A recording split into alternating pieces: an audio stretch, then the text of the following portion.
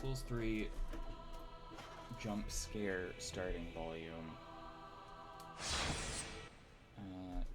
Though I will need to turn on my sound.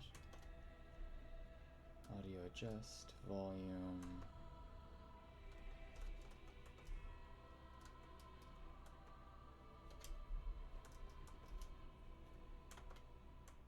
I will say, the opening of Dark Souls 3, Dark Souls 3's main theme, is not my favorite. Yes, indeed. It is called Lothric. It is called Lothric. She doesn't say it like that, but... By the transitory lands of the Lords of Cinder converge. This is my favorite voice actress. I love her to pieces. Just dubious grandma. In venturing north, Vaguely evil sounding aged woman. pilgrims discover the truth. I'm playing the 3rd Soul game after I beat the 1 and 2 Soul game. I'm giving beat loosely here, because I did just kind of mash my way through Dark Souls 2.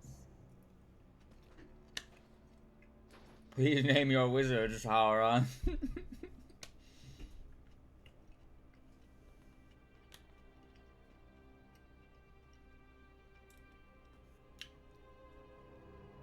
This whole opening cutscene is just, like, incomprehensible, by the way. The bell tolls. Except for this part, which does make sense. They're like, oh, the fire's going out again. A bell rings, and some dead guys come back.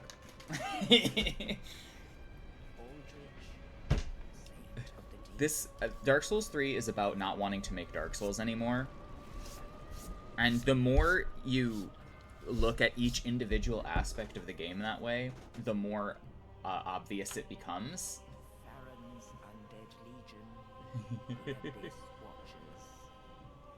Like, oh my god, we did Artorias a billion times, guys, here's a bunch of Artoriases. Like, do you remember Dark Souls 2? This is the guy from Dark Souls 2.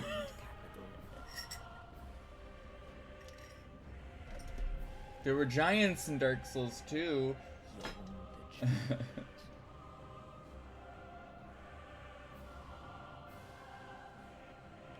Which is nothing against Dark Souls 3, because I love Dark Souls 3. I unapologetically just like Dark Souls 3. And I'm not gonna apologize for it. It's a good game. It's a good PvE game, and it's a good PvP game.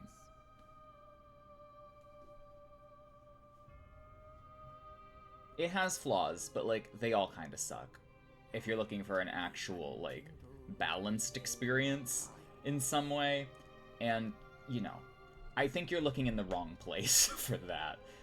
If you were looking for Dark Souls. Nameless, accursed undead. Unfit even to be cinder. And so it is that ash seeketh embers. I guess it's just a thing that the unkindled plunder the heirs of fire for embers, I guess. I don't know. The Ashen one as a concept in like, the lore of Dark Souls is just really broken. Because it's like, oh, you can just blink the flame and suffer no consequences for it. Like, okay. You could fail to link the flame and then be like, be fine, okay. Sure. Sure. Fine and immortal.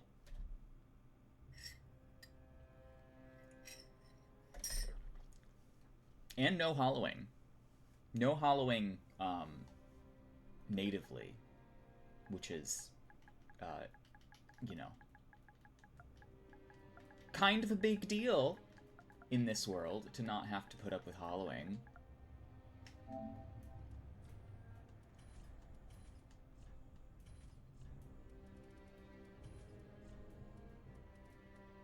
Sovereignless Solar Fire Gem. I don't want to have to wait for the Fire Gem. What's the first fire gem you can get? I mean, technically one can drop in the undead settlement, but I don't really care about that. Oh, sorry, it's my coffee.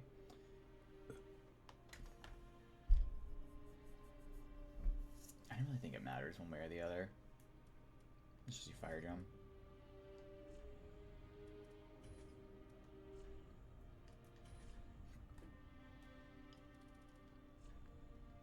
I have some horrible, some horrible cartoonish favorites. I don't know how you do faces in Dark Souls 3. This is probably even worse than Dark Souls 2's. Hi Bard, how are we?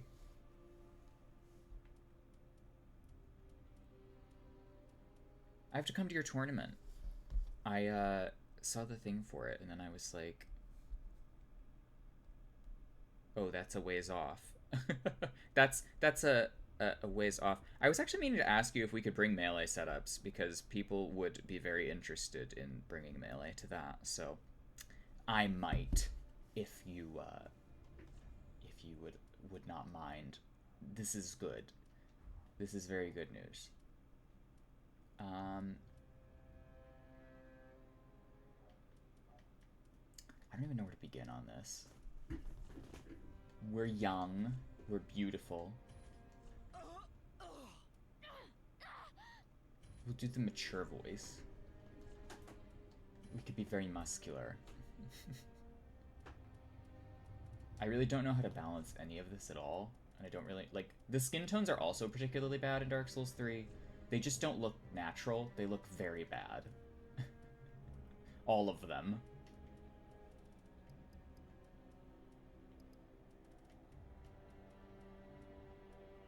Truly all of them.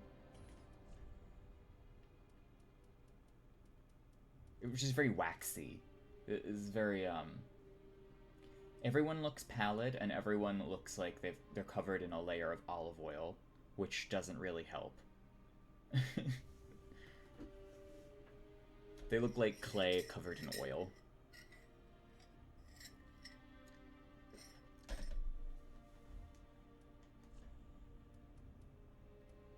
But Elden Ring's is significantly better.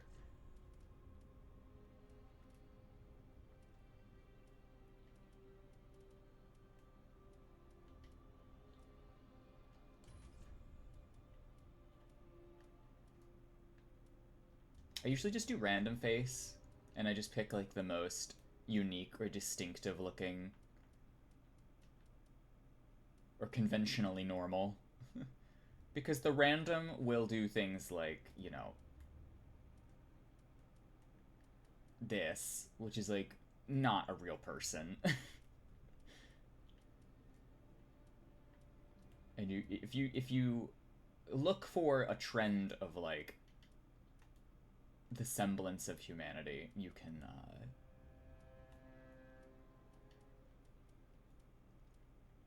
usually get relatively decent results. But now we're kind of skewing in the wrong direction, so I kind of want to go back to... That's the problem though, because I do start from the defaults. Hi Declan, how are we?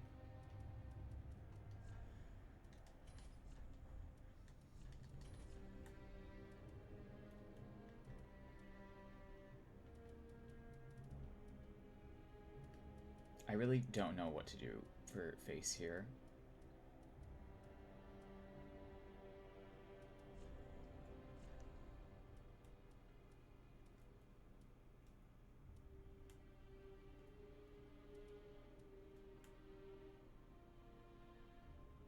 Your favorite weapon in DS2? What would that be?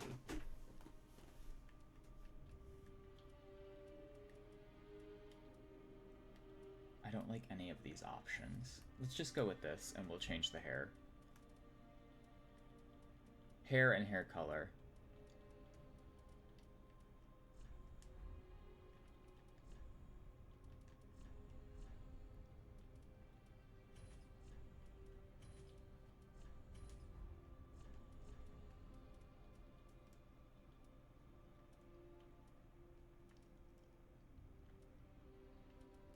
We can have a bob. We can have a long bang piece and a bun.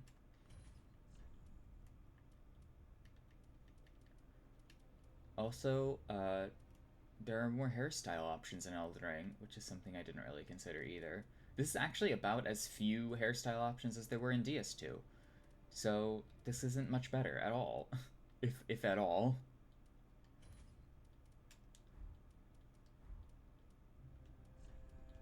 Just in case we have to remake it for whatever reason.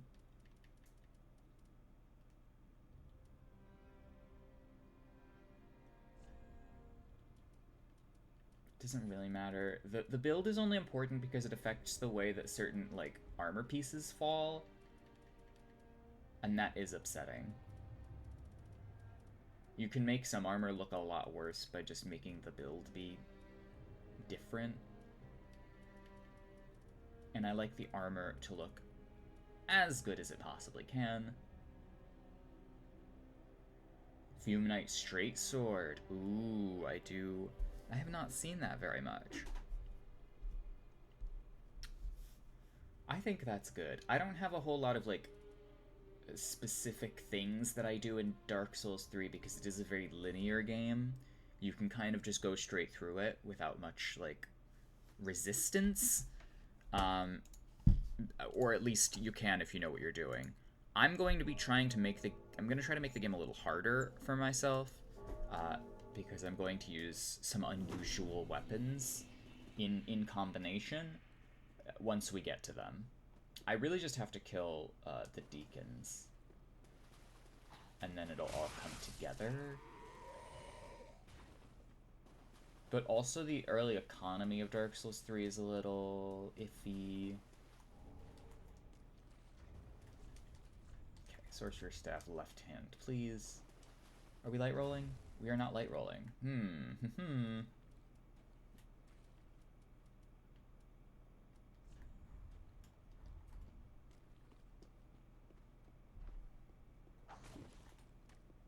Also, backstabs are much easier than they used to be.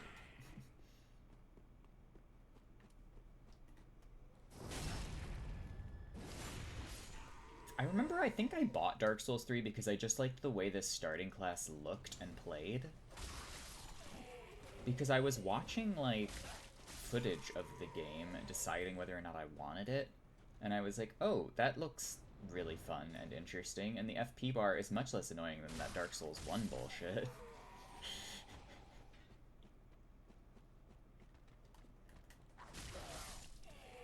Little did I know, all I really wanted was Demon Souls. But, you know, this was the only game I knew about at the time. I hadn't played a Demon Souls.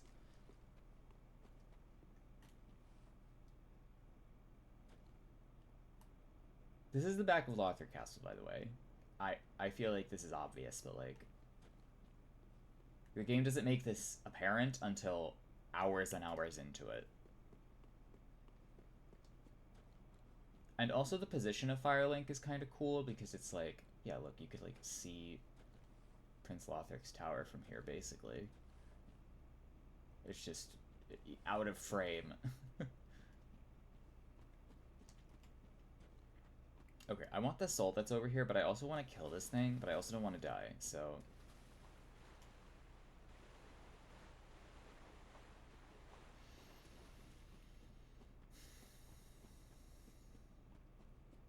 I always just parry Gundyr. I really don't see any reason not to just parry Gundyr. Mage. Hi, Archons. Ow. Well, at least I take less magic damage.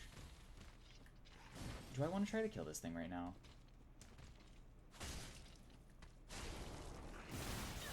It's not like hard, I just have to not get hit by that sort of shit. And that sort of shit. And also maybe have light roll. No, go away.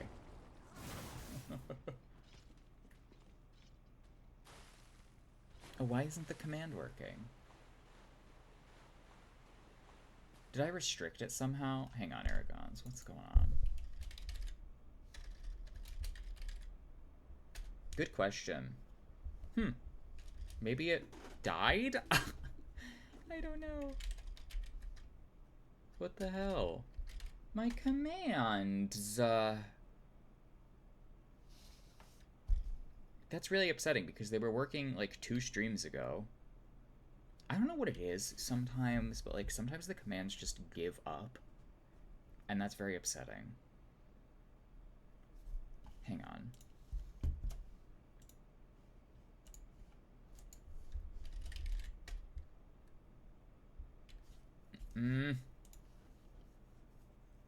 Why?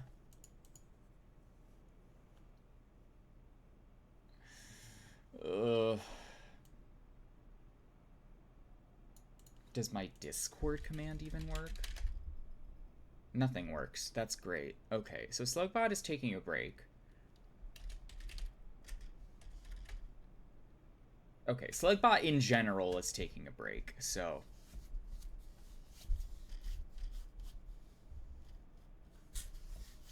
I guess we're just not doing commands, period.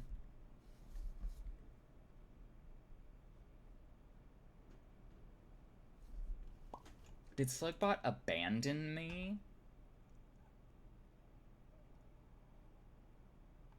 What the hell? Well, that's upsetting.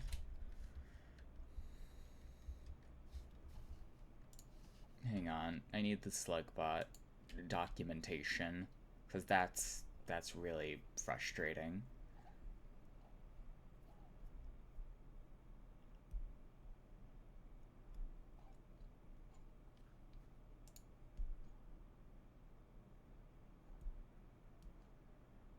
I think I have to go through the whole process again, because I don't see them here.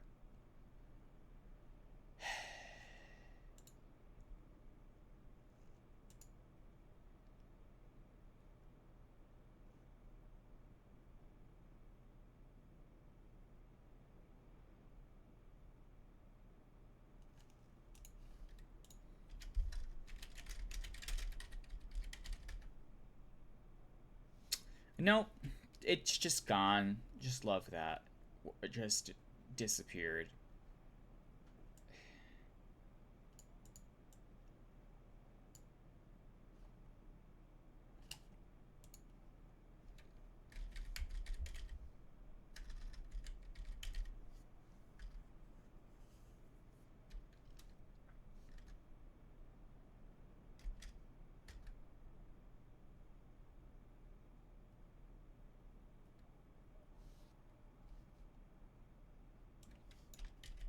Okay, I'm gonna do something quick.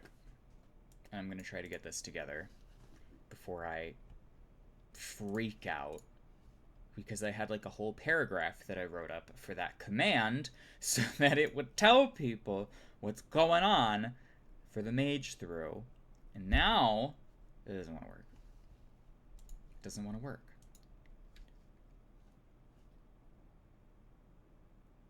And this happens constantly. I feel like I should just use Nightbot for everything at this point. Pretty much the only utility Slugbot provides is the IGOT, so that I can see how overleveled people are. I don't even use the build functionality anymore because there's not like a regular build making software or website, so you can't even like standardize it. You just have to use Google spreadsheets or whatever, you know. Some people have websites that you can do it on, but it doesn't have Slugbot integration. Not like Souls Planner did. Anyway, this is fruitless. I'm going to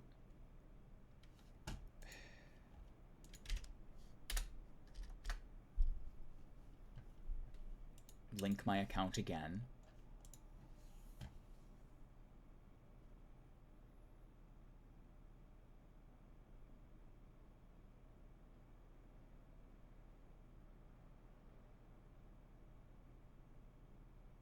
Oh. Cool.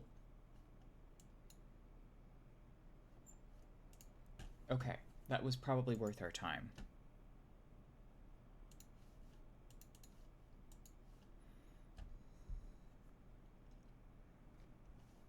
Let's try this once more.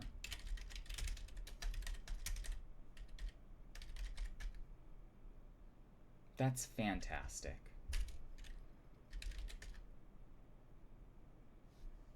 Okay, that's the Discord. That's... Okay, that's great. Perfect. I would just like to see if any of the commands that I made, like, survived. And that is... Yeah, Slug... No, Slug straight up abandoned us. Not just sleeping. Full abandonment of their post.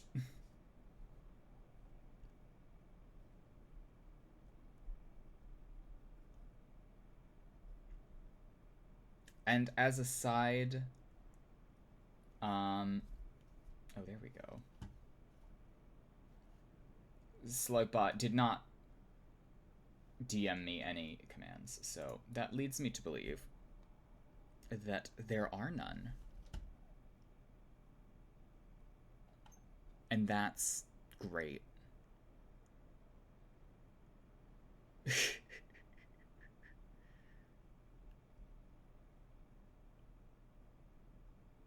That's really special and fantastic.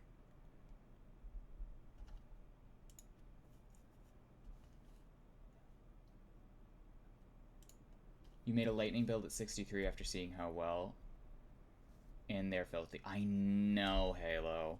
I don't know why no one will believe me or like why I barely ever see them, but like lightning builds are really insane.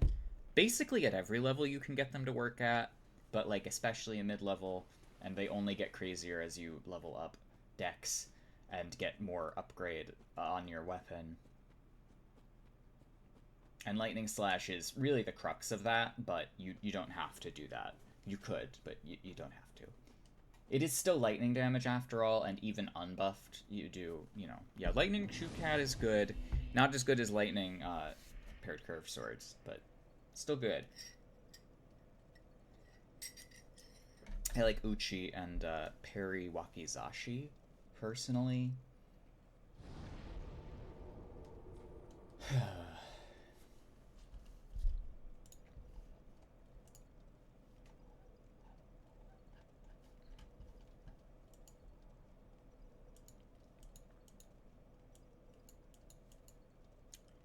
I'm just going to remove these commands for now, and I'm gonna just not think about it. I'm going to pretend like commands don't exist forever, and then when I care about putting them back on, I'll put them back on. But at the moment, it's just not worth it.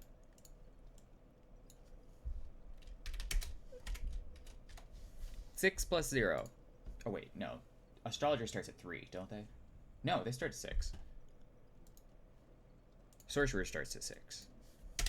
I think Astrologer starts at 3.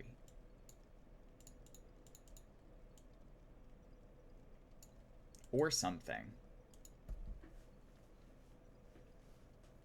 Some Sorcerer starting class starts at 3.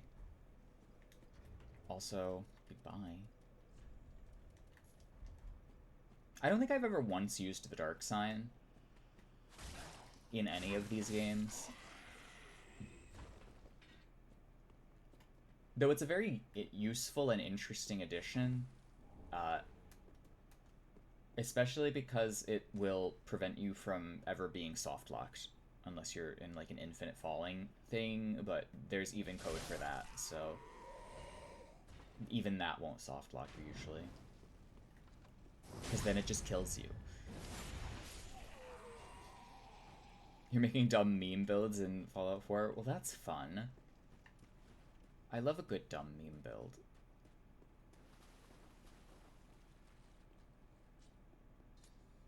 You get it to get the Firekeeper Soul in New Londo without dying. I guess if you were going for a deathless run, the Dark Sign would be much more useful. Yeah. I just die because it doesn't really affect me. Okay. Okay, so new parry timings. Not new, but like... not quite... not quite as easy as it is with the Leather Shield. which is like stupid easy. Also, I could do it with my bare hand if I wanted to. Is the small leather shield even like any good for parrying? It is like a small shield, so I guess it's like fine, but I don't think it has the nice small leather shield parry frames.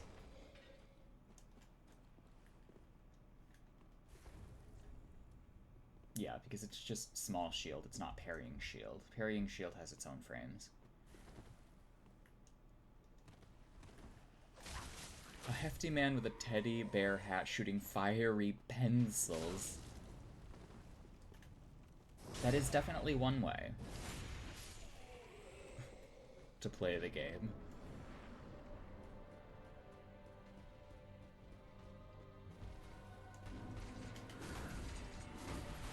I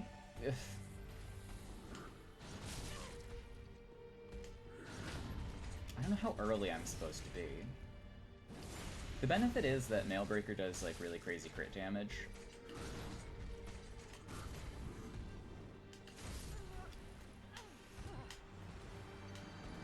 I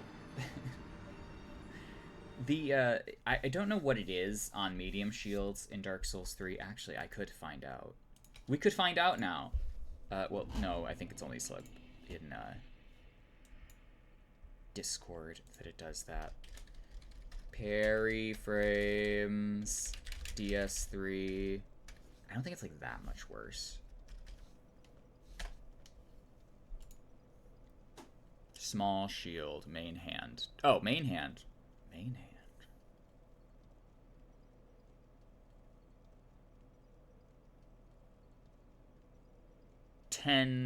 10 frame startup as opposed to the 8 frame startup. So it's on frame 11, which for the record is the same frame that Princess Zelda's standing grab is in Melee, and that is slow as shit. For a grab. For a parry, it's worse, but I will not be using this as a parry option for the duration of the game. I will be graduating to better choices. Yeah, it's long, but it comes out in 11 frames, and on top of that, it only lasts for 2 frames in 60 FPS. Yeah, see, that's automatically better. That is significantly better.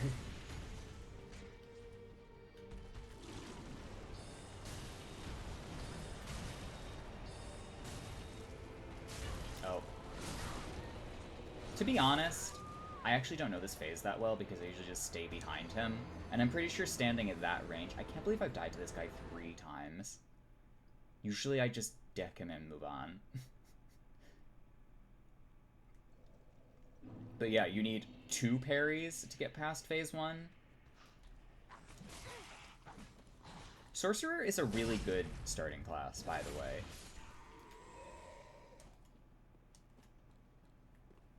Sorcerer in general, welcome, Chio. Hello. Sorcerer in general is bad because most enemies and bosses in Dark Souls 3 are just magic damage resistant, and that's all you have for most of the game as an int build, because it's the only type of damage you get access to.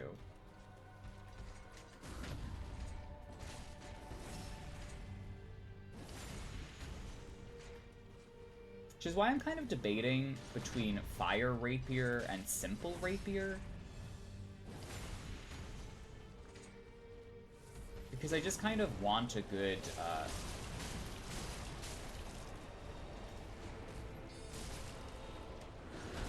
Oh, I did not think that would work.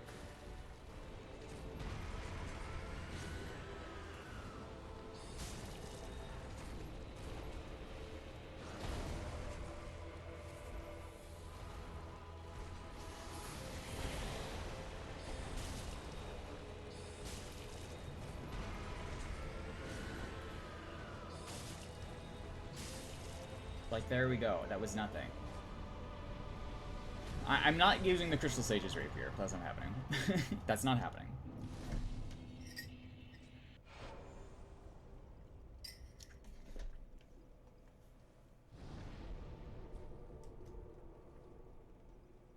I'm thinking simple Rapier and Candlestick. Or simple S-Stock and Candlestick.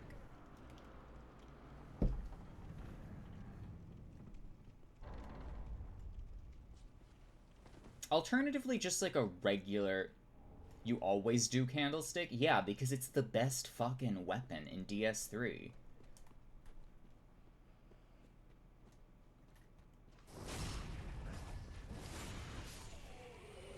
DS3 is straight sword souls.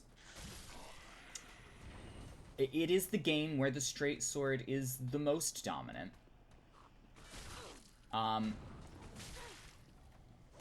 if you really want to get into the DS3 of things, you want a straight sword, and you want to mash sorceries.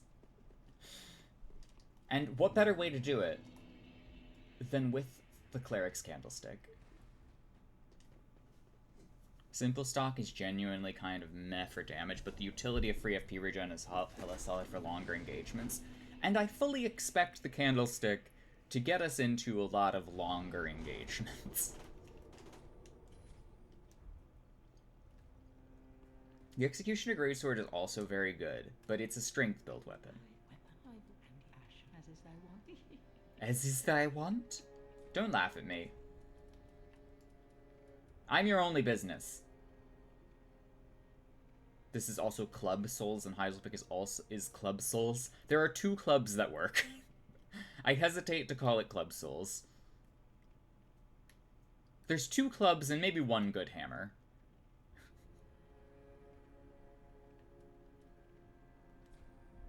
Okay, Dry Finger's pretty essential and integral, as is the White Sign Soapstone. Not that we're going to be using it, I don't think, but you never know. 2 out of 2 clubs, true. Better than 0 clubs. Or 1 clubs. Also Torch. Torch is pretty useful. Oh, I'm sorry, I didn't want to point you down. That's just motion controls. 100% club viability. No, I'm referring to the Heiselpick and the Reinforced Club. The regular club is kind of bad. It doesn't get that juicy hit stun that the Heiselpick and the Reinforced Club get. You're not plus. No, it's not. It's like straight sword hit stun.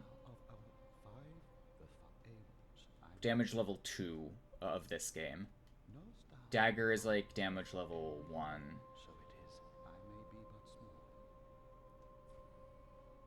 Okay, you don't have anything yet. This is going to be a lot of me meandering around DS3 because I've played the game a billion times, so I just don't have a lot of, like, I don't know. My goal for this is to really just sort of re-examine what a sorcerer has to go through to get through the PvE, and then the PvP will just be a nice garnish.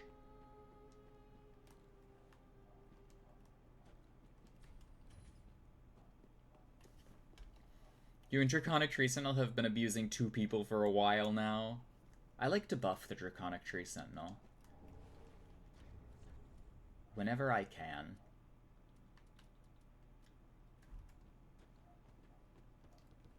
Oh no, okay. Heiselpick has a good matchup versus Valorheart.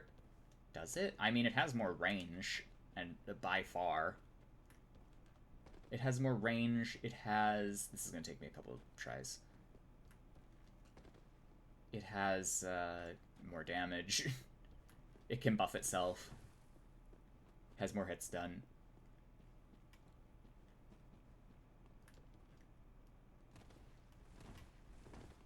Has a comparable mix-up game with Flash Sword. Hyper Armor. Shield Piercing, yeah. Wow. There is a lot of things that Heiselpick has going for it.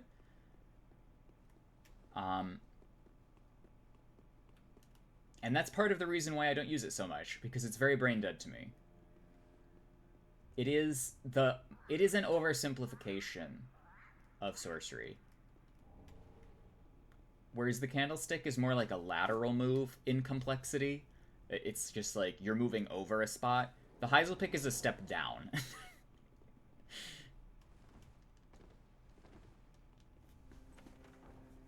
The Heiselpick is like, do you like Soul Greatsword? Well, I sure hope you like Soul Greatsword, because you're just going to be casting Soul Greatsword so goddamn much. Are you trash-talking Heiselpick? Yes, I am. Use the good things. I've used the good things for a very long time. I think I'm allowed to trash-talk them now. I just don't think that the Heiselpick is, like, anything special. I think it's just, like, a hit stun machine with sorceries attached. You know, like, on its own, it's a great weapon. It doesn't even really need the sorceries. And then you put the sorceries on it, and it's just like, why did that do so much fucking damage? Why did that do a true combo that did, like, 900 damage? Not even at meta.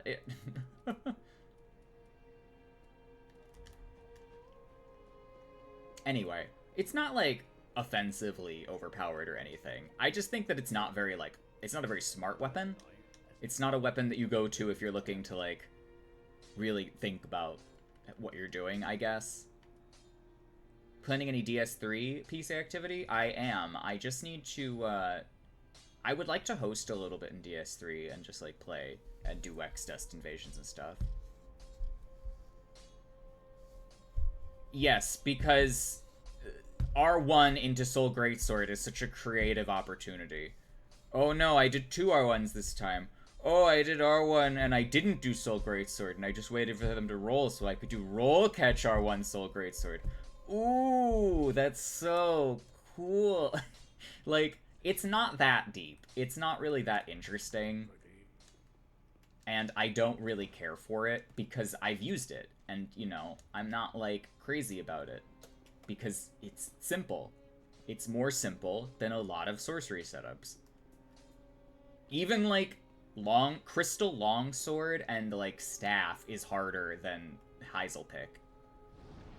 Hello, Fruity. How are you? Even, like, S-Stock and Pyroflame is harder than Heiselpick.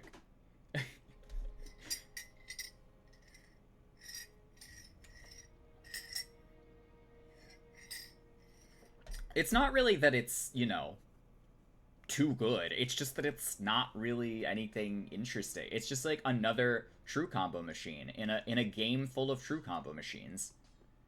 Did I just beat DS2? I've beaten DS2 before. It's just that this time through it was especially grating, and it could have been because I was using the blue flame. It could have. It could have been because I was, you know, not to the letter doing the most optimal thing at all times. But I thought for the most part it was, like, fine. It was frustrating and tedious in ways that I don't really enjoy. And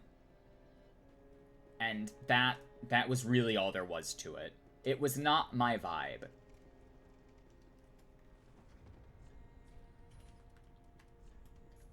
It was, above all else, not my vibe.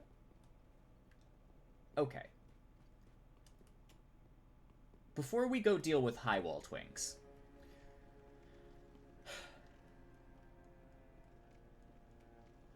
shield piercing gets additional stamina damage in DS3.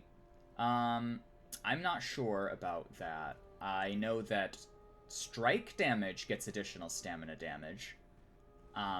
But shield piercing itself doesn't, or at least it shouldn't. But any weapon that does strike damage will.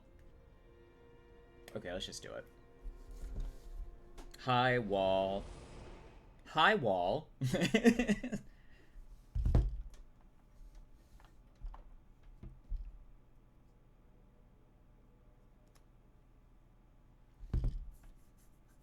Piercing damage does get counter hit properties, though, so that is good. Time for two-handing. Well, vaguely remember something with the shottle getting more stamina damage. I have no idea. To be honest, I really don't know. That might be true. That's very possible. I've never heard anything like that.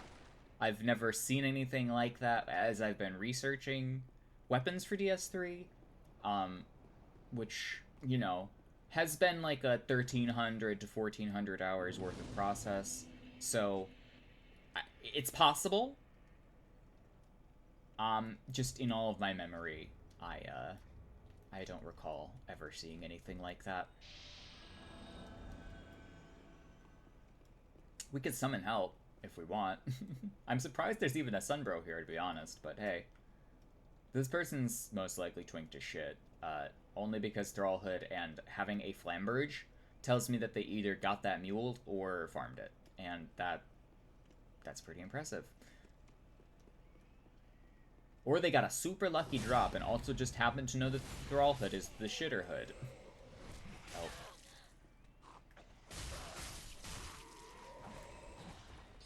Gee, if only this is PC. I was thinking about doing PC stuff at some point. I just didn't really want to go through the process of fixing all of the mods and everything. And that's gonna take like a couple hours. Or at least like an hour of just sort of examining what mods I want. And also doing the cheat engine like tables to unlock the bonfires. It's a whole thing to like get PC stuff running, especially now that the servers are back. And having to redo all of that is annoying. And I'm not going to replay the game again on PC. What mods are there? Blue Sentinels.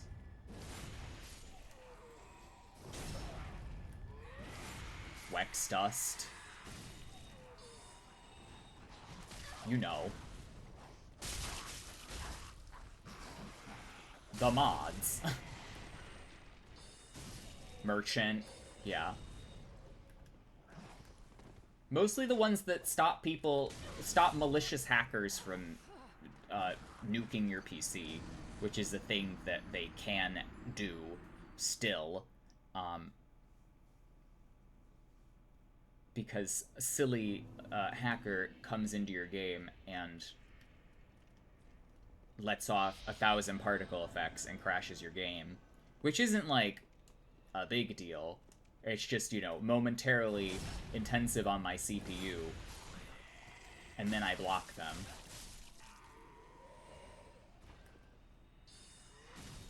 Oh, I expected that to take more soul arrows.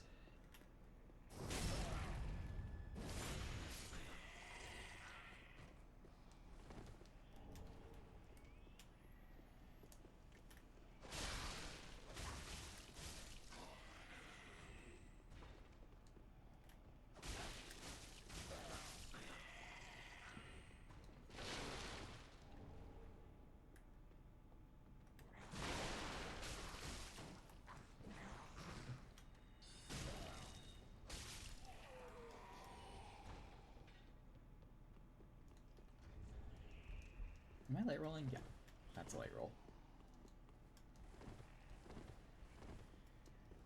Or is it? Is it just a DS3 medium roll?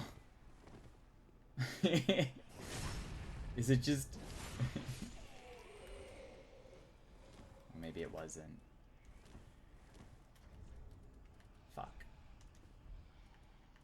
But I like the Wizard Hood. God damn it.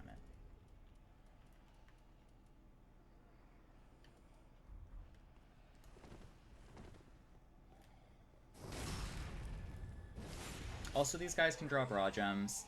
I just like to kill them as I'm walking through. On the off chance I can get a raw gem. It's helpful early on.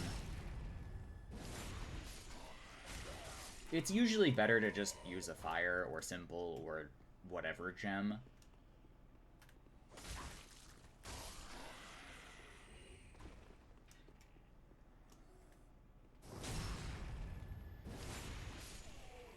But if you have a broadsword, and you want a broadsword, and you have, like, no damage stats,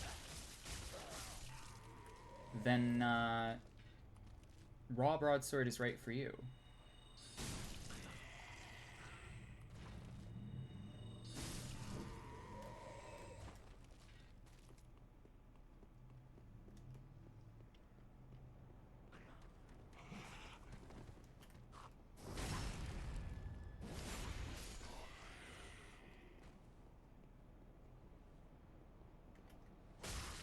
If you could put Blessed Weapon on Valor Heart, I think I would use it on every build.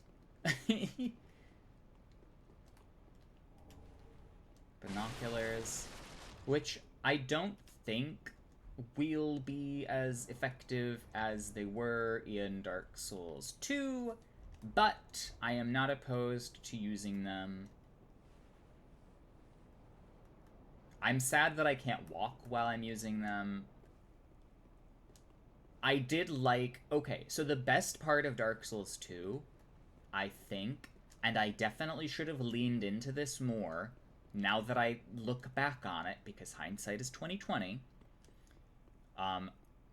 making Dark Souls 2 into like a first-person shooter with a bow or a staff is probably just a better way to play the game.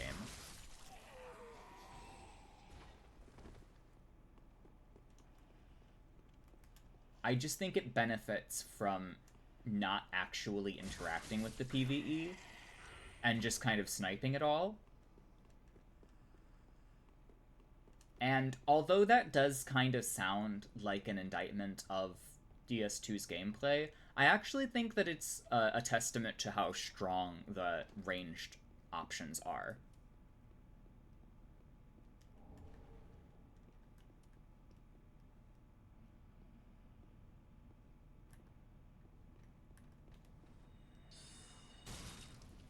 Also, in this game, magic damage, even if the shield doesn't have very high magic resist, is very pitiful on shields. But I think that's kind of always been the case. So I don't want to speak too soon. However, very different story in Elden Ring. Very different.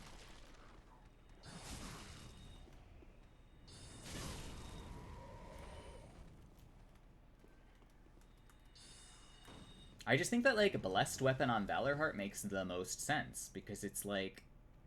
Oh, also, you get to buff your staff! Get ready for a lot of staff buffing! I forgot. Oh, no.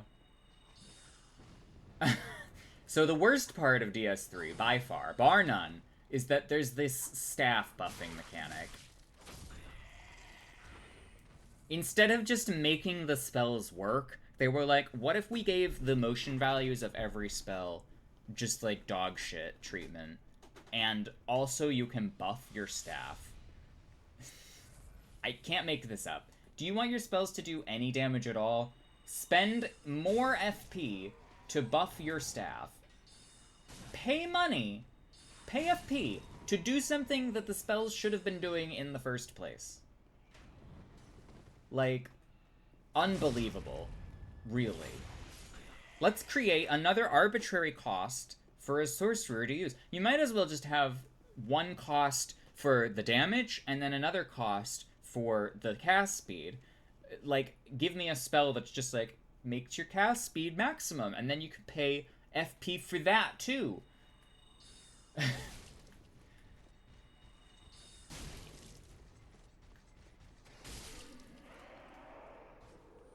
Anyway, this is the game where sorcery is probably the worst. No exaggeration. Actual control over your casting experience. Heresy. No, I'm making fun of them for basically privatizing, mage stuff. Why are all of the... Dark Souls 3, stop making me pay FP to do damage. I already am paying FP for the spell. I don't want to have to pay more to get more damage out of the spell. Like, this is ridiculous. Like, that soul arrow would have one-shot if the staff was buffed. Take your heavily correlated options with no expression and lane.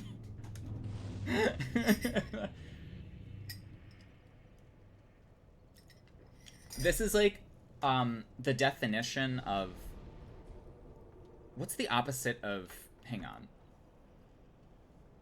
There's emergent gameplay, and then there's designed gameplay.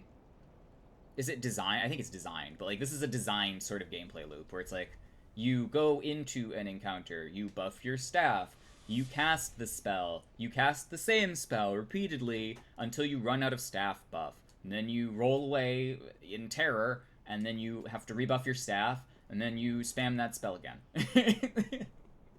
And I do feel like there was an attempt to move away from that with the weapon catalysts, which is why I like them so much. Because the flow from, like, swinging the weapon to casting the spell is basically instant.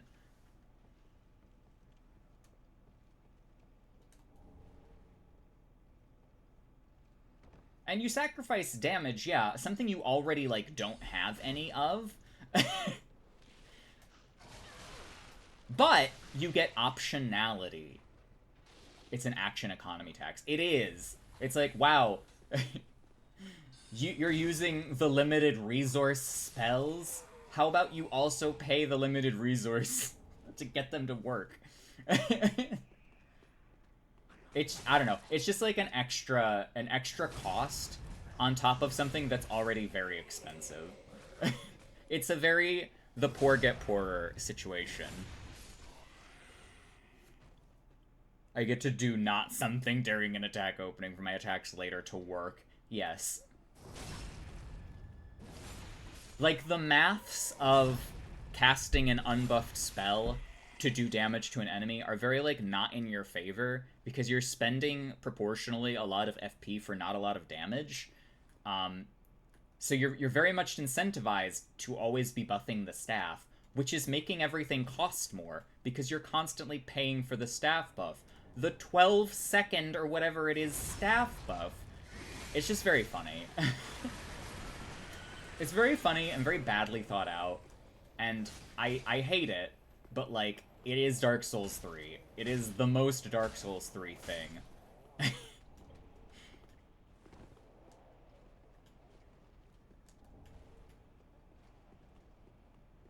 But you know what? At least there's no soul memory. At least there's no soul memory. That above all else.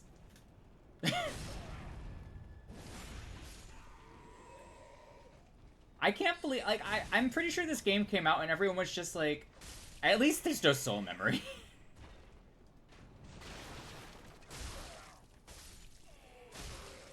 Also, daggers, very funny. Daggers as a concept are hilarious. It's the logical extreme of a dagger. It's like everything that could make a dagger broken all came together. And also, the starting class gets one. And also, the sorcerer gets a Mailbreaker, which is just crazy.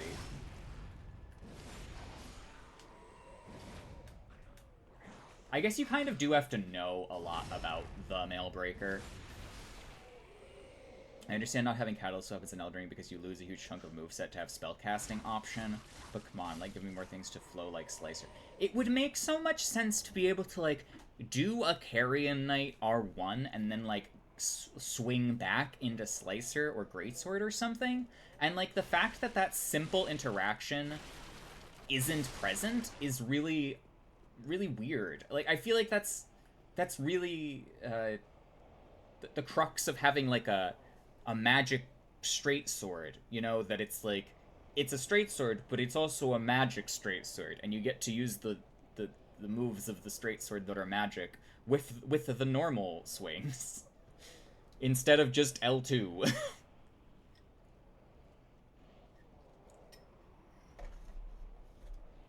Yeah, Slicer not having dex requirements on the follow-up or frame investment motions. I agree. That and what are the other two? Bestial Sling, I think Swift Shard, and maybe not Swift Shard. Catch Flame. Yeah.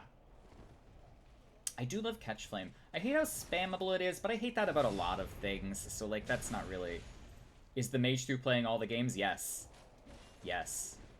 Well, all the ones where maging is possible, by my definition of it, which is also technically present in Bloodborne, but, like, it's much more limited, so I'm leaving it off, and if people want to donate gift subs for it, I'll play through Bloodborne.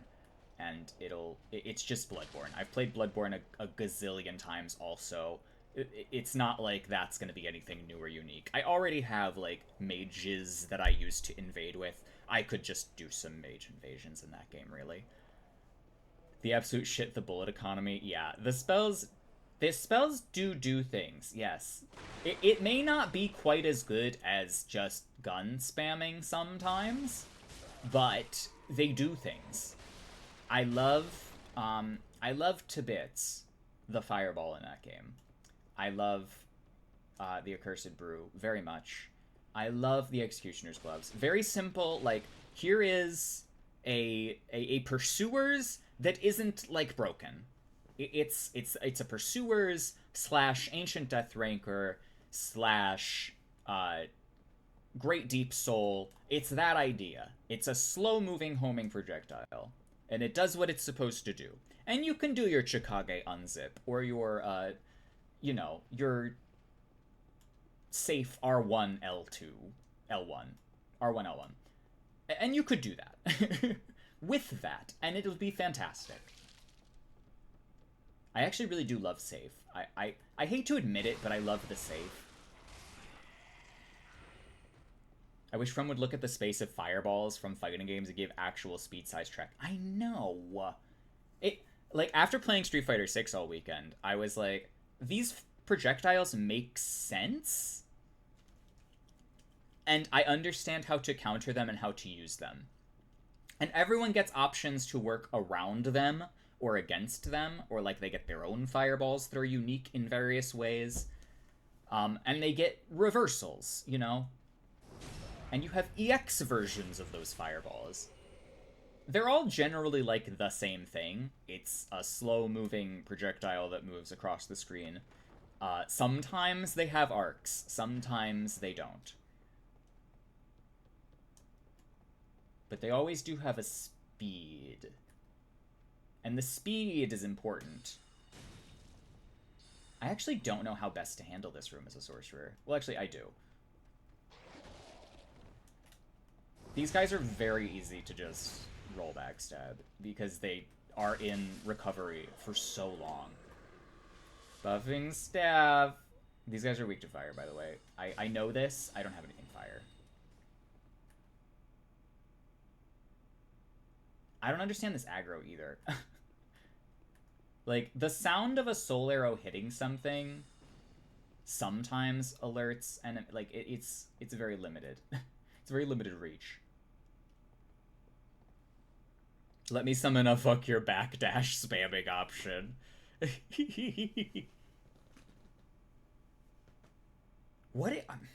That would be... That's almost like a Tibia's summon situation. Except... I'm trying to think of how, like, an Aegis Reflector would do in, like, a Souls game.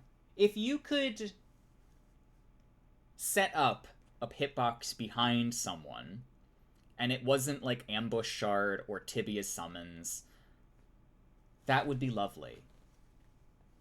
If it worked, that would be lovely. If either of those spells did what they were supposed to do, that would be lovely.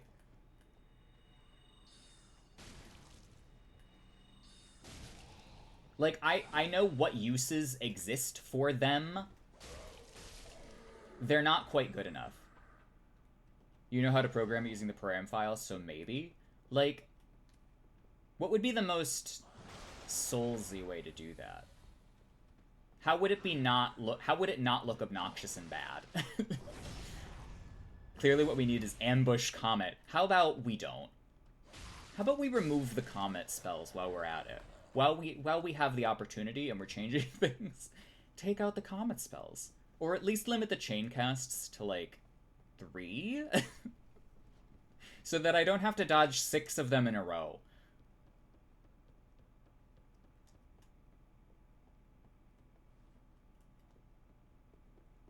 I'm probably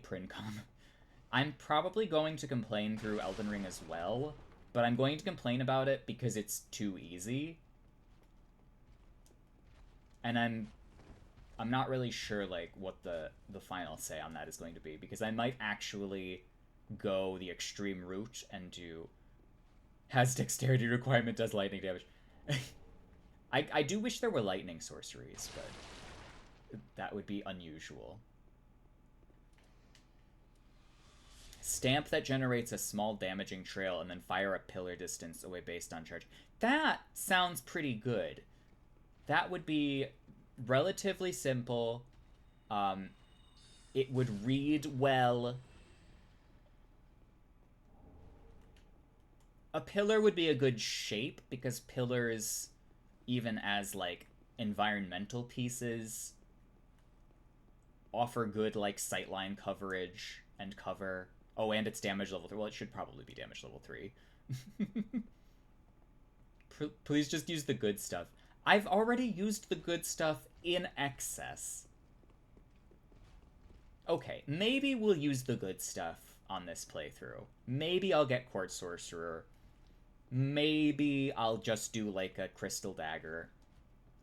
I know what is best, and it's always Dagger Mage.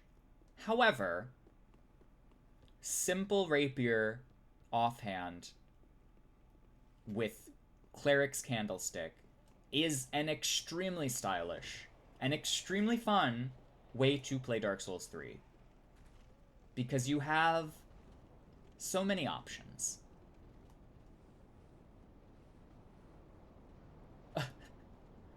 I wasn't trash-talking the Heiselpick. I'm just saying that it's less complicated than a lot of, like, good sorcery.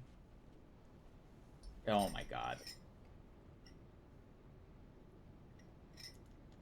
The bullet system has a fair amount of options built into it. Shame that every mod goes for power fantasy over interesting. That's my problem with, like, Convergence. The Convergence mod and, like, the PvP mods, they nothing against them. Like, I'm sure they're a lot of work and they're very impressive, but they're not for me.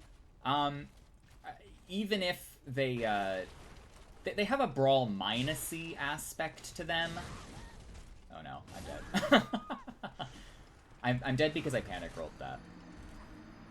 Because I recognized in the moment that it was going to take my input for the roll, and I pressed roll again, and it was pretty much guaranteed to hit me.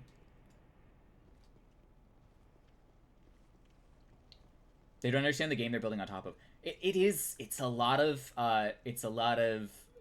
particle effects, and it's a lot of, you know, like flashy teleports, and it's a lot of this spell in a different color. And, like, I like that shit sometimes. That there's a fun that's fun. But, like, you have to lean into that. You can't, like, be like, "Oh, we're doing Dark Souls stuff, but we're adding things and it's gonna be still Dark Souls." Just, like, say it's something like do the JoJo's mod or whatever. Like, just say that it's your weird power fantasy trip. Just lean into that. It's fine. Like, people like that. Obviously, they play it. God. Base cast speed? I forgot I'm using base cast speed as well.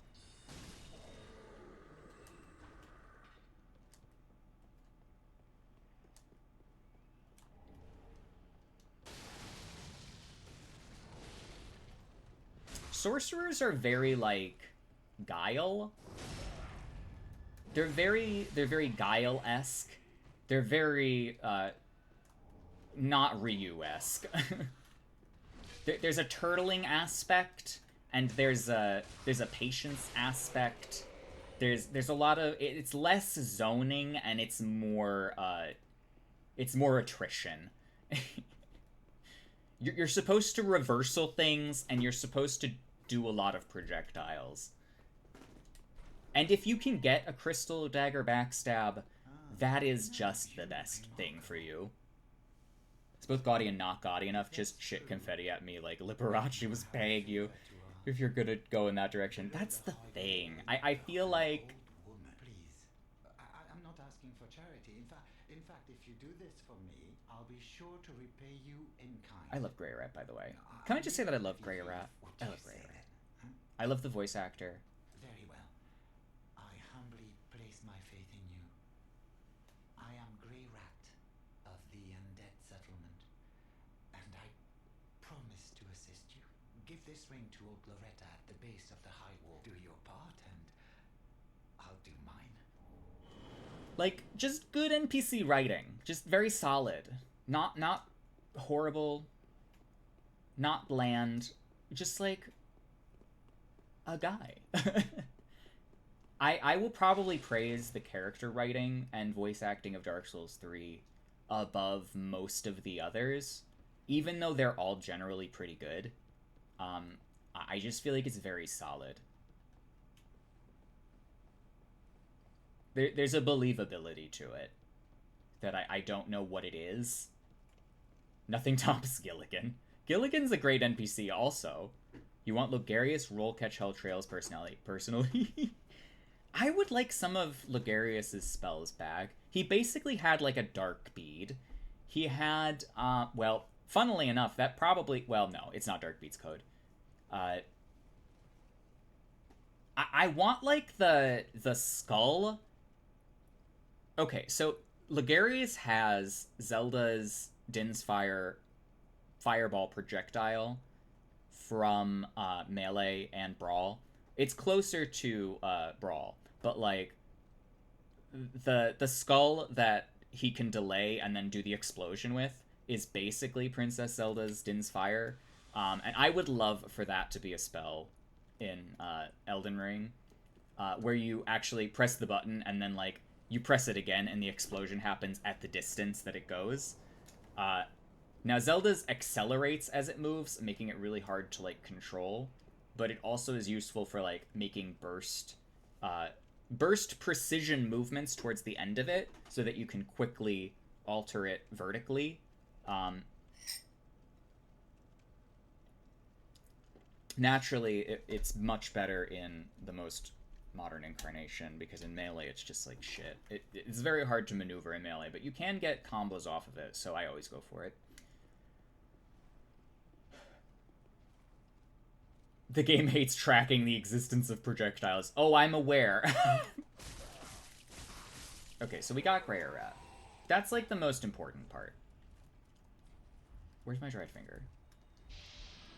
That's the most important part of this. There's going to be a lot of grocery shopping that happens. And I'm sorry about that, but, like, I have to get the cat ring. I have to get certain NPCs in certain places. I have to get Orbeck. I have to, you know, like, that's all going to happen.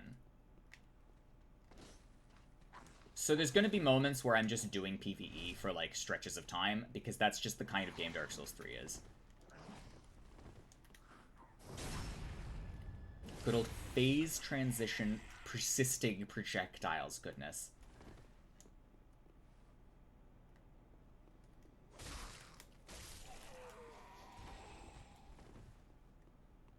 No, I'm always like, do I level in Bloodborne, or do I just spend all of my Blood Echoes on Blood Vials? Because spending all of your Blood Echoes on Blood Vials sounds stupid, but it's so broken. To just constantly be able to, like, spam Blood Vials, like, utterly breaks Bloodborne. Can we talk about starting Cruel Fate changes the game economy drastically? Does it, though? 800% of your health and healing. Exactly. And nothing in the game does enough damage.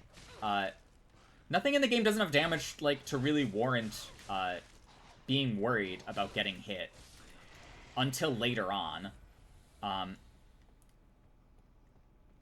So even if you're leveling just your vitality, I mean, we've had this, I've heard you talk about this at length, so, like, I'm not rehashing anything that you know about, but yeah. I love Bloodborne for that reason, that it's like, well, by RPGing the RPG, you can win the game. You can win the action game.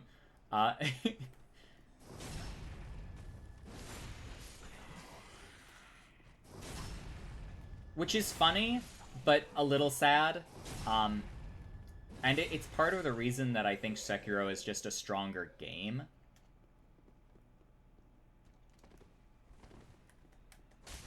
Like, just mechanically. Because it at least forces you to like, play by its rules, basically. The rules are much stricter, even though blocking is pretty broken. And on top of that, the parry window is like half a second. It's pretty generous. Ow. I always forget about you. Simply exploring Central Yarn and upgrading your weapon once and the Hunter set is equivalent to having like 30% more HP. That's... yeah.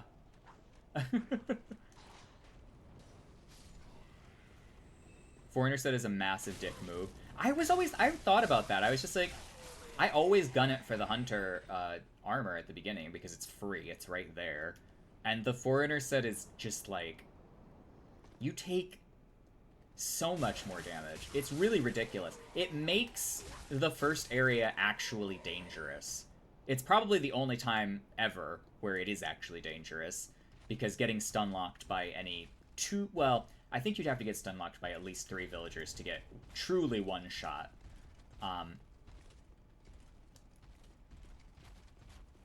But yeah, having the Foreigner set is a problem.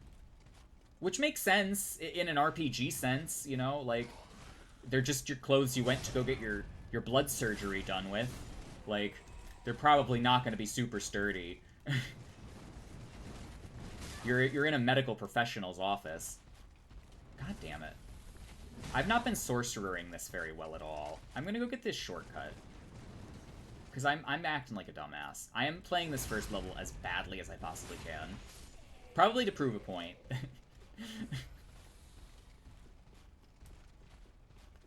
Given enough, you know, stamina, the stamina bar will beat most enemies in Dark Souls 3. Nothing does damage in DS3, I know. Oh god. Do I have 2 slug bots in here now? What's happened? Well, programming fucko. use your error.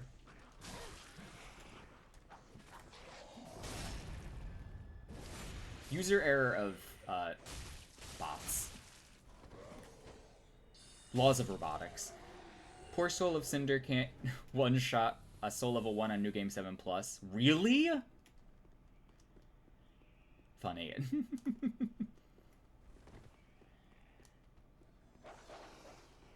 Slugbot left and then came back into work twice. Oh, I don't have any fire. Okay, so the one enemy that is especially bad, for all classes, but sorcerers especially, are these dogs. Unless you stun lock them with a dagger, I guess. See, we're learning in real time.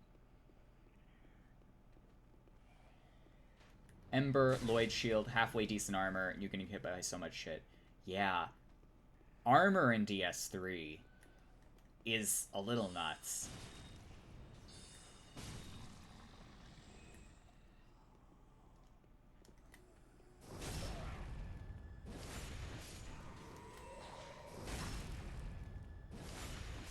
I know I am mostly backstabbing things, but please believe me when I say that this is faster than spamming soul arrows.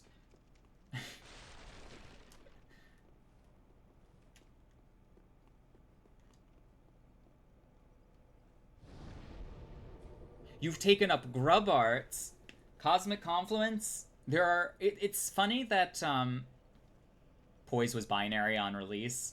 Yeah, that I was not very into the PvP on the release of Dark Souls 3. I was still very much a PvE-minded person.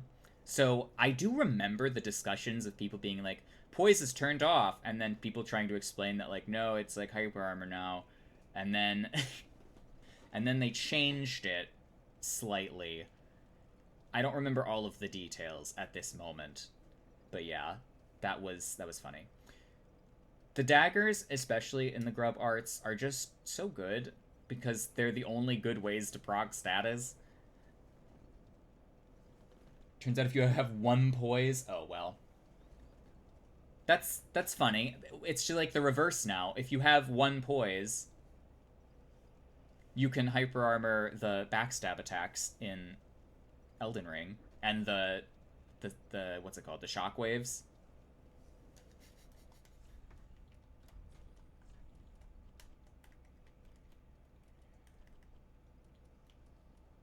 Okay, we're not using these. This is heavier.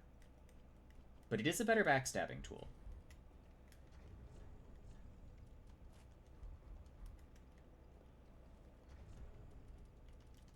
And I am a filthy fisher in Dark Souls 3. Unfortunately, and only because, it's fun. Why are these lighter?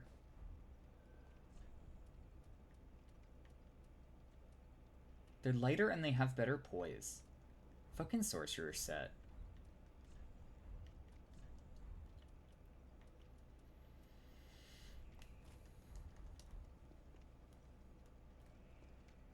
Okay.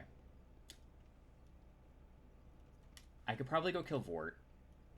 You were fighting Japanese players due to the staggered release.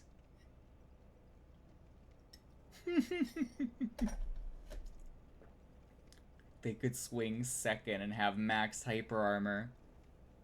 Oh my god.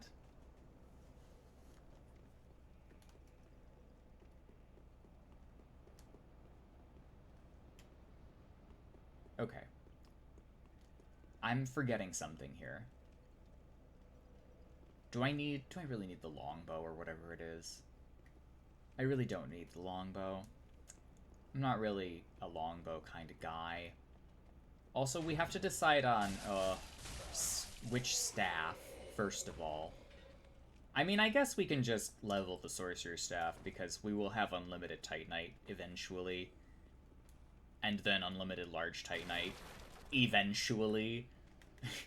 But the eventually is the annoying part of that. Well, that almost worked.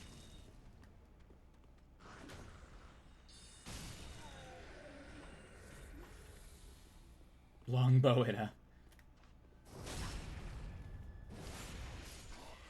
I think I'm good.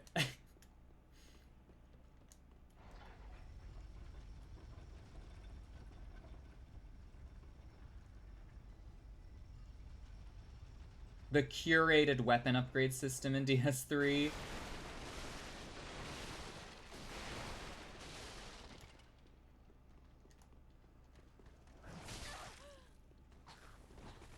God damn it. I don't have, like, crowd control options at the moment. And these soul arrows suck. These soul arrows are not only slow, but also do less... They do double-digit numbers, but this is expected. It's a beginning wand and spell. We will get Orbeck in, like, 5 minutes. We're nearly there.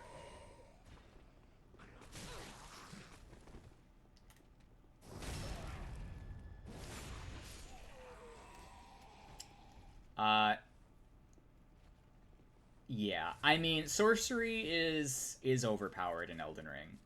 Endgame sorcery is overpowered in Elden Ring. Any kind of, like, double staff a loss situation, or Azur's staff situation, or Luzat's staff situation is broken. Shit.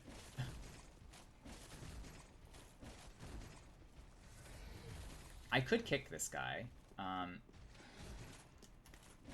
It is nice to be able to, like, strafe their spears. And also do hit stun.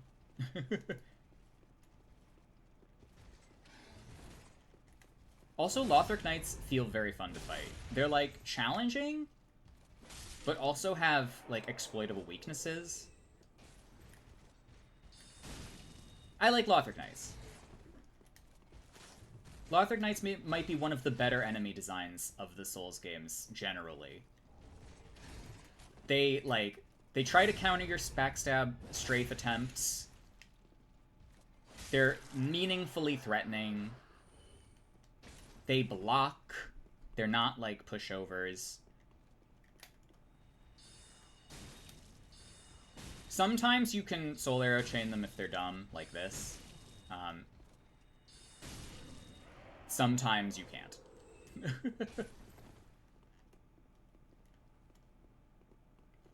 You did a soul level 1 carry and slicer Magethrough? That sounds interesting. Holy hell. Allow me to speak frankly. Soul level 1 carry and slicer. I... With Meteorite Staff and like all the int boosting stuff, It is if you and the old unkindled one go through the great gate and but beware the vile. can't cast out of neutral. No.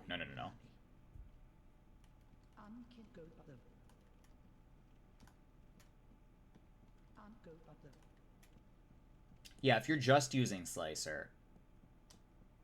I was gonna say you could Swift Shard in between, because he just kind of hangs out.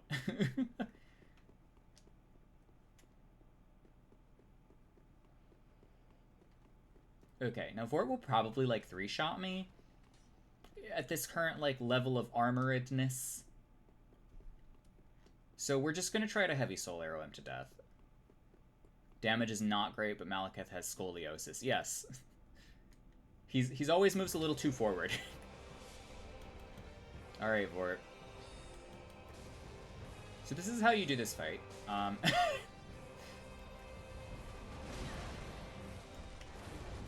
And then you just stay behind him, because he can't do anything.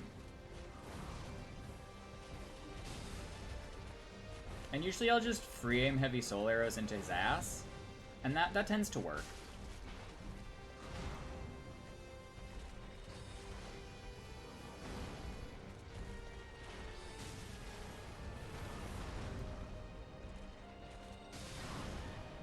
Until he one-shots me, I guess.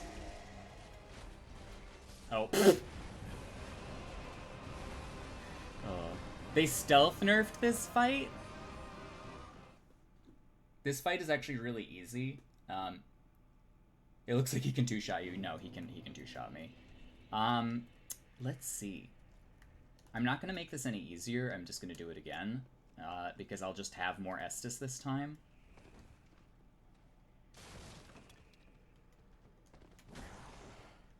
Oh, this bitch.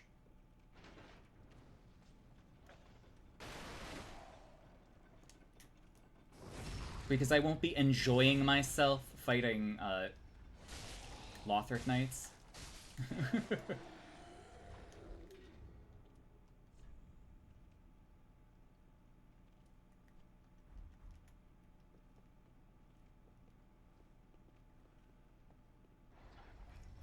Oh, so him not staggering was the nerf? Yeah, I realized that you could, just kind of hammer on him.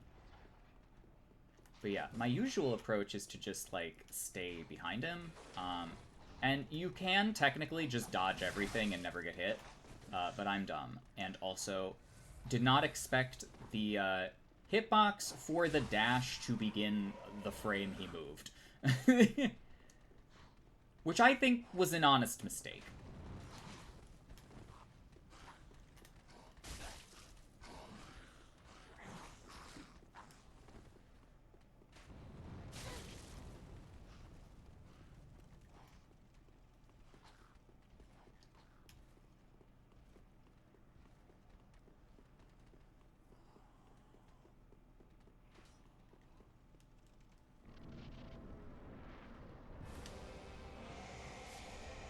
He really just, like, doesn't approach during the first phase. And if he gets close enough to do the hammer swing, he rarely does it, but, like, for some reason he actually has been doing it. So I usually just do this.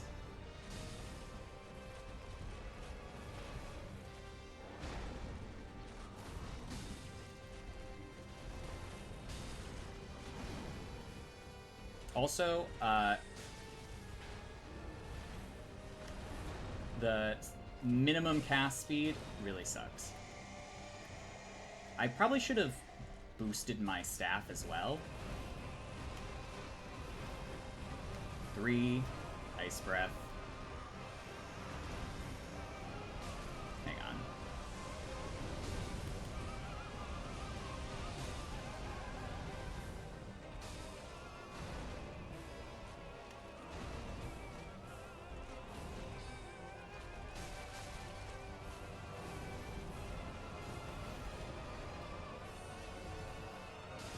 Oh.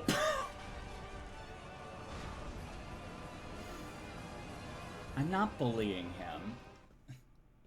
I misspaced that last one, which is unfortunate because I was very close. There's nothing, like, actually difficult about Vort. It's just that, like, if you aren't willing to just wait for him to attack, then yeah, he'll just kill you. I do have light roll, though, so I should be using that to my advantage. I'm so happy Vort's killing you. In fairness, I usually level my health before I get to this fight, so Vort's second phase hitboxes are exciting. They're, sometimes they will hit you for doing what I was doing, like just staying behind him. Sometimes they never do. There is a way to never get hit by them without rolling, I'm pretty sure. But I'm not good enough to execute that.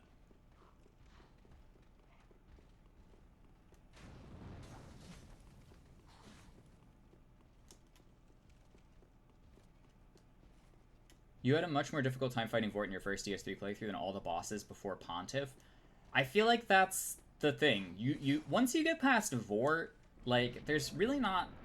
I mean, Abyss Watchers can be hard. I've yet to actually have a time where it's been extremely challenging.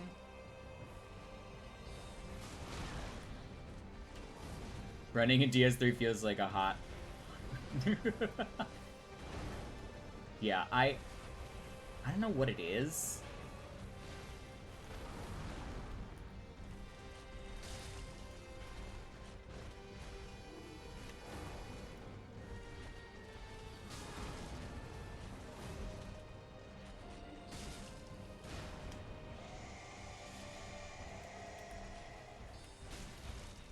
One, 2, 3.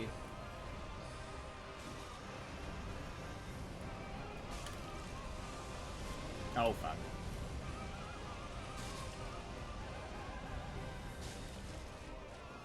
Okay, I would like the camera to be on the fight, and not the wall. The wallpaper is lovely, but I would like to do the fight. Blue, please? Solero! Solero is certainly one way to play Dark Souls 3. I love that that took me 3 tries. Usually that doesn't take me 3 tries. The fact that it was actually challenging was good.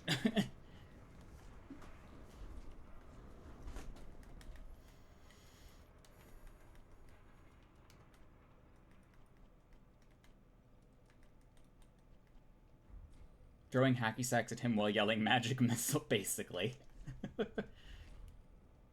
Standing with my staff up his ass, just mashing heavy soul arrow.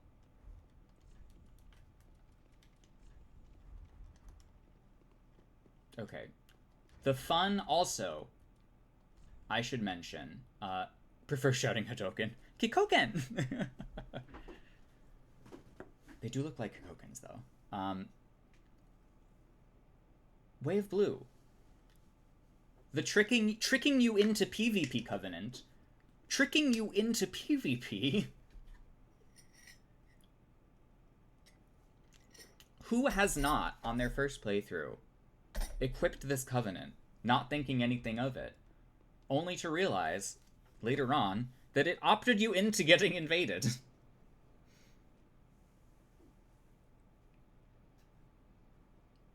I love that. I love that to bits.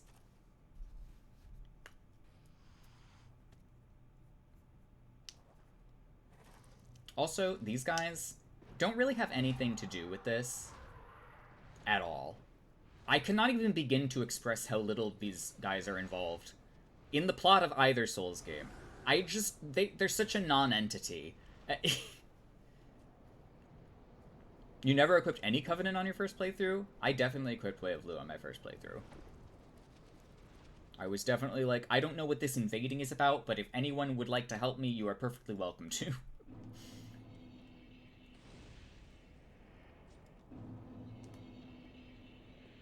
So basically, Chio, in Dark Souls 3, you won't actually ever really get invaded unless you interact with the online mechanics in some way. So summoning for a boss, or like, you know, using the dried finger.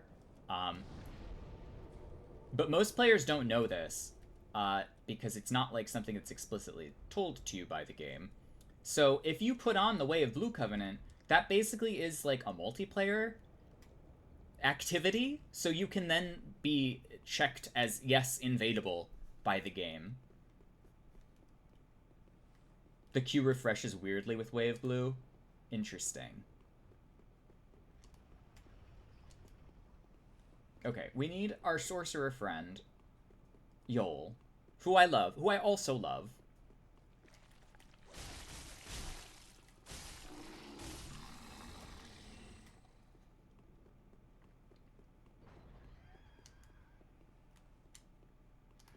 Please, grant me death.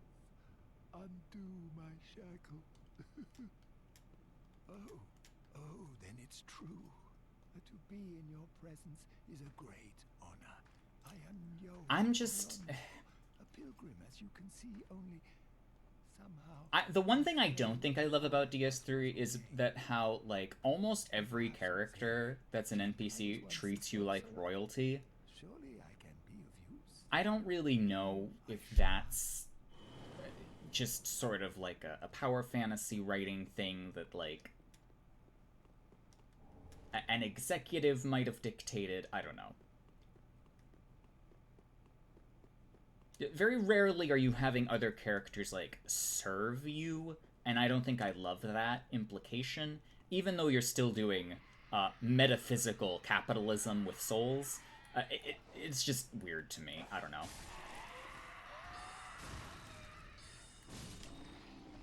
Metaphysical soul capitalism.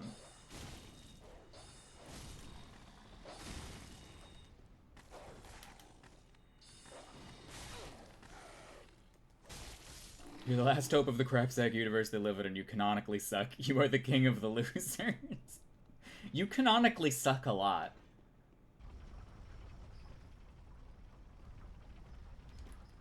You canonically suck, but, like... It seems like the Ashen one is the most... I don't know. It's probably just because the game is easy, but it seems like the Ashen one was one of the more powerful player character entities in their relative world. But, you know, it's hard to say because, like, they don't even suffer from the curse of the undead unless you take it on sort of unknowingly after coercion.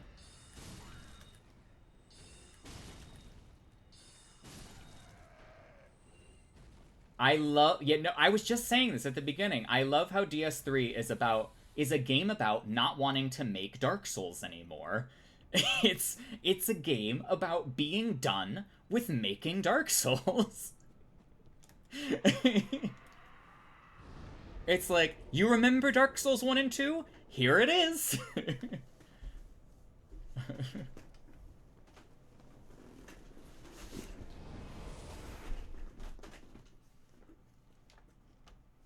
Here's like 10 Artoriuses. It's great. Welcome, I to the Lords to this end. I'm very well. Okay, I am going to level. The logical thing to do is probably just to take free levels from Yol after we take the lowest possible levels from Souls, so that we don't have to pay for those.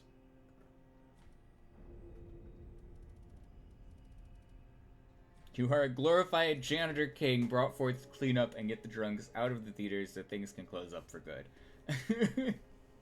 No one wants to light the fire anymore. Farewell, Ashley.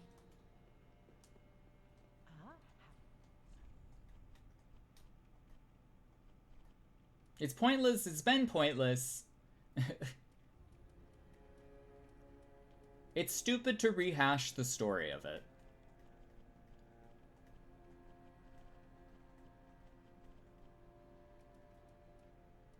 So instead of rehashing the story, we're just gonna make you do it again.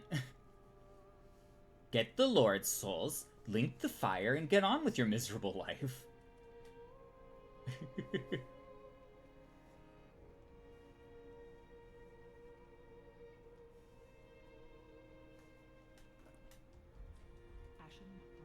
Yeah, DS3 makes it readily apparent that this thing has played out a lot.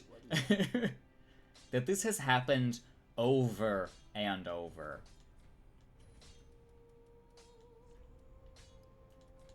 I'm gonna do 4 and 2. Party ended like 3 cycles back.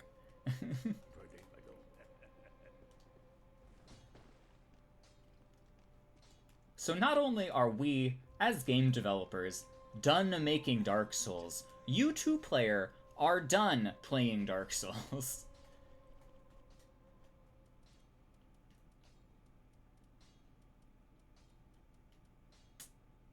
You're right, he doesn't sell anything crazy early on. Firebombs might be handy. It doesn't really matter. We've got projectiles.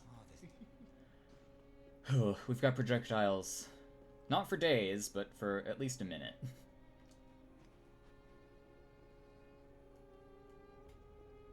Okay, I'm gonna take Yoel's offer. The quest is good. We get good stuff from Yuria. Yuria. Yuria is the assassin in this one, not Mephistopheles.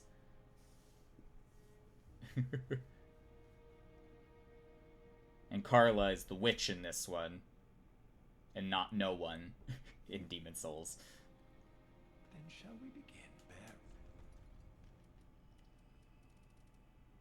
Okay, so can I just mention this? I love this. This is a cool mechanic. This is something that I really like conceptually. It's like, okay, you can have some free levels, but we're gonna make your character ugly as shit. And we don't tell you this. Then shall Bear. But the mark of your desire for levels is physically on your body. You need assistance being a zombie, man. Be safe. And I will just take those as they come, and if I don't take them all by the time we get to Abyss Watchers, I'll just kill myself a bunch, and that's great.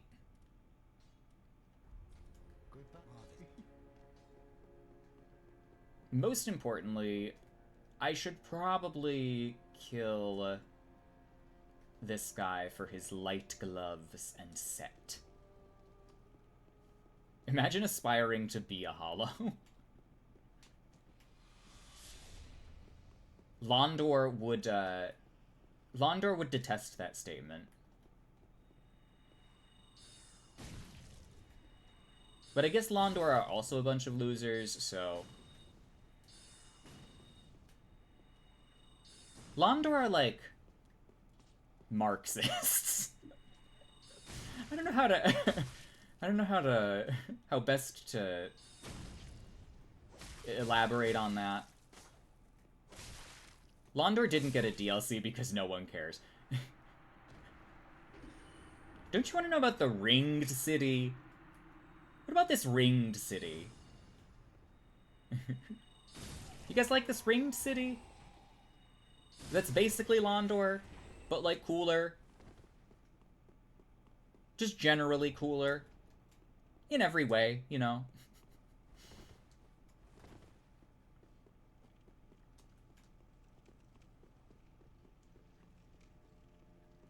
Neither did Velka, because no one cares. The Velka lore is that you go to a crow after you beat Manus, and then you get pursuers. That's the Velka lore. Velka gives you pursuers.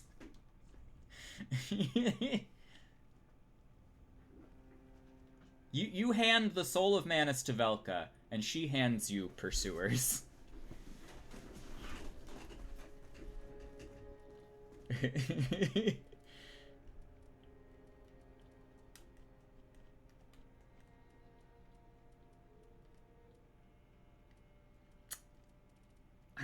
this dagger. Ashen.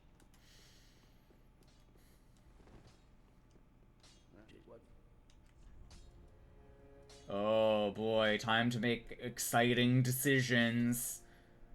Do I want to upgrade my staff for absolutely no change, or do I want to upgrade the rapier?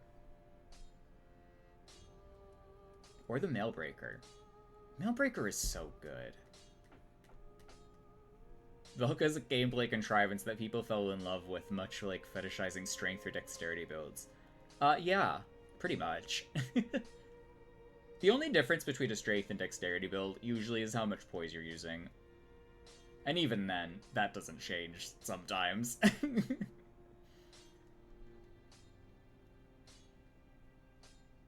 At least in this game, because a strength build is going to want a greatsword, and a dex build is going to want a curved sword. And those are different things, sort of. I think those are different things. There's still just big hitboxes that do damage, but you know, one of them has hyper armor, and one of them is stupid. I can't decide. Well, we did rapier in the first two, right? And the rapier is just, like, always good. I choose infinite vigor and a raw broadsword. Pain.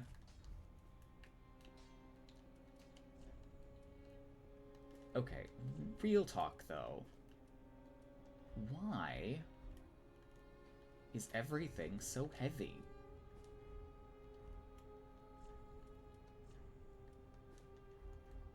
I'll at least wear pants. Maybe I will wear armor. Maybe I will wear decent armor and medium roll.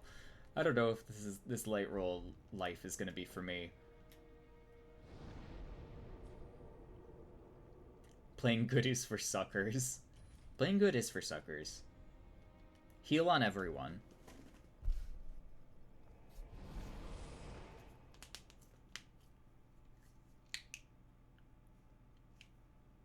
I was about to say, you know what build is broken in DS3, and I was about to say regen, and then I was like, well, that's not what we're doing, is it?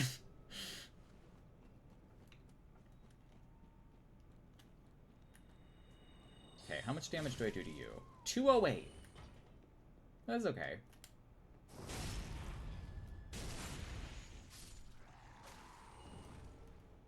Okay, small leather shield will probably come in handy later, if we don't just do the right hand small shield trick again. It's really kind of ridiculous how many parry frames that gives you. There's basically no timing to it.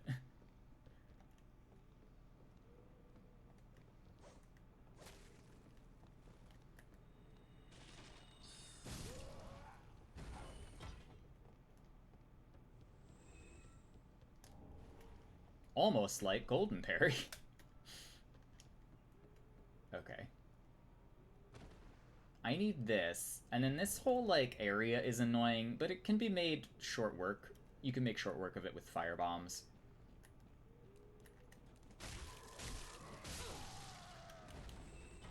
My exact same weapon upgrade does yellow damage. It's different. I love yellow damage. The funny thing is that dexterity is also yellow damage in Elden Ring. Dexterity can also be yellow damage. You get yellow damage, and you get dehydrated yellow damage.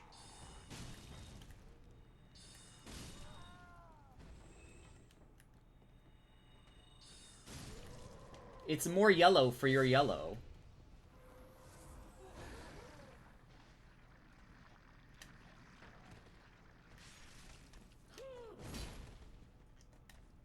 The nice thing about light roll is that if you want to, you can completely bypass consequences.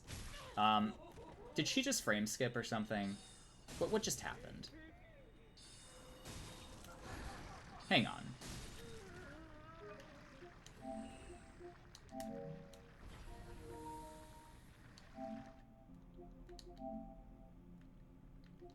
I would like to experience that again.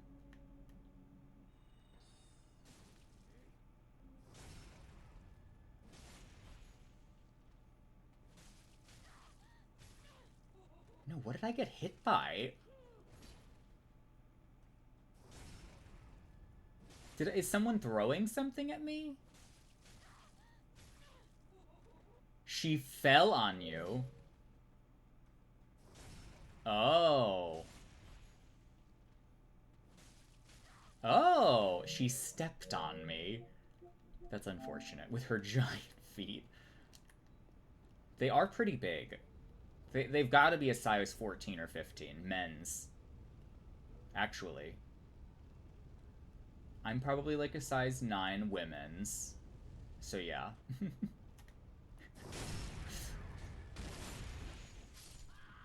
Geometry is happening, yes.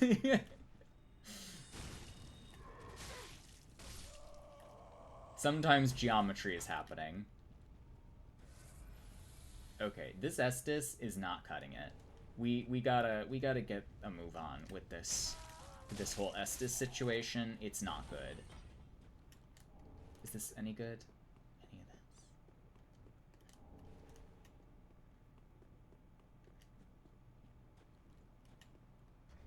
It's okay. Fortunately, I am not doing anything at the moment. But yeah.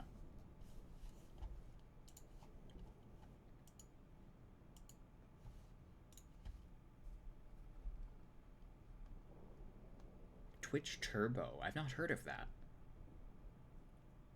I'm gonna have to look that up.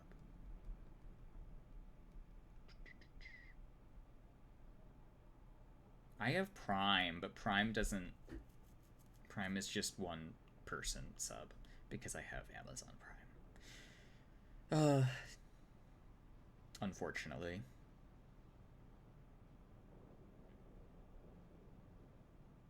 It's one of those things that I want to cancel, but I don't have the integrity to.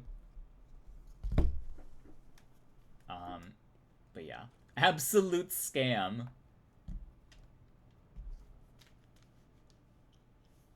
I love that.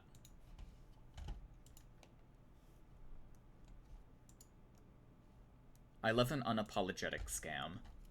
I love...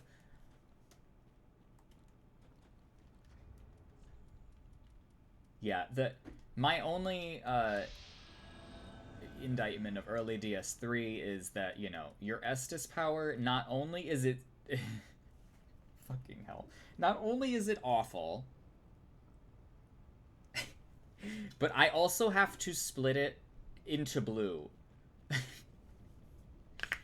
And that sucks.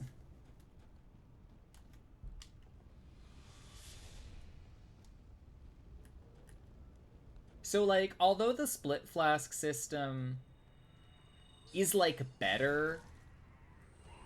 Yeah, upgrading healing is... One of the things that grass does better is that you can just put more powerful grasses in later areas and let the shitty grass be the only thing that you can have for, like, the first layer of archstones.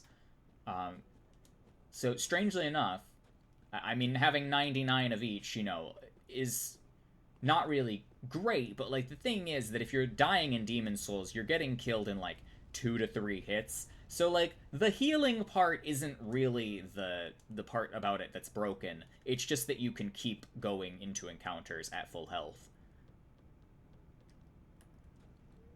And Demon Souls New Game Plus does not fuck around.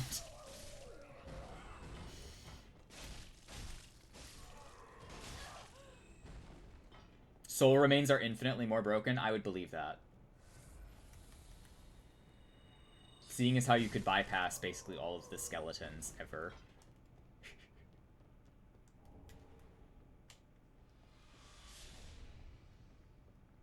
You got too high a rank, but you still want to do fun stuff? I'm sorry, Chio. Ah, shit. It works on functionally everything. I should play around with Soul Remains more on a run. I'll do 4-1 first. And I'll just, like, use a weapon in that area. I do know how to get Soul Remains, though.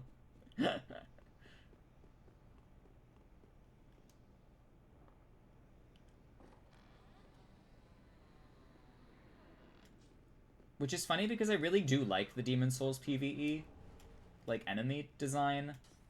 Especially when you're just doing, like, curved sword parries and shit. It's very fun to, like, beat up. Because it doesn't feel, like, easy, but it's also not, like, the hardest thing in the world.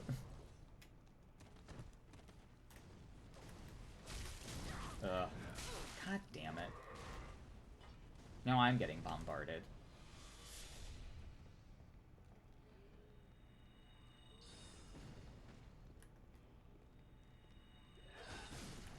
I like loving a Demon Souls because it was clear that was not how you were supposed to get damage.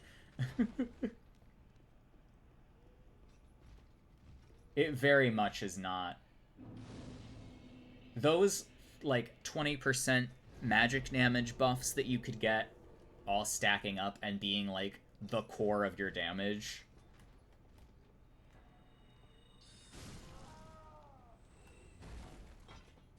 Like, I beat Demon Souls in, like, what was it, 5 hours? It's not, like... Once you know what to get when, it's pretty straightforward.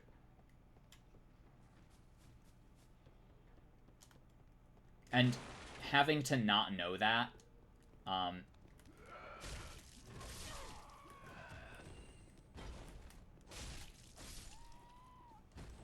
yeah, survive through Demon Souls long enough, and eventually you'll just happen upon something that will carry you through the rest of the game.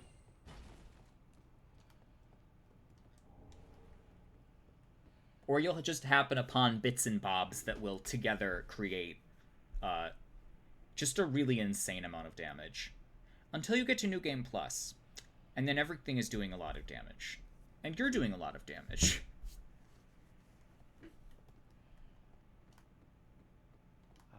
Welcome to my abode.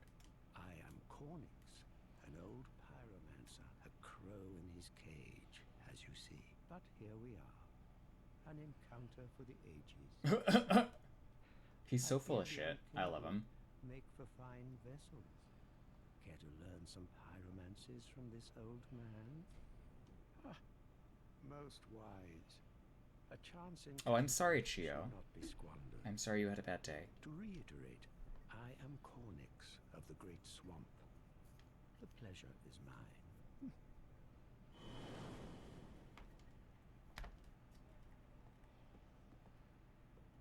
I like his dry sense of humor. I like that he's very jovial.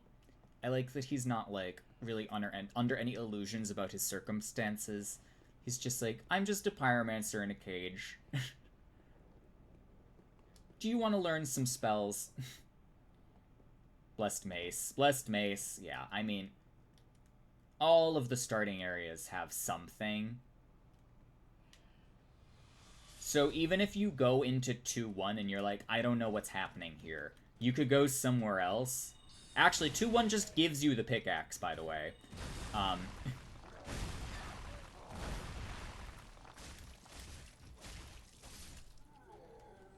Which does thrust damage, which will deal with the miners.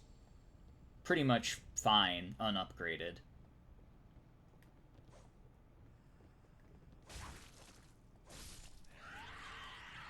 4-1, if you can get past the skeletons, offers you the Uchigatana, the Kalige, the Crescent Falchion. Like, come on.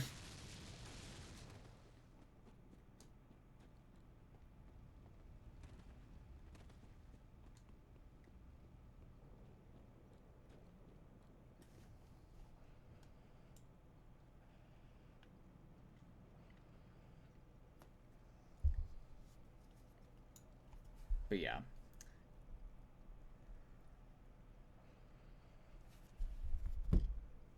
Fuck physical therapists.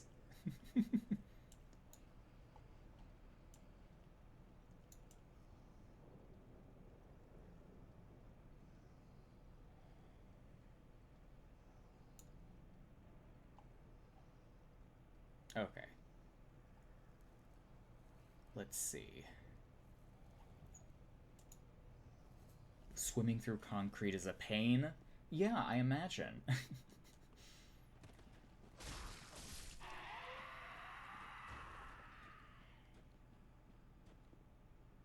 You basically need, like, high-quality running shoes or, like, hiking boots if you're doing extensive walking. Although boots might be a bit much. I would say a pair of high-quality walking and running shoes.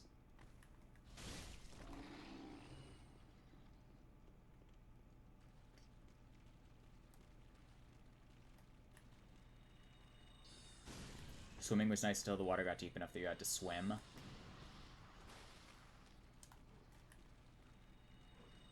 I'm not good at swimming either. I'm not good at swimming, and it's not something I've ever trained or practiced, so I would never expect it to be, but yeah. Even with a disability or something, I imagine that would be much harder. Year and a half of bed rest, yeah.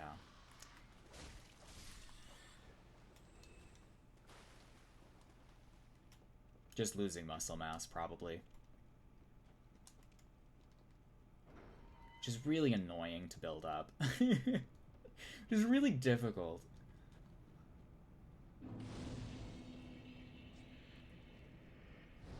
You used to run a slightly below 5-minute mile? That's crazy.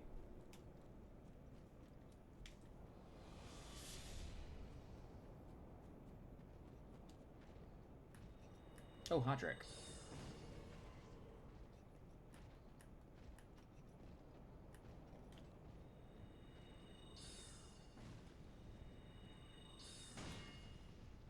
Well, Stowe, I'm very sorry to hear that. But I do hope that you're feeling, you know, better. But, yeah. I could imagine that being a big downer.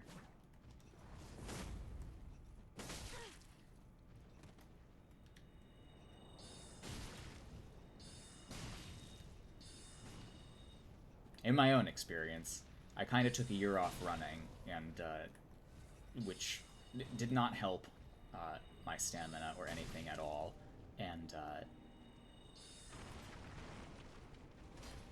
I'm just kind of back to where I started. Still better than if I had done nothing, but you know, I need to carve out more time to do that, yeah.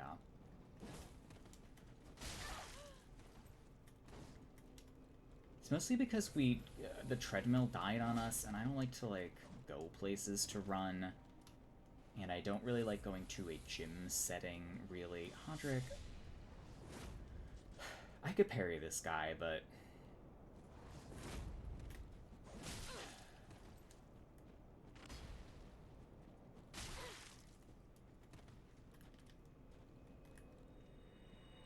Don't have bone density to jog? That sucks.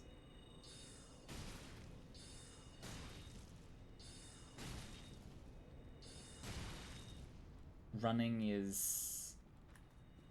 I don't know. Running was something that I always found very painful and, like, not extremely enjoyable. But it was, like, good activity. It was good, you know, cardio.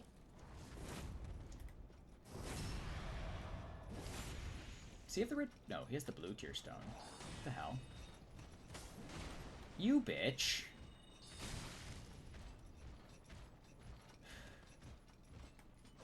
Ah! I also have the blue tier stone. Haha!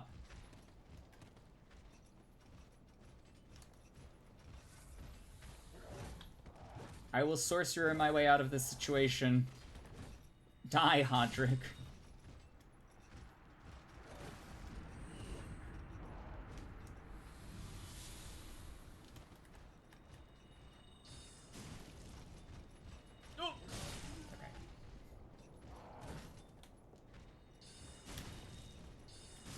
Used to run distance, ran 3 miles to the beach, swam for an hour, run home. That's very impressive. I never did any sort of competitive running or any sort of, like, track or anything of that nature. But I was very good at it for a brief stint, and then I just kind of gave up. It has to be. I have to have the motivation to do it, and I'm afraid I just don't.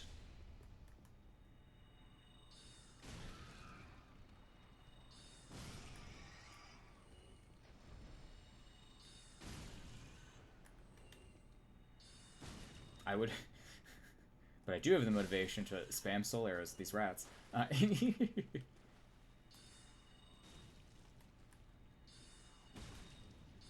Running alone is miserable because it's just you and your brain running in groups makes it much easier. I listen to music, and that was basically the only thing that I could reliably do and like run, because I didn't really like podcasts or watching streamers or anything. I know people that do that, and I don't get it. Let's go talk to not Goff, the giant archer. It would probably be better to get Arena for this first, but learning how to hold a conversation while running. Well, you see, if I go long enough, then I'm not having much of a conversation. I'm very out of breath. Got you distracted. No, I could run and listen to music all right. And I liked looking forward to my sort of workout playlists that I would have. Oh, well, am I dead? I'm dead. I knew they could do that. I didn't really believe it in my heart of hearts. I was like, not this time. That would be silly.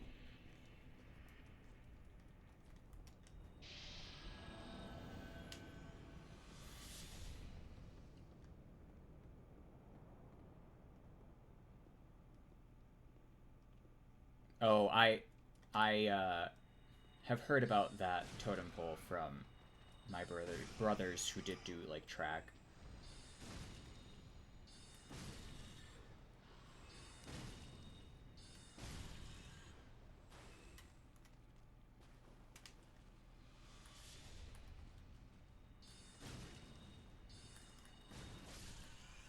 Why doesn't my charged soul arrow kill you? Yeah, the motion value on soul arrow. Ingenious torture tactic.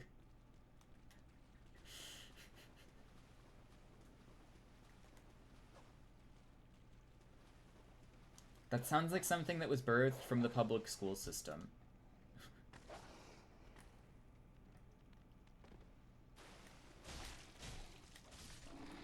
Okay, well, +1 rapier is still +1 rapier.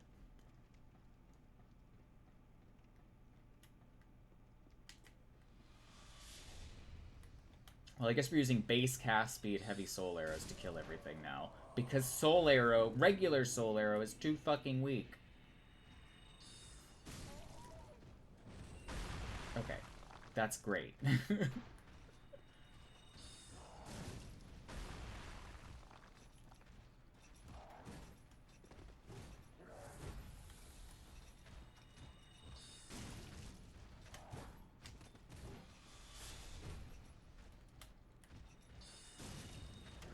But it sure is fast.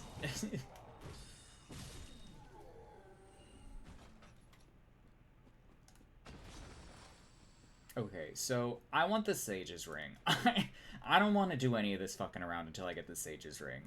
So we're gonna work on that. That's like downstairs here.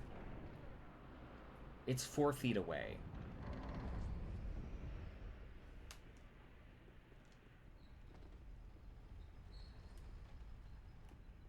I need my mandatory casting speed ring.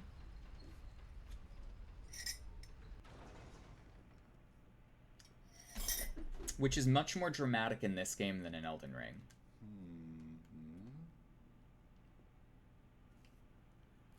An on-hit effect coded, an FP regen coded, and not give a spell that nets positive FP for landing it. That sounds like something I thought about once, where it was either spells only cost if you miss, or if they hit, they give you half back or something like that. That would be good. That would be great. In fact, I feel like that would be very intuitive game design. To be like, oh, it's incentivizing me to not miss with this spell, because now I need to really carefully choose when I cast so that I can get a more efficient cast. Instead of boosting my staff. I'm not going to get over the boosting the staff thing.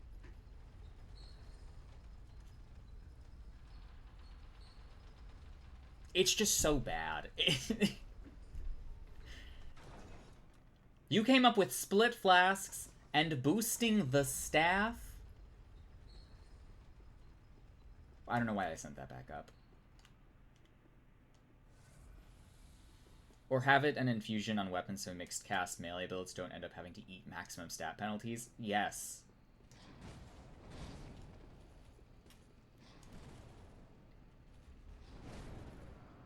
If Elden Ring does make a sorcery cast Ash of War,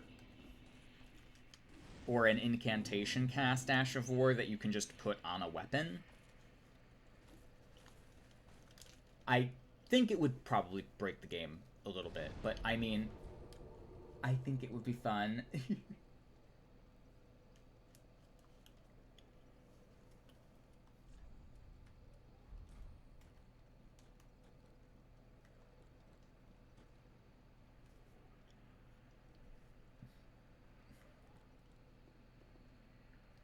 Okay. FP is a terrible system, yeah. FP is a very easy, like, resource pool that you can just assign things to take from. It's like, oh, this is a healing thing, it costs FP. And then you could just put a random arbitrary FP number on it. And then you could be like, there, it does something. it technically, it costs a resource.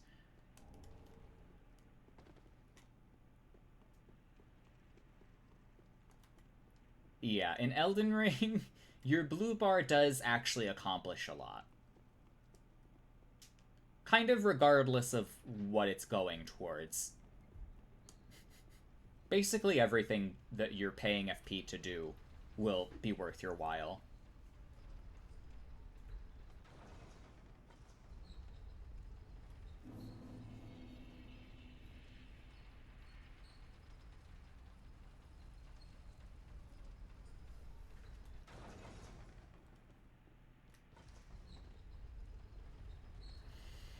"200 mind vigor end build that simply drags people all around Magethrough with gravity nonsense." Yeah, I've done a lot of high mind builds that are more just like sorcery oriented. And even having like an Ash of War elemental in like the holy category, where you just use all the Faith Ashes of War at like meta, gives you a lot of coverage. There's basically nowhere you can't hit on a given map, and that's great. Who are you? I help anytime. Great. Thank you. I help. Very... okay. Some NPCs, maybe not as fleshed out.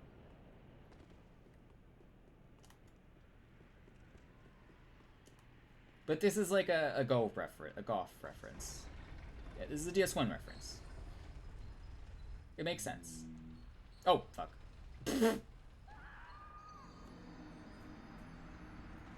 Well, sometimes you get stuck on a lip. Elemental infusion stuff scales really fast. 20 in the stat, 40% of total scaling. Yeah, that too. Hello, Chloe Kyria. How are we all today?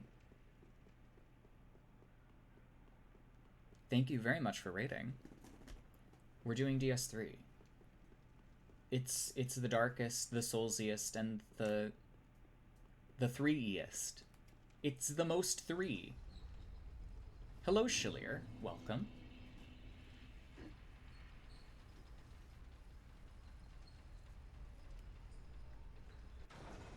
It's the game where being a sorcerer is utterly the worst. and yet somehow it's like pathologic in that it's a misery simulator, where you're just constantly trying to, well, at least until you get to the end of the game, you're constantly trying to recoup your losses, and it's never working out, and you're constantly trying to get more spell damage, but it never feels like it's enough.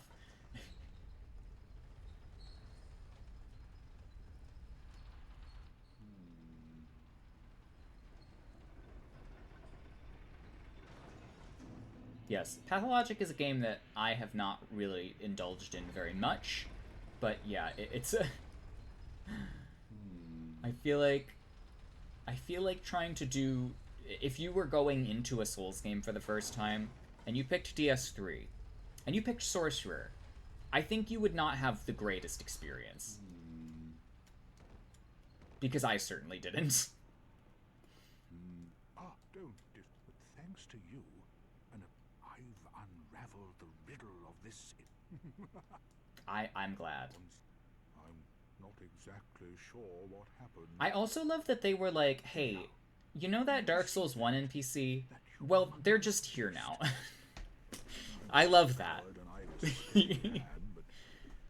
Friend of mine has fully embraced the mage suffering. Soul level 1 new game plus casting only. All blue flasks, I presume. God, what do you even cast? Just soul arrows? Great soul arrows? For every boss? Jesus. All blue all the time.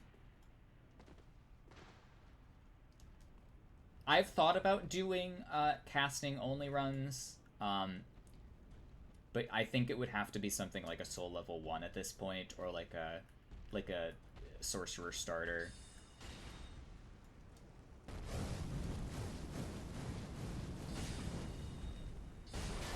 Oh, right. He has like a force attack that doesn't really do any damage, but it's certainly there.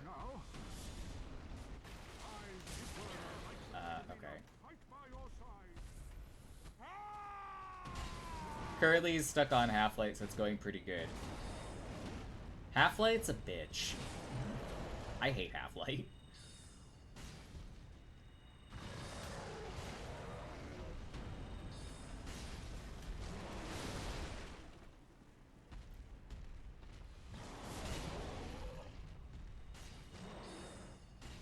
I would rather fight one of Amish's builds than Half-Light.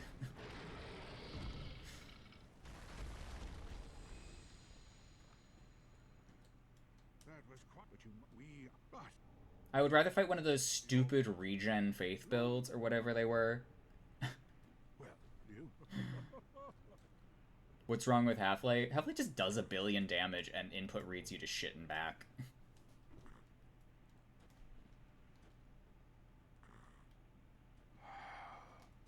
Got someone evading as the spirit of the church. Joke's on them.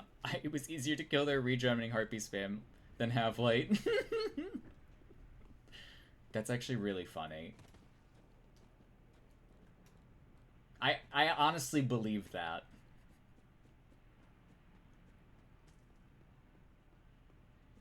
And that's why that fight is much better as a PvP interaction than the actual boss.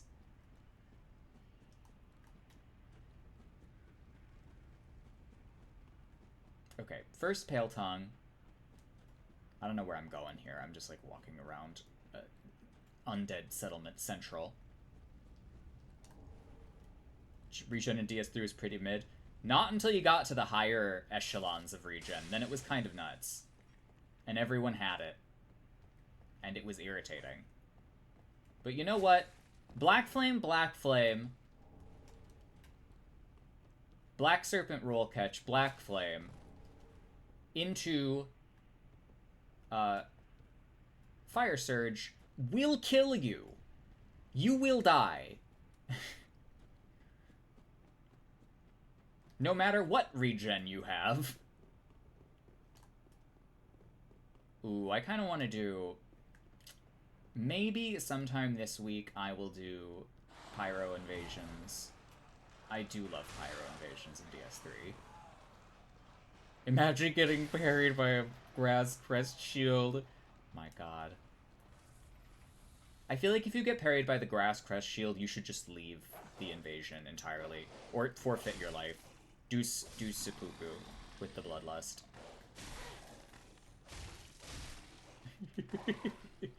Grass crest shield. I mean, through latency, all things are possible.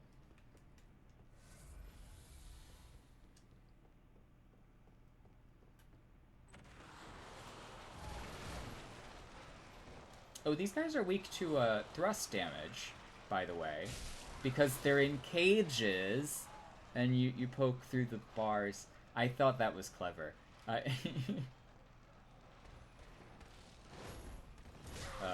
Fuck.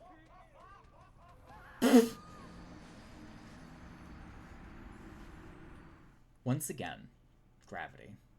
But also, I know that's possible. And I'm always like, it's never gonna happen. It's not gonna happen on this time. And then it does end up happening. Hi, Thirsty.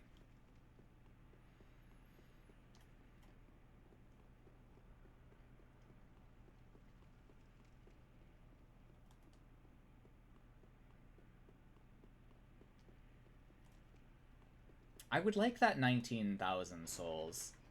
That's good material.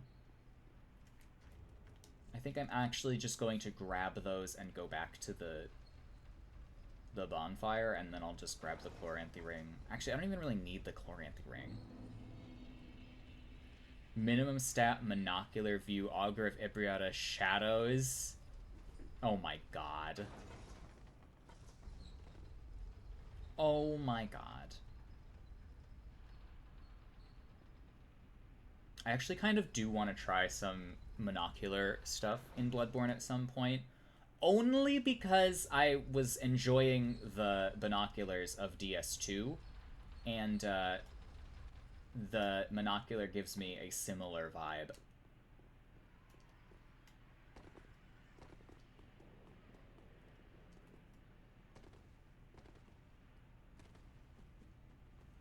I'm just gonna Ember here, because why the fuck not? You can't invade here, can you? That's a little sad. Yeah, because it's inside the elevator space, and this is like all of... There are 2 areas here that you cannot invade in that would have been so cool, and I don't know why. Hello, Skinny Legend. Welcome.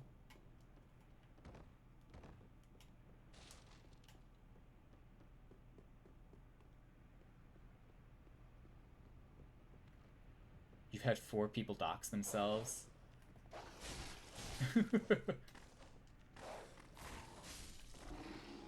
The Stonomicon, I believe... Ooh, I might have been one of those people. I might have requested it on the Stonomicon, under my normal Google Drive. No, wait, my normal Google Drive is the Print Platina, so you wouldn't know. Never mind. My real name is only connected to my other Google Drive. Yeah, first name, last name at gmail.com usually.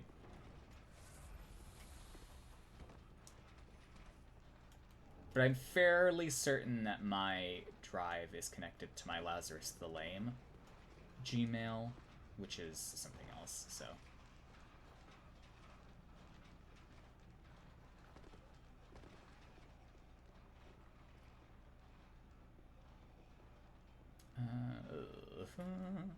Shit. I'm light rolling though. Oh my god.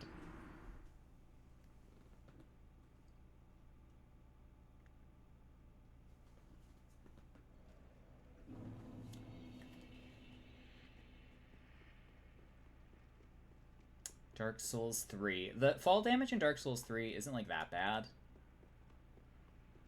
But the fact that you need the Silver Cat ring for like everything is a little irritating.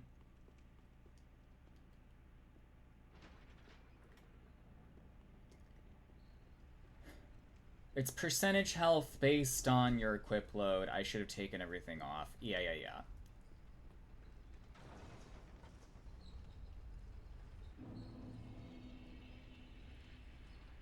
Sometimes we're not thinking of all the possibilities. And we just want to get the Chloranthy ring and go home.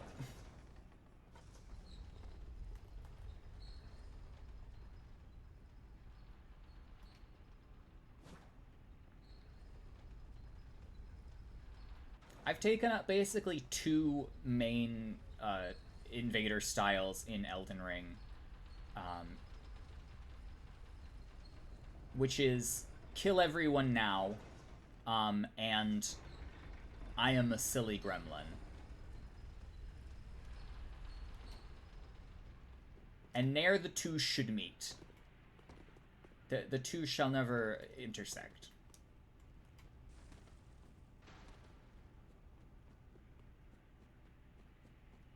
The kill everyone now builds are, you know, only so effective at doing that against a properly prepared party anyway.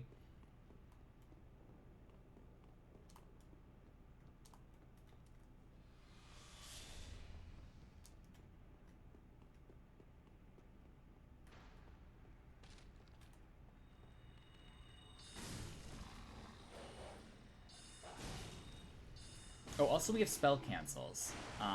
Forgot about that. I'll try to showcase this in a second here.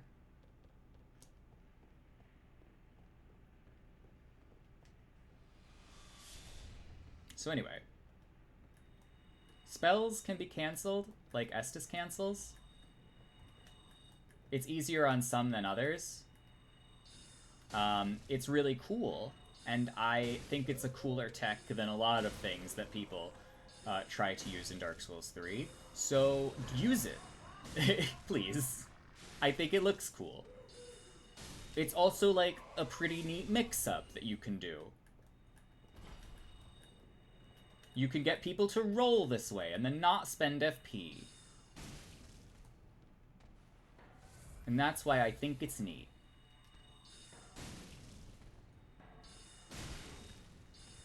It's no replacement for pivot casting, and nothing ever quite will be. But it's close.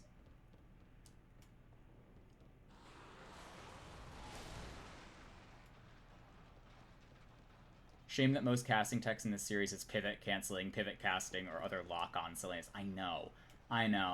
I wish there was like an integrated mechanic, you know, that was designed by somebody who did play testing.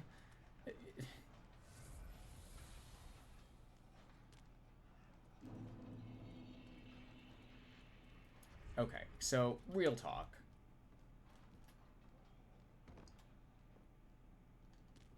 The optimal way to do this is as such.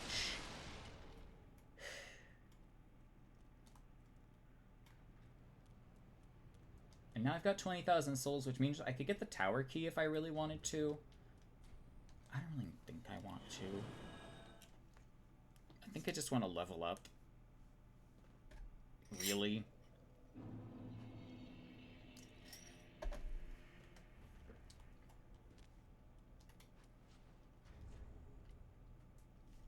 There's a lovely kill by Nothing Right using the Freezing Mist Cones spell and delayed fireball explosions to constantly frost and unfrost Dragon Slayer armor. Ooh. Yeah, interesting, like, combinations and setups like that. It gets more dynamic in Elden Ring, definitely. But I think that's going to be a nice contrast to this, because the caster quality in Elden Ring shoots through the roof, simply because of the presence of the Meteorite Staff, which lets you just put points into your spell damage if you want. Unlike in here, where you basically can never increase your spell damage. Until you get rings.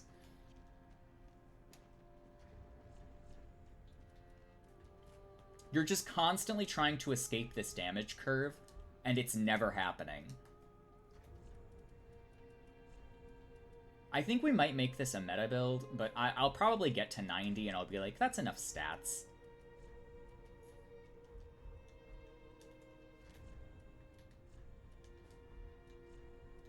I'll probably get to like 70 and be like, that's enough stats. Shame, really? It is. It took them, you know, however many years to develop a half-decent casting system. I would like one of each armor piece. If I could... No.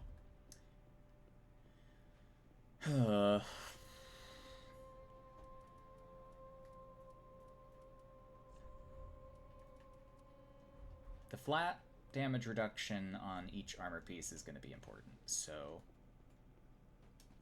Actually, how much hollowing do I have? 4? So I still have to wait. That's okay. These will still be cheap levels. How do we feel about another spell slot? Already. Right out the gate. It's objectively the worst decision.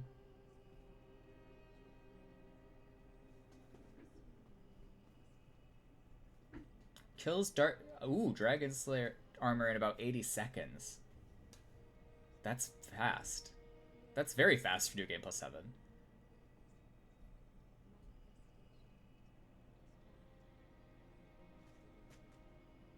Yeah. Night Comet has the problem of over-centralizing everything.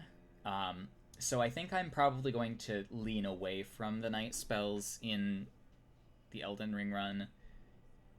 Though trying to figure out an interesting caster solution to Malenia will be decent.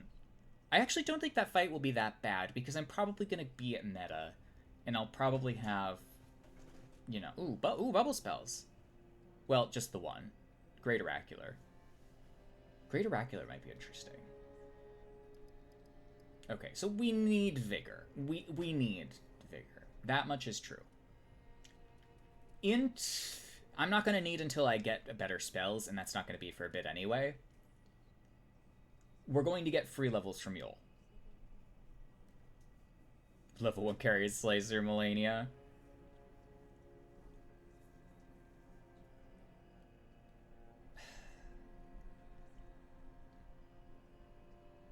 I know Malenia's moveset so well now that, like, she can almost never do anything.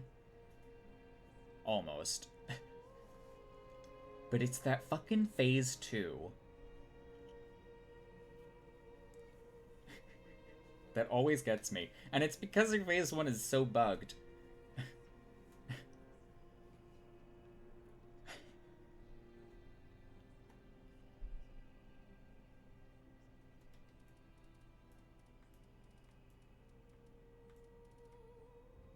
I liked parrying her with Golden Parry. That was a lot of fun.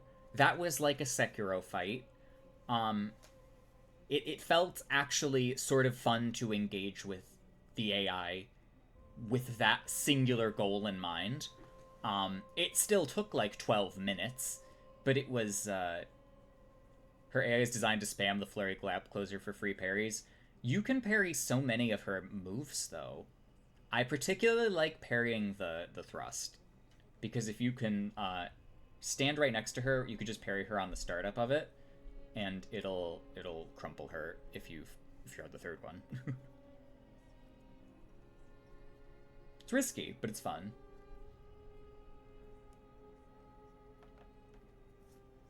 But yeah, the gap closer, her like backspin slash and her like dash to the side follow-up swing is like extremely consistent. You'll just always parry her.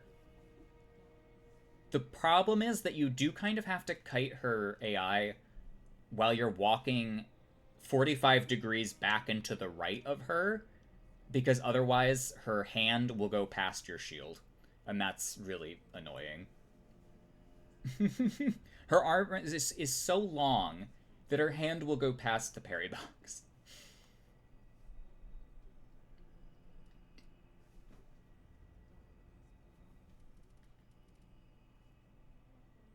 But yeah, once you know that, it's kind of basic. Do I even want any int?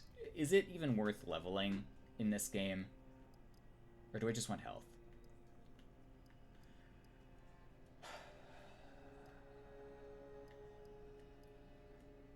Let's just do health. Let's just do health and not regret our decisions, because points in vigor are never wasted. Farewell me.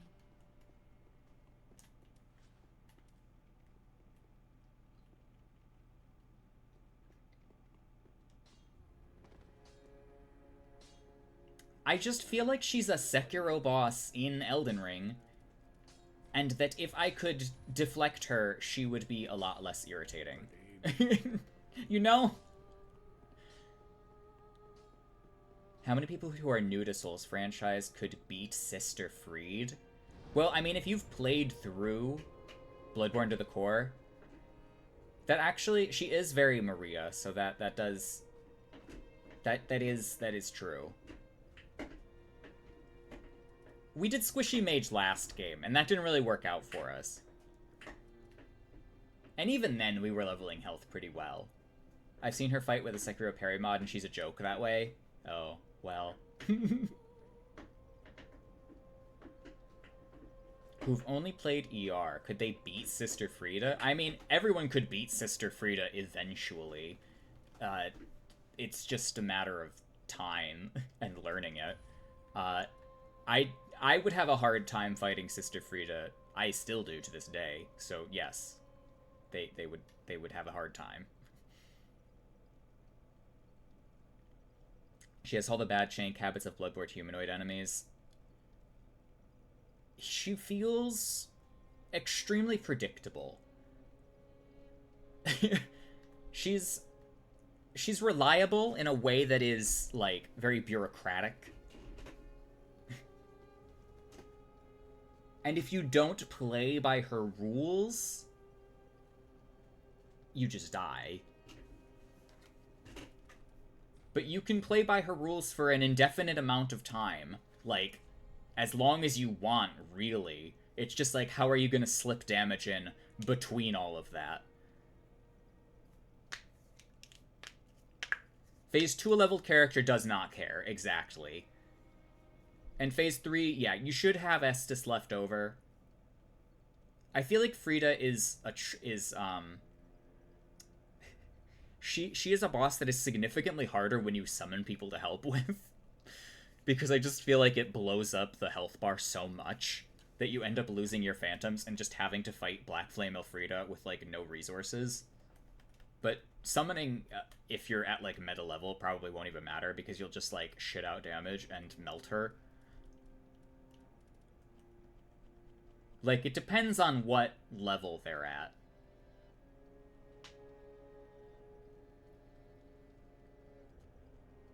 Yeah, I mean, I've done it at, like, 40 plus 4-ish, I think. Just, like, doing the backstab fishing. I think I've done, like, bleed strats. Like, you can do it. It's a doable fight.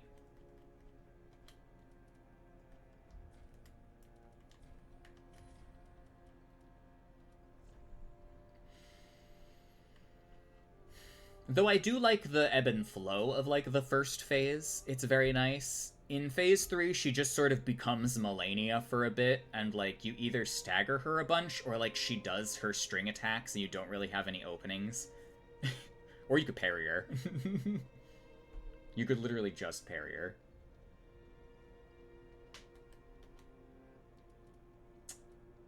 I'm gonna leave the Curse-Rotted Greatwood alive for now.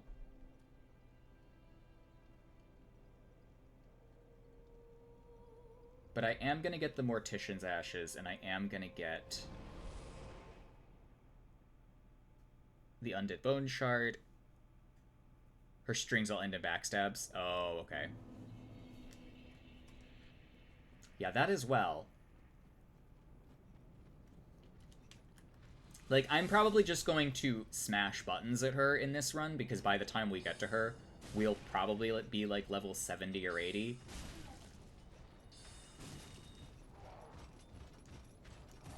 And I might try to engage with her in an honest way with the rapier and candlestick combo.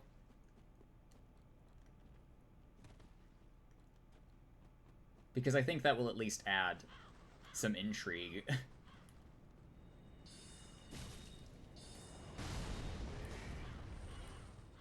Also, I'm not fighting her with anything less than +10 weapons, so that's not happening. I'm very surprised about the length of time between the release and the DLC. Not because I want it here faster, but it just seems like an unusual business choice. I think it's... I'm honest. I honestly think that it's their, like, dedication to making it a quality DLC that's just gonna keep it for this long. And, like, to that I say good. Take your time with it, because I would rather not have to deal with, well, we're probably gonna have to deal with weapon glitches pretty much regardless of what happens. Some sort of stance cancel thing is going to be found that's going to let me infinite deathblight someone, and that is going to be a problem. I mean, you can probably already do it still.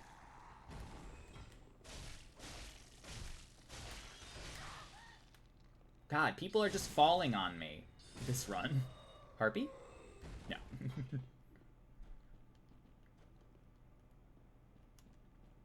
Large in a spatial sense, which incurs a great deal of testing. Okay, that makes sense to me. That...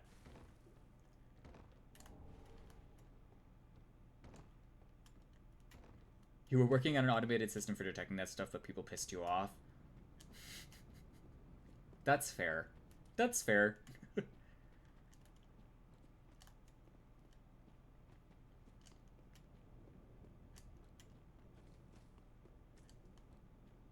Okay, cleric set that I will not be wearing. Also, another great PvE enemy, the Imps / Thralls. Now, are these new to DS3? These weren't in DS1 at all.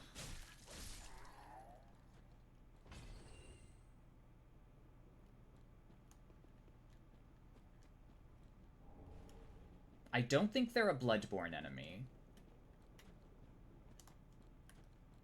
Although they're remarkably similar to, like, the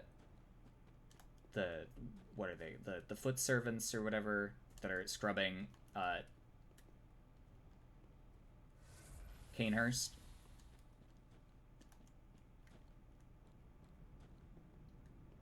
Maybe they'll do it.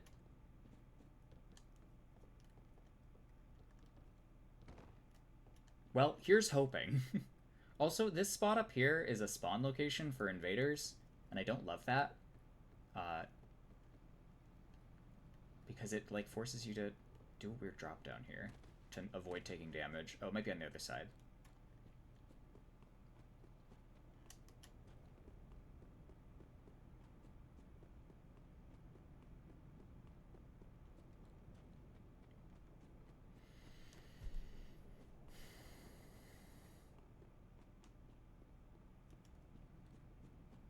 Okay, so now our healing gets significantly better just off of this first upgrade.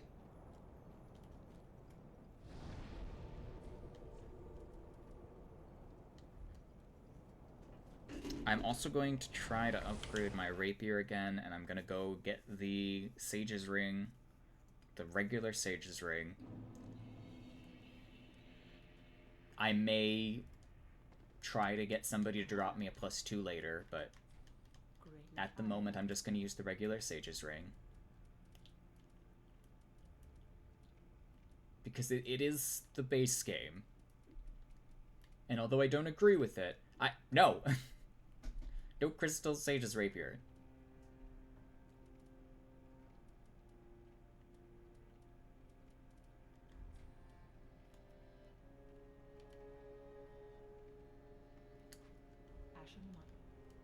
And wait, the key is... I don't even know if we're going to need... Well, I'm gonna rescue her regardless.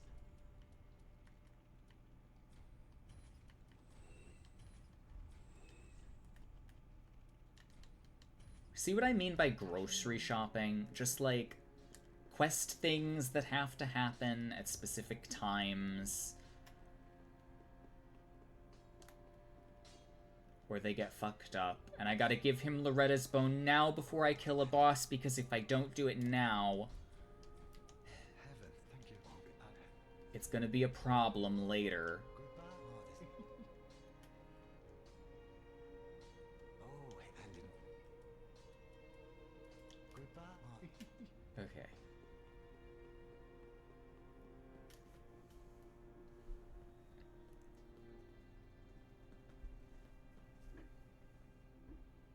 The games are incredibly lenient. They are. I think the value of HP should be more heavily exaggerated by the game, somehow. But I really don't know how a game that just repeatedly kills you isn't communicating effectively that you need to level your HP bar. Also, this soul level has just been wrong.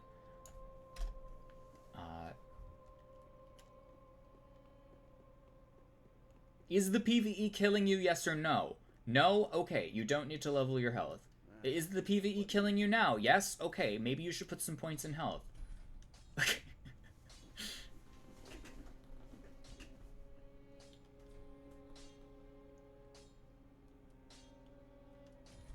Randomly replace you died with a vigor check.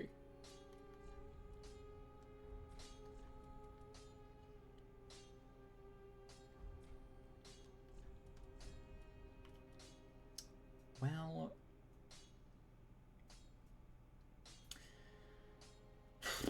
this will be very good for killing both the Crystal Sage and the Deacons.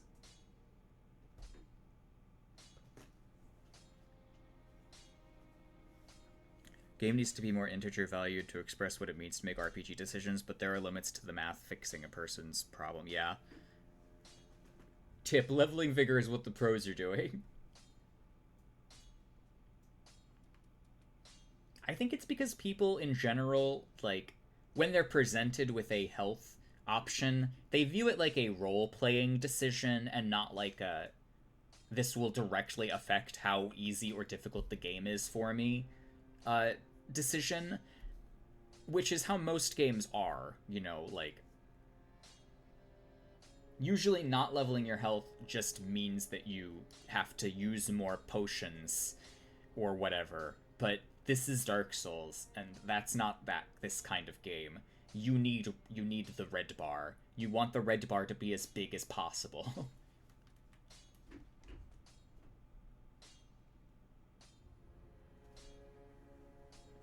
The game has this continuity of experience that doesn't map to actual consequences. Hits to die as an integer value, not a continuum.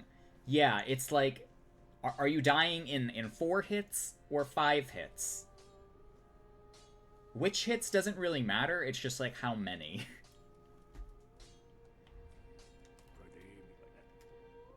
And that's why Tears of Denial is so strong, because it fundamentally makes it so that you take 1 full extra hit before you die.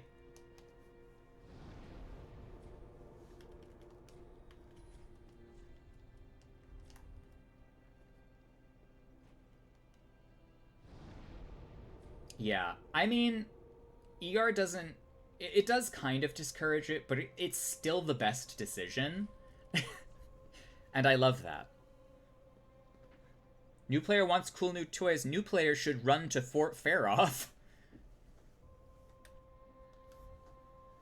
New player should run directly to Fort Faroth and to pick up Radagon's Source Seal, which will give them access to basically every weapon that matters, and then some. I can't host here, but yeah. They don't know that. Well, Google certainly does.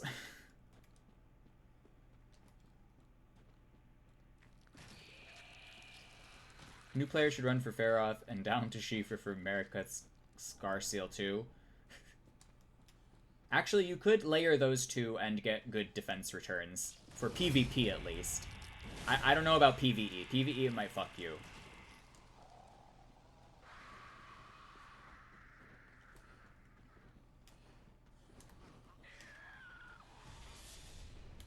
We're employing this traditional mage practice of cowardice. It's essential for survival.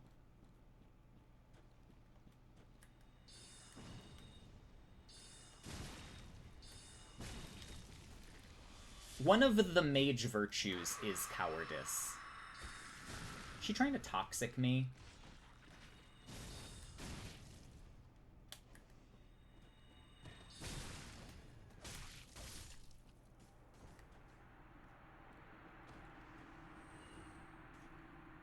There we go.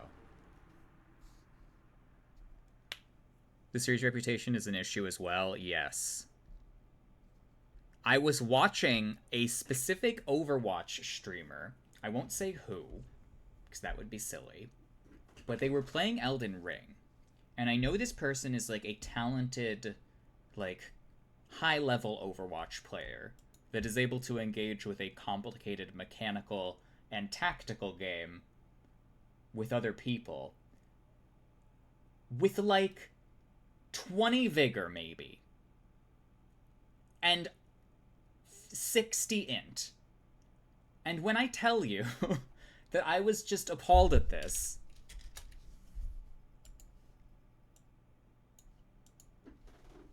but then I realized that that's like how most people approach the game, especially if they're like a sorcerer. They're like, I want my spells to do 1,000,000 damage and I don't care if I die in one hit.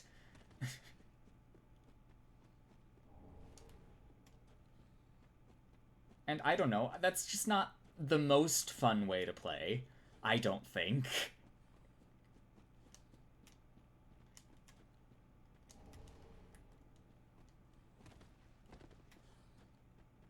"40 vigor and 40 int is way better." I would say yes, if you can hit 40 int. At that point, though, you might actually have a build that the Demi-Human Queen staff would work.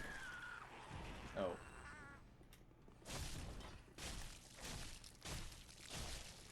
This +1 rapier is only meant for backstabbing. The charm of From games is that whatever you do, it can generally work. You can basically bludgeon your way to the end, yes. And that's beautiful, too.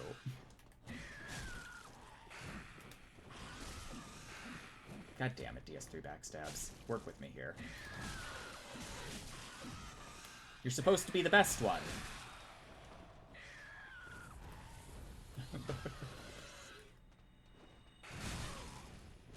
I'll just trade with Great Heavy Soul Arrow. Or sorry, regular Heavy Soul Arrow.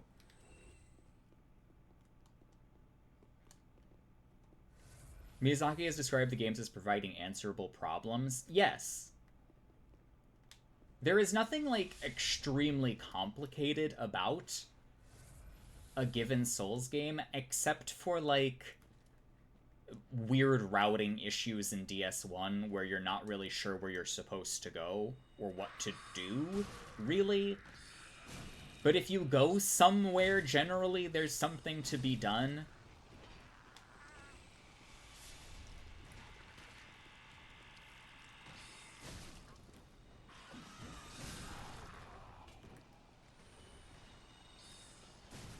Like, I could solve this bridge by using Heavy Soul Arrow.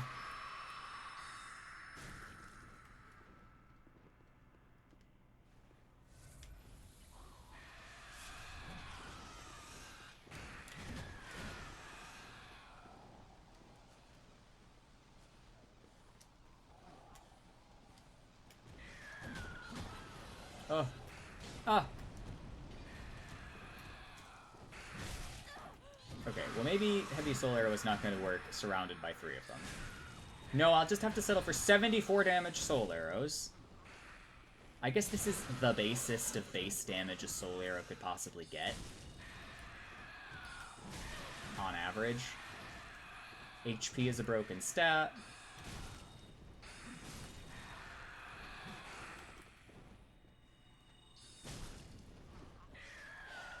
You know what I'm thinking about right now that I don't want to be thinking about? Is how I could be buffing my staff to get better damage. on my horrible soul arrows. God damn it.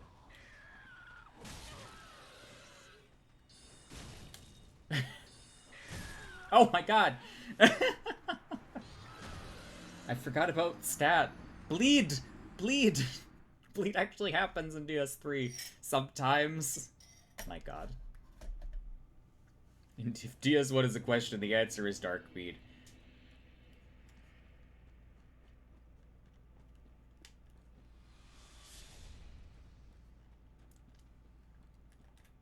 Yes, well, the overleveled Phantom problem is a systems problem. Because technically, friendship is a viable answer to the problem of Dark Souls. Will you only be doing the blueberry spells? I think so, Lapista. I will probably try to get Great Deep Soul. I intend... this may change. I intend to do Simple Rapier and Candlestick. But the most coolest spell is Dark Edge. Okay, well, I could probably fit that in somewhere.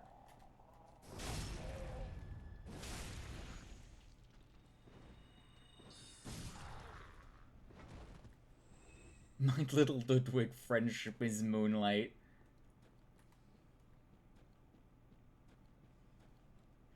Technically, if you wanted to, you could solve Dark Souls by invoking networking. You could employ your social network as a means of beating Dark Souls. And that's kind of unique.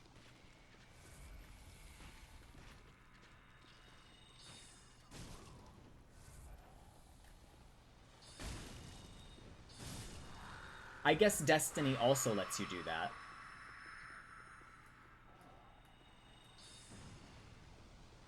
Just imagine weapons that are also catalysts in the DLC. Well, I don't want to imagine something that might not happen. So, like, I'm managing my expectations. Oh my god. I wish our spell damage was better, and it's going to be, because we're about to get... I just wanted to backstab him so bad. We need to turn DS3 matchmaking into a data harvesting surveillance scheme? No. That is not what I'm saying. Also, that sample size would be so small as to be useless.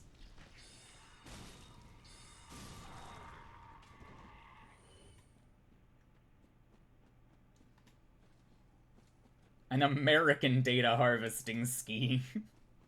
We're Americanizing Dark Souls.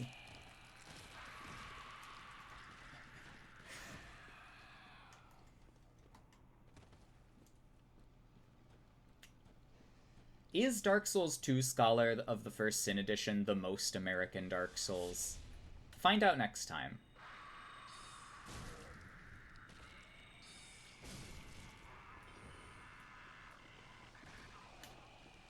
Oh, fucking absolutely. Second only to, Oh, fuck. Oh, cool.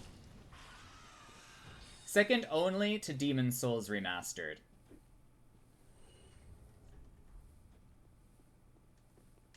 Do I get a Madness Resist buff by raising my American literacy stat? No, I think you get a debuff. Because you're forced to comprehend it all. Or not comprehend it all. Buff my staff! Isn't this fun? Fucking hell. Congratulations, you've added one step of complication to my casting. I hate this.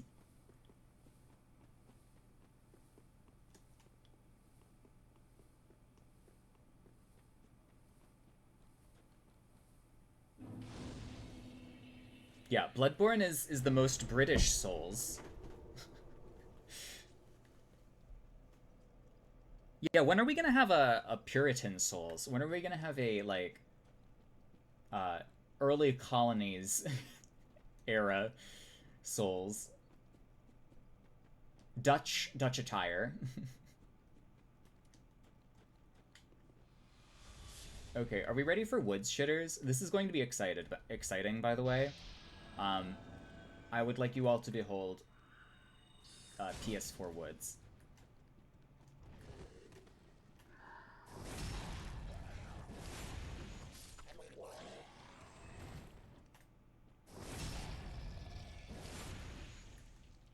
Did to my texted Queen.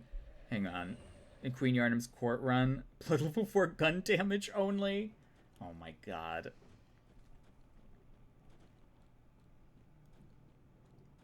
I don't know what's happening, what the doll is talking about, but I got gun. Oh my god. It's done. Okay. That was really scary. Could you imagine if the PvE was actually threatening?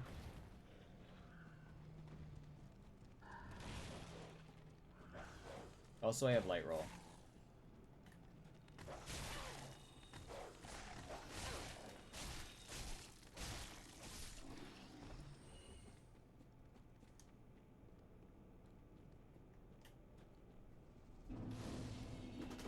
Invader in the Woods for the Pale Tongues for the Grub Staff, and you think you lost part of myself. It was like a phylactery.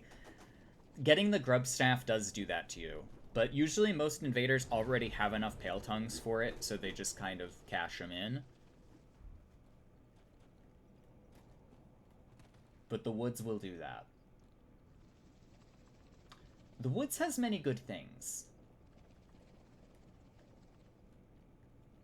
Good level design, it does not. The Woods is basically Proto-Irithyll, and it shows. Or not Proto-Irithyll, I'm sorry. Proto-Liurnia. I'm getting my wizard places mixed up.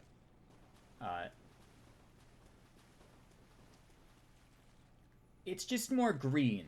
It's green Liurnia. Sage Ring.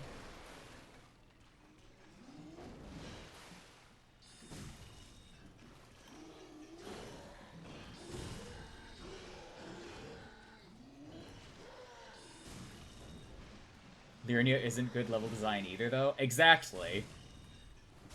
It's worse. It's arguably worse.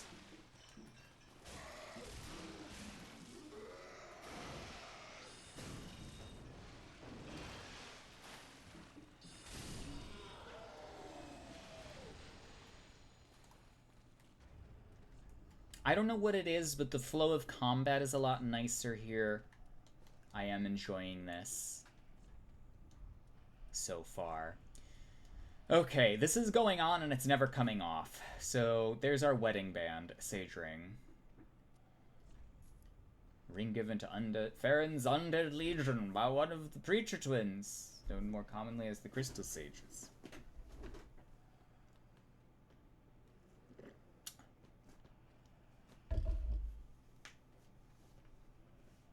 Sorcerers of Farron's Abyss Watchers were known to be lonesome warriors who would only rely upon more pragmatic spells. And for that reason, I support them.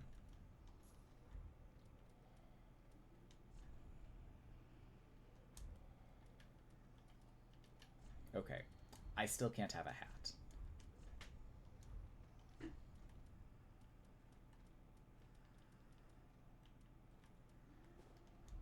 Oh wait, now I can have a hat. I can have a hat. This is very exciting stuff.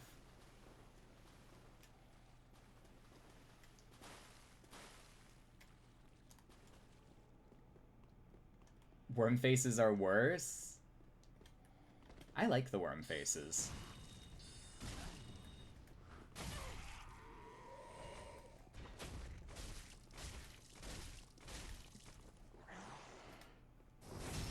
R1, the game.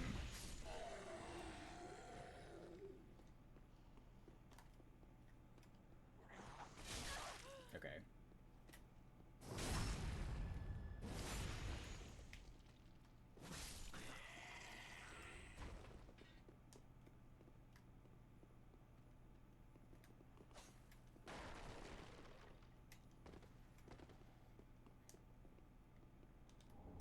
Worker hat changed my brain chemistry.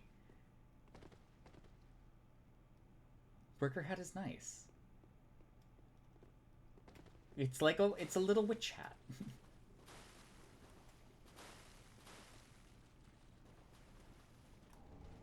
What are you talking about? Insta-death is a great mechanic.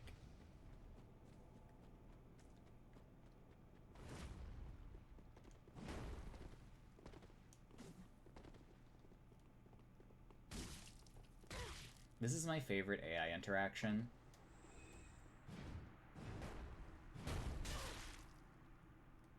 It's so... it's so just pointless.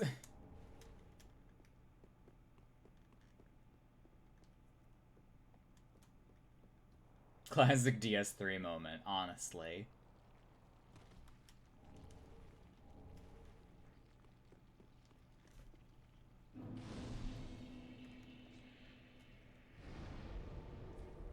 Okay, I'm gonna get this Estus shard. I'm gonna get this Sage's Coal. I'm gonna get this Ragged Mask. Thank you. I'm going to whimsically light roll through the PvE. Because this is DS3 Ember. I mean, I'm dried fingered, but I could also Ember.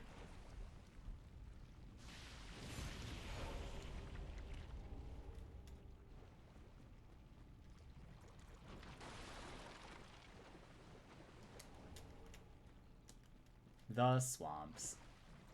Oh, I also need to get the Heretic Staff and give myself a level of strength for that. I'm poisoned. Oh no. We've got cast speed.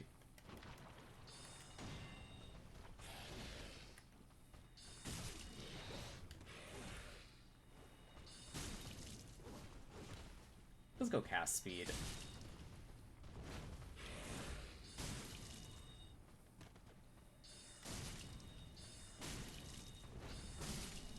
That is a much better rate of fire. That's a little bit more regular. Do I have any moss? No. Okay, that's fine.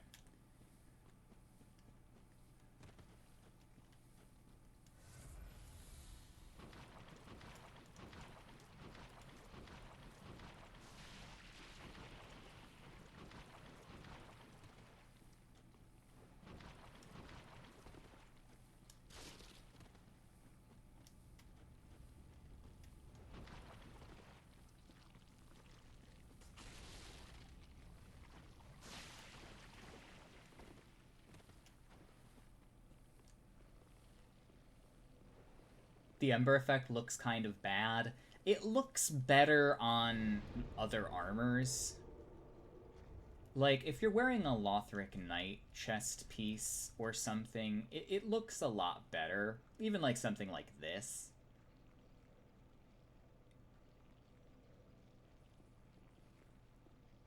It actually has the effect that it's like burning the edges of the fabric, which is neat. Not as much on this. Better on even, like, the Fallen Knight. I like it. I don't know.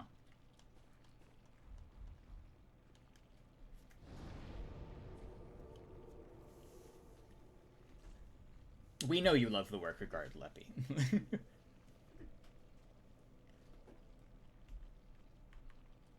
The Fallen Knight armor is nice. And yeah, the Femme Bandit armor is different. Quite dramatically. Do I want to keep going through here? No, I want to go get... Hang on. I want to go get... Orbeck. Daddy Orbeck. And the Heretic Staff. Which is probably going to carry us until we can get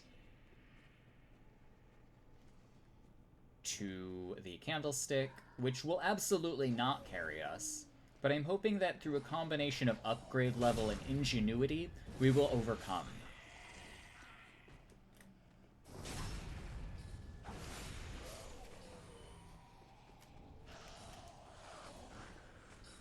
Through a combination of number go up, baby girl of Vinheim. Orbeck is baby girl coded, yes. What do these words mean? None of these words are in the Bible. Oh, fuck.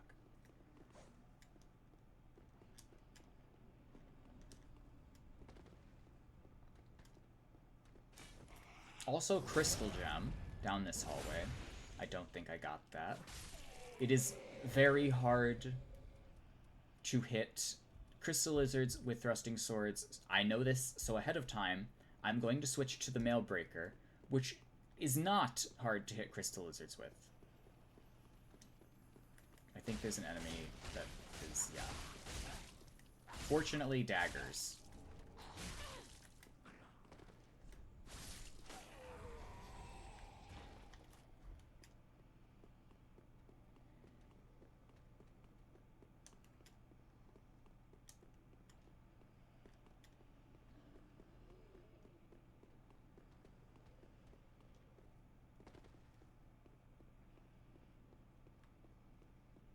Hi. Oh, this is unexpected. I don't often have visitors. Okay, so What do you want? This is my study that you've happened skin in DS3 looks You haven't awful any business. all the time. I've reading to I get was back saying to. it earlier, especially now. Lighting and does not mix well with skin Intriguing. in DS3. Very well. Indeed, I am a sorcerer, with plenty to share. However, what champion demands service without recompense? Clearly, you are not that sort of woman. Clearly you are not that So you sort of told me woman. That in the form of scrolls detailing sorcery's secrets. Well, can you assure me of this? I'll Very make well. a promise, Orbeck. You're no fool. I take it you understand the weight of a promise. I am Orbeck. of We Vinheim, heart Orbeck. unkindled one. I shall teach you sorceries. I don't even think he, like, does anything other than give you the homing soul mass spells, really. Shall be like our very own school. Okay, so this is Sage Frake. You don't actually rescue him from anywhere, so I guess he's not exactly Sage Freak. But he is in the level that the Fool's Idol enemy, like, is in. So, like, this game is Demon Souls. Crystal Sage is basically the Fool's Idol, and, Orbeck is basically Sage Frake. That is my deep lore analysis of how Dark Souls 3 is basically just Demon Souls.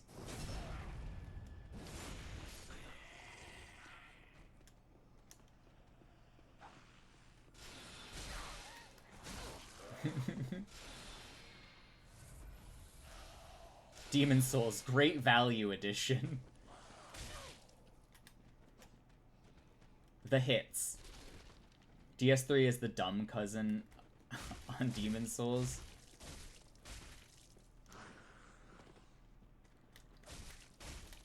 I'm pretty sure they're just the same game. But we've been tricked into thinking they're separate games.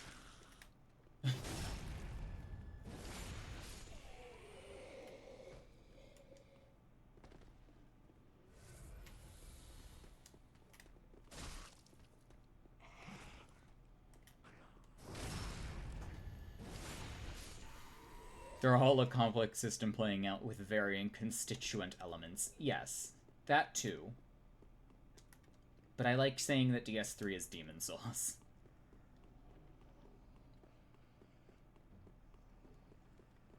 Because it really is astonishing, the number of similarities.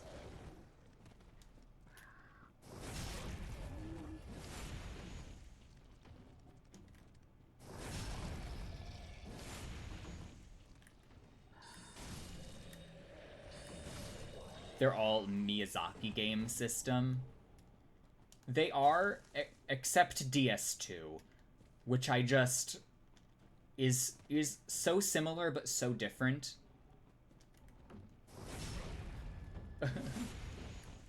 But yeah, I mean, they all do kind of. Except, like, I categorize DS3 and Demon Souls more closely in my head because they play similarly, and they have similar, like, PvP features, like hyper armor, instead of passive poise. And pyromancies generally being broken.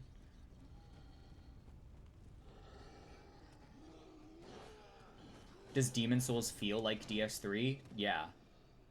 They've got long rolls.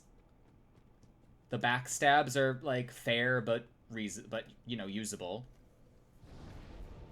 At the end of this run, Leppy, I'm gonna go on the emulator and I'm gonna do a run on Demon Souls OG after Elden Ring. So, if you want to make a build, or you want to play along, because Demon Souls is a good game to co-op and PvP in. Its systems let you have infinite body form. Well, maybe not on the emulator, but in an environment where there are available hosts,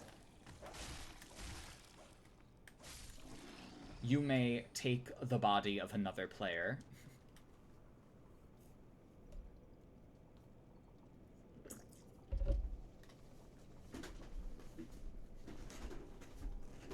The 2-hit... People are so hung up about the 2-hit stun thing. And, like... Yeah, it makes some weapons substantially better than others, like straight swords. It's also very easy to work with and work around, because it makes sense. It's very reliable. It has sort of consistent rules, and you almost always get ejected from a danger situation with invincibility intact, outside of, you know, Chaos Bed Vestiges and other projectiles like that. But that's sort of a separate problem. That's like Crystal Soul Spear is broken territory. Okay, where was I? I need Titanite. Badly. Because the Crystal Sage is a pain in the ass to hit with spells. So, I'm going to try to get this Rapier up to +3. How many times have you pressed R2 this run? A couple.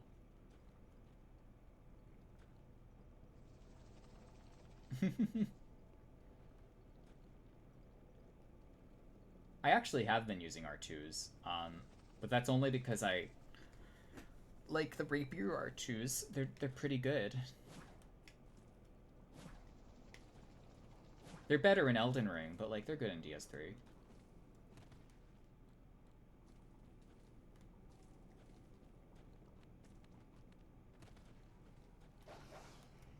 Oh, we are getting invaded. Perfect. Or, oh, no, it's just a dog. It's just a dog.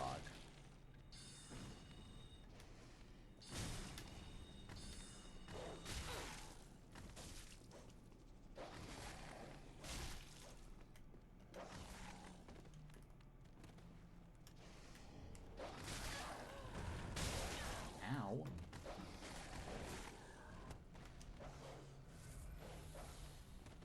Like Gale's Greatsword? Yeah, but you spend FP for that. The really egregious one is the Split Leaf.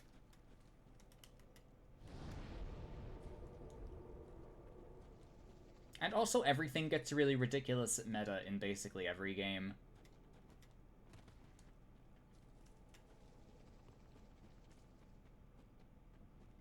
The 2-hit confirm is actually stupider on the more basic weapons, like Lothric Knight's Straight Sword and the Dragon Slayer Axe, where it just utterly obliterates them. Spiked Mace, also, yeah. It gets the combo.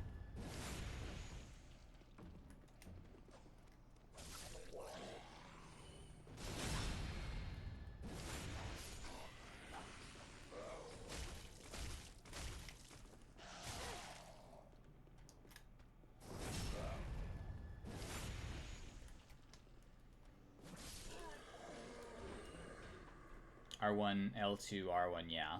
Full combo and blade proc, it is good for that. Ooh, Podrick? Podrick.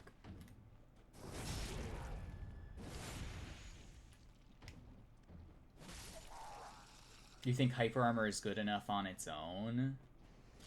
I think that the 2-hit stun system makes sense in the context of DS3. It does not work if you were to just port it into Elden Ring. It wouldn't work in DS1, it wouldn't work in Demon Souls. Demon Souls already has, like, true combos of its own. And so did Dark Souls 1, but because of poise, it wasn't really that big of an issue.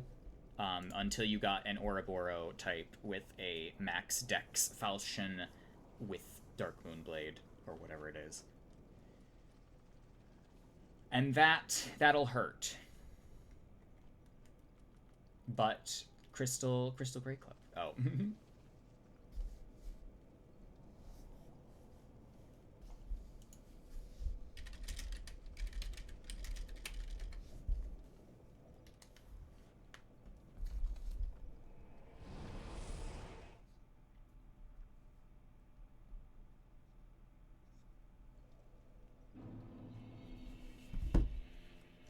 Okay, I need to talk to you.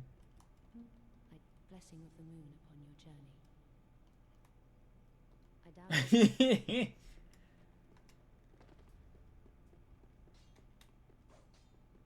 Yeah, no attacks, just rolling. It is good, wasn't it?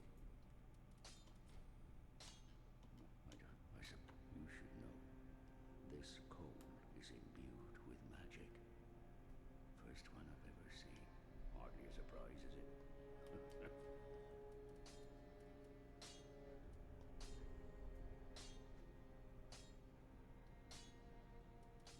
Bad parry game.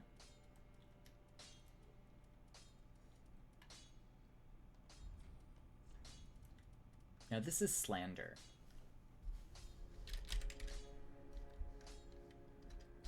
Or libel.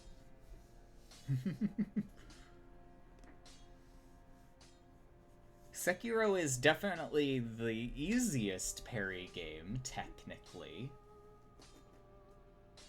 Libel. Heretic Staff. We go from B scaling to A scaling. Isn't that so good?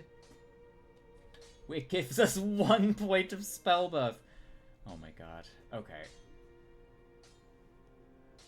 This is the worst part of DS3. It is looking at the staves and realizing that you just have to wait until you get to a point in the game where you have a better staff. Let's go to +2. Let's get out of this +1 gulf here at least.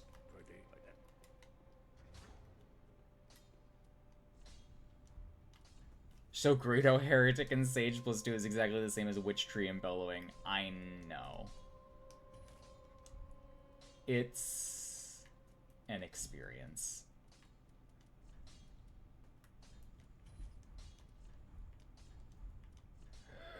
Okay, well, we can do this. I don't like doing this, but we can do this.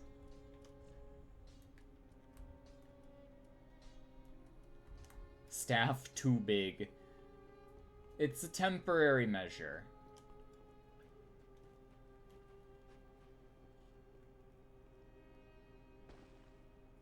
Oh, I then shall there. I want a point in strength. This will be important later. Be safe.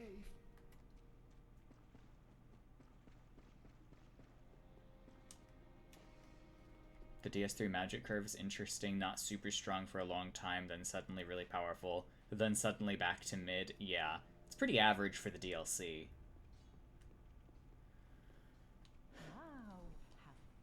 I just can't get over buffing the staff.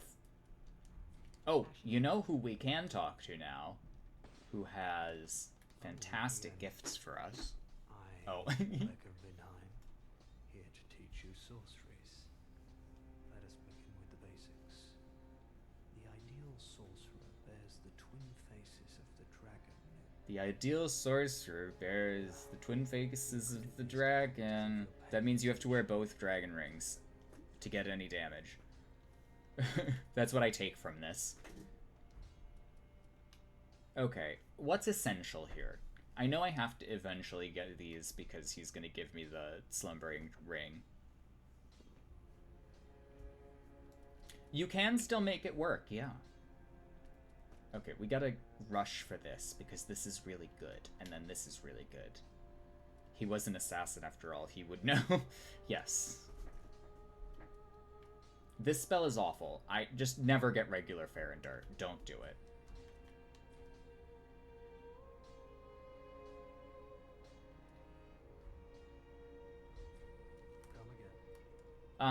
You can, but at the same time, I would rather just be able to light roll and take a hit. So that's why I am leveling health. Okay, I'm gonna get Great Soul Arrow because it's just better.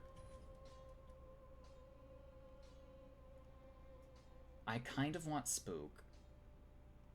Hello, Almost True Monarch.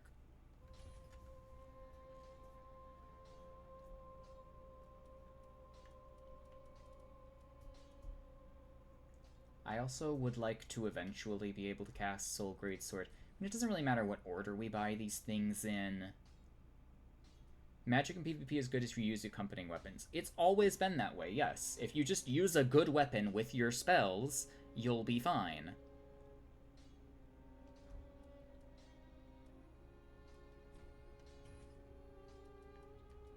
Okay, I'm budgeting this very badly. Buy Carrion Slicer. If only there was a Carrion Slicer that was worth anything in this game. I might dip into Flash Sword, but Flash Sword on Candlestick is like, what's the point? What is the point of that? Ah, well, how may I be of service?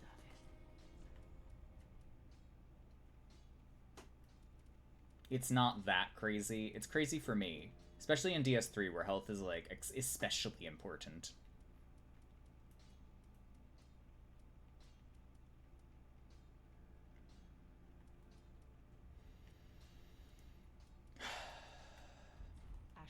Okay, let's talk to Grey Rat quick. Get his quest going. Heaven. Heavens. She was already dead. You're taking this very well.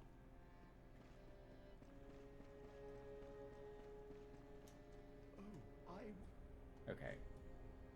You also sell Soul Greatsword. Who is rushing 22 int for Soul Greatsword? Me, I guess.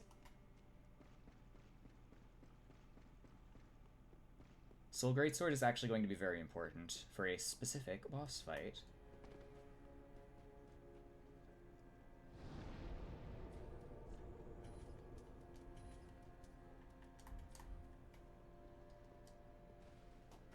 Me, I'm rushing 22 int for Soul Greatsword. Yes.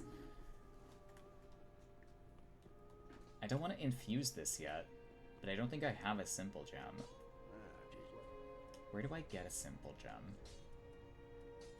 No, it's the... Wow, I have to wait a really long time to do simple infusion, don't I? Okay, well, you know, it's a fire rapier now. It was always going to be a fire rapier.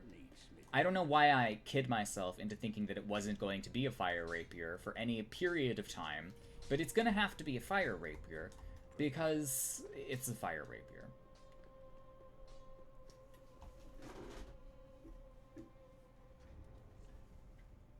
I don't know how I was under the illusion that this wasn't going to be a fire rapier.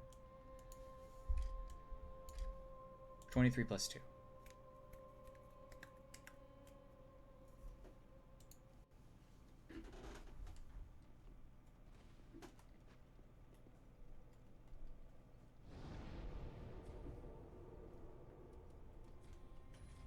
Oh, do I have an Estus shard? I do. I have 2. Christ. Well, DS2 gives you Amber Herb, which is functionally no different from, like, Starlight Shards. Especially since,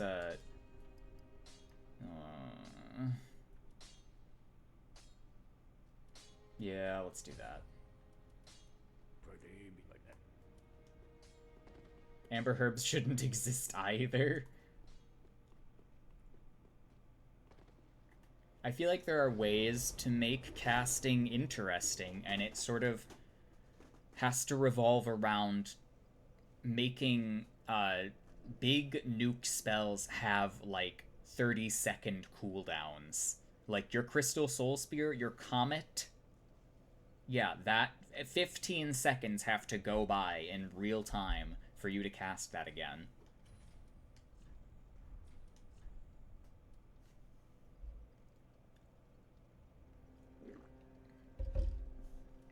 The only problem is it's very Overwatchy and it's very MOBA-y to have, like, cooldowns. There would be an easy way to make it visually appealing, but the idea of having, like, a number counting down on an icon is not super immersive, I guess. Extra vulnerability during those animations. Yeah, that too.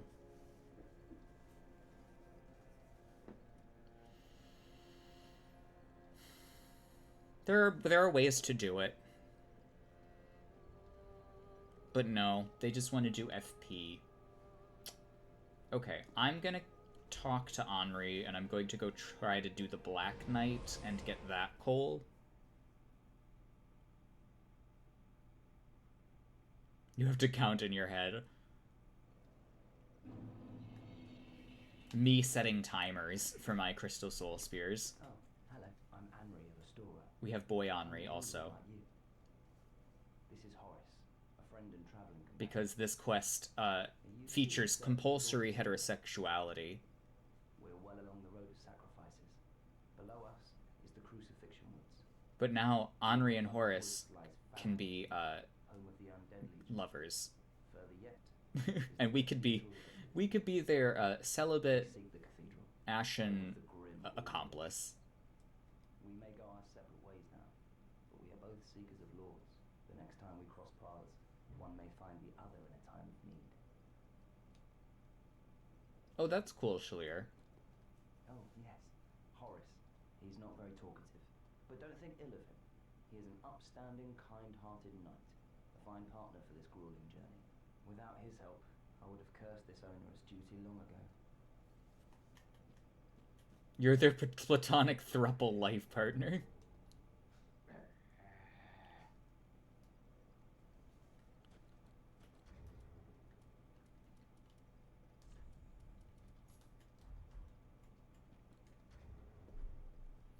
Thought Henri was always a lady originally. Oh. They're gonna cancel you after the problematic wedding.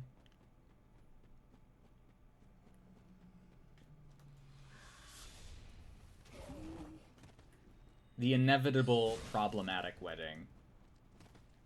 Our damage is not much better, but our rapier damage is. Love wins. Love wins.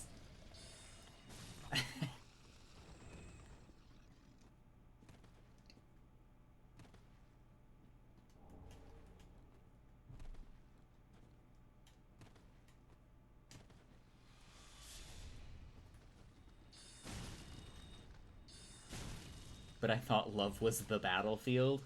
For some.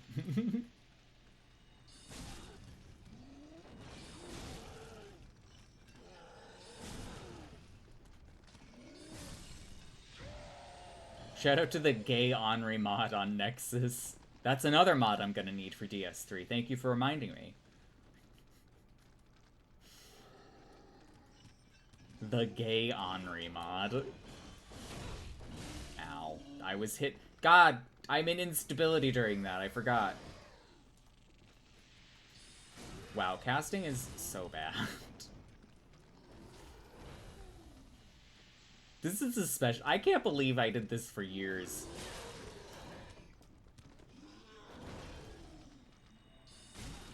I put up with this awful, awful system.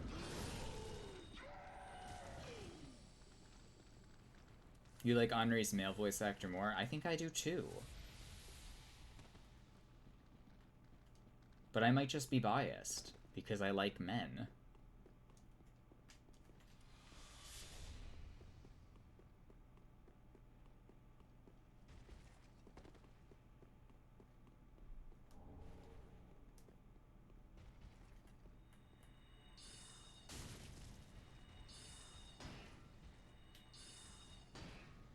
You bitch!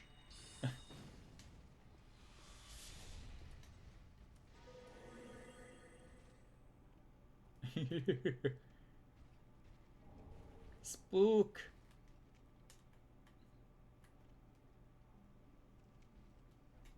Okay.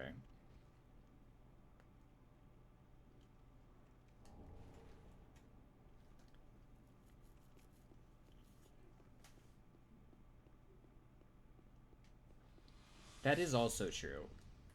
There is a distinct lack of well-written female characters, at least until Elden Ring, where there's still kind of, you know, a similar damsel in distressy situation going on.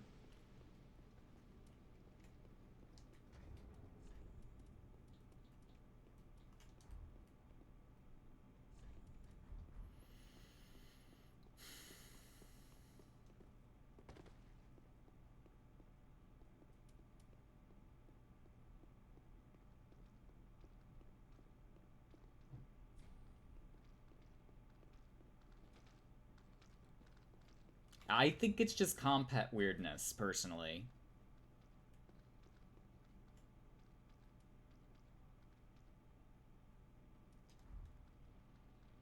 Okay, I got this coal. Not really to do anything with, just to have. I know there's a pyromancy tome and, like, the set over here. I just don't want to have to kill this crab, because I hate fighting these crabs.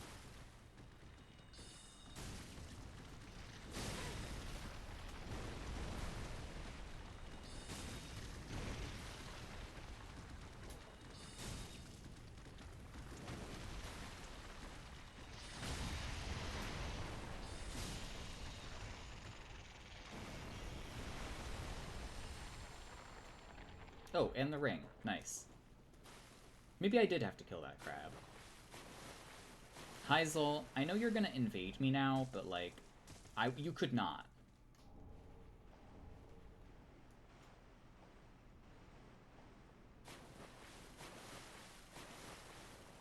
Heisel. Oh god, I'm out of spells already. Alright, where are you?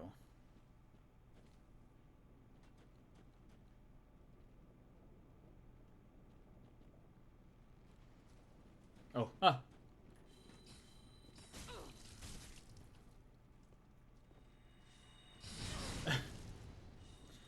Heisel is a shitter.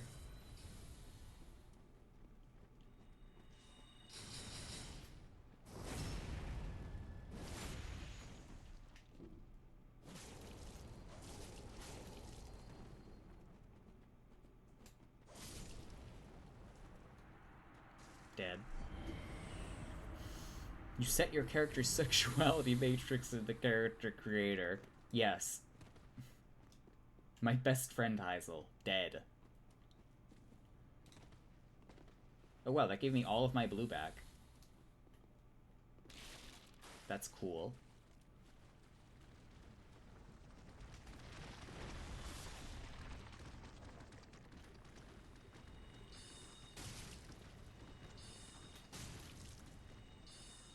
No, because I want the ring. Okay, goodbye. I'm not giving up the cat ring.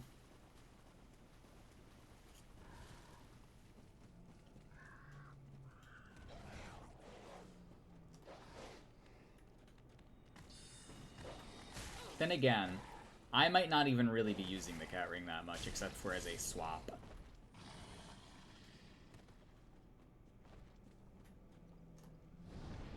Just get no name to drop it? I mean, I could.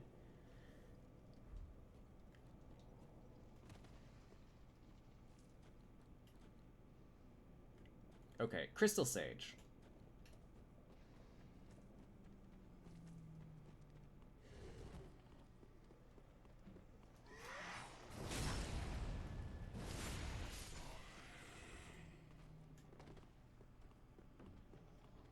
And get fall control. I have spook. I mean... But I don't want to waste the spell slot.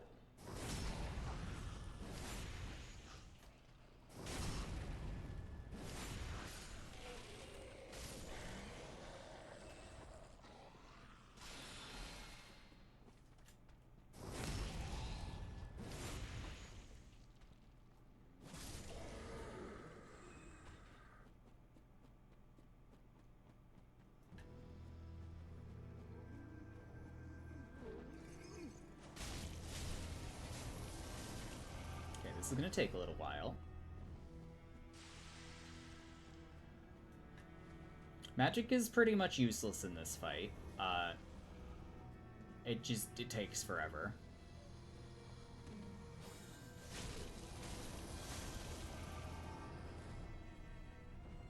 By erasure.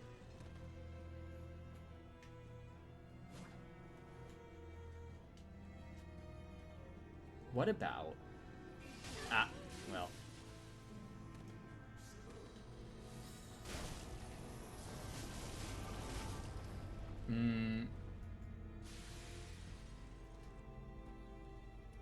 Oh, actually, magic will be useful in the second phase.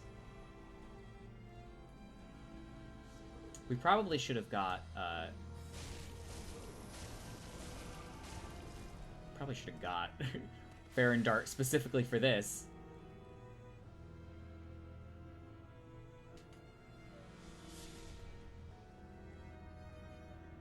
Oh my god.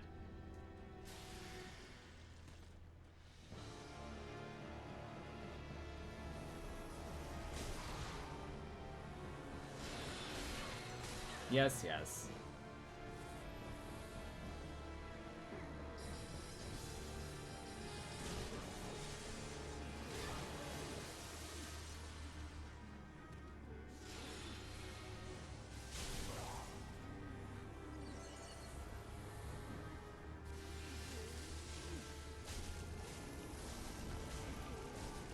This fight sucketh, yeah. Fool's Idol! Welcome back to Fool's Idol.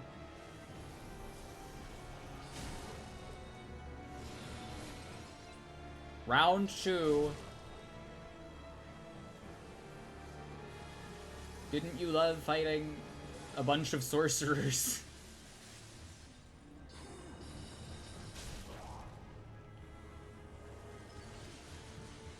Fool's Idol was better because the environment was interesting. Oh, that's cool. They have a... That basically homes over me. That's very unfortunate. That, the actual spell version sucks so bad.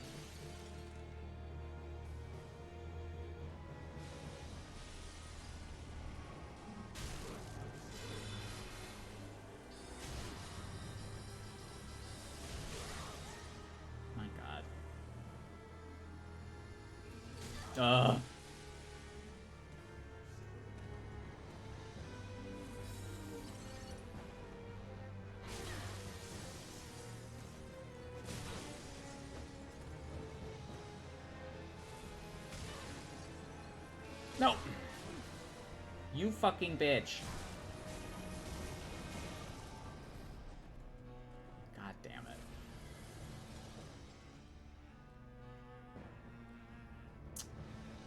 I could later. I just don't have it on this save at this time. Okay, so that's gonna be a problem.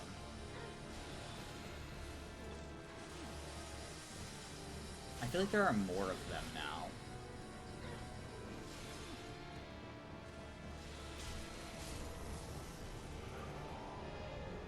Cool.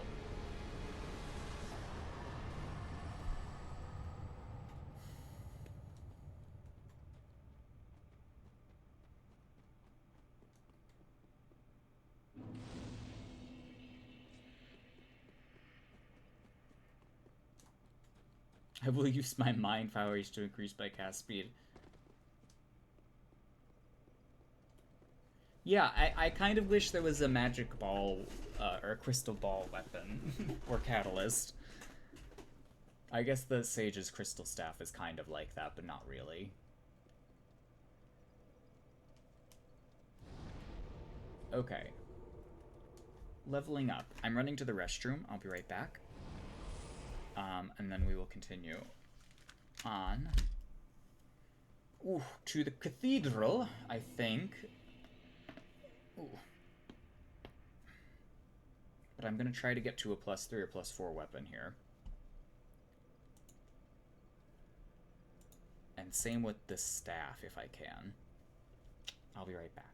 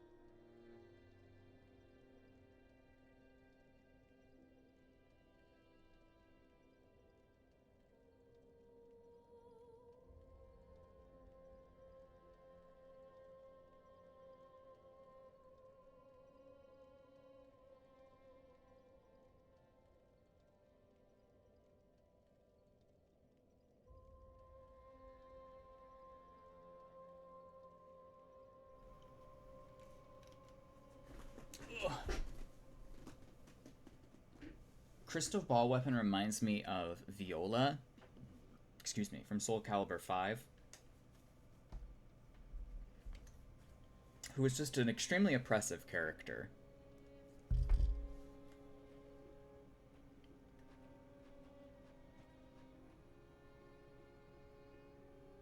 But I guess giving anyone that amount of control in a 3D fighting game is to be expected. Broken. Ooh, our big hat.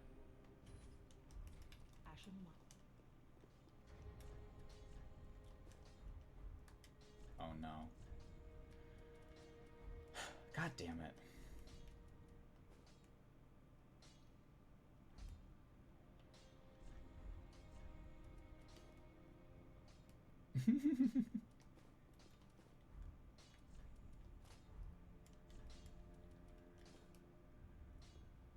I do like the gloves.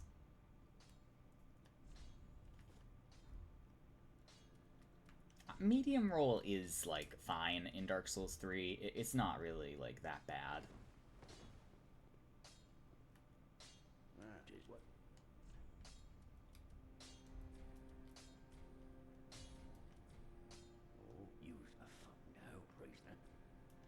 Okay, now what infusions do we get? Okay. Deep Poison, Blessed, no Simple. The triangle shape is very pleasing and has druid swag. It is nice. I do like it.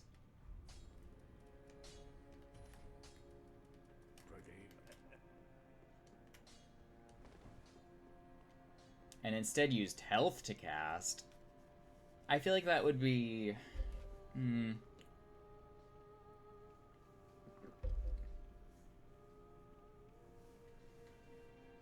I don't like that. I don't like that. I basically just don't like it.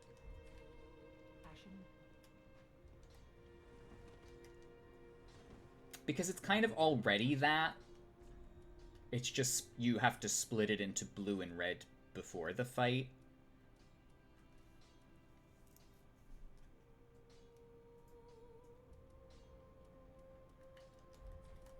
Come again.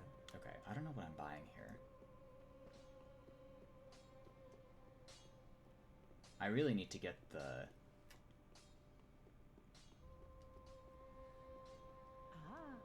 Dream Chaser's ashes so that I can start stockpiling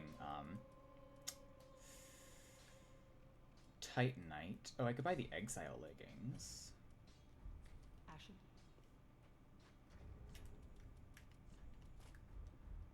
That looks awful. No, that just looks tremendously bad.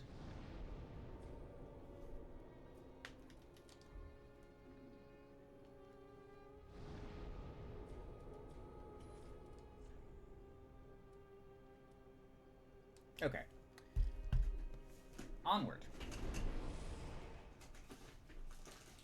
Now I should probably get myself down to,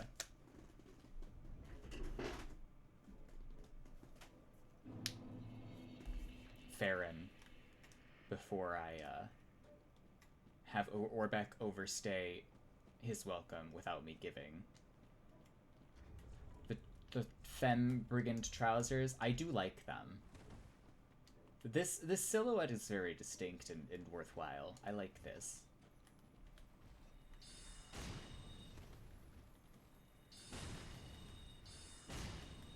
Is it working? Okay. That works.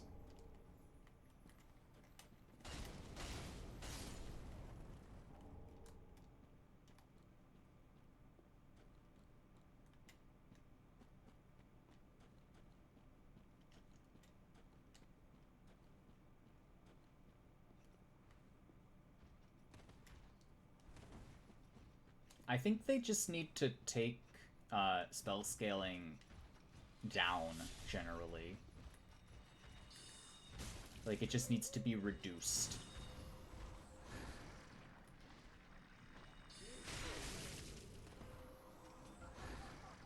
Spell scaling needs to be reduced. Or the motion values or something of some of the higher end ones. Like, fucking Luzat's staff should not be getting over 400 spell buff.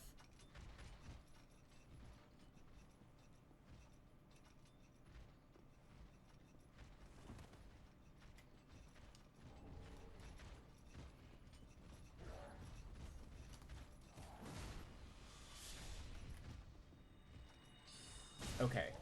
I was about to say, we didn't get the Moundmaker's Covenant, but we still have time to get that, because we haven't killed the Cursed Red Greatwood.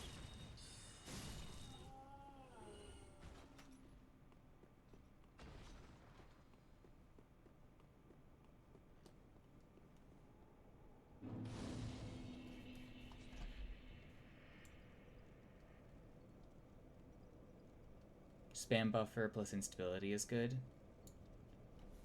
Probably.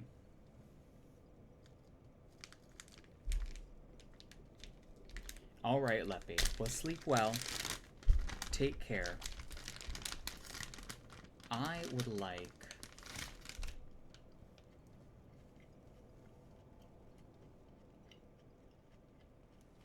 your silly shoot feet.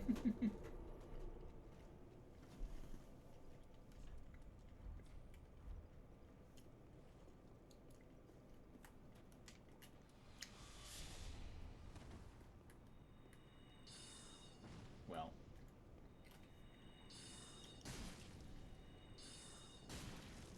I would like more int.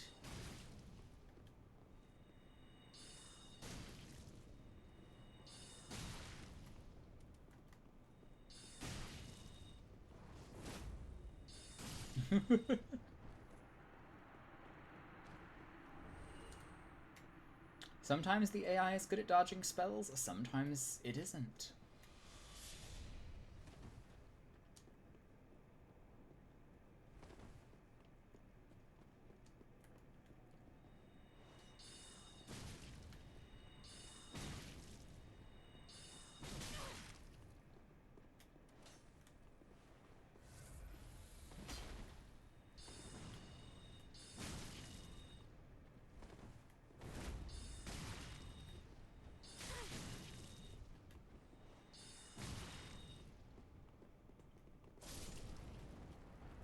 I've never noticed that there were blood splatters as well on hit effects with sorceries.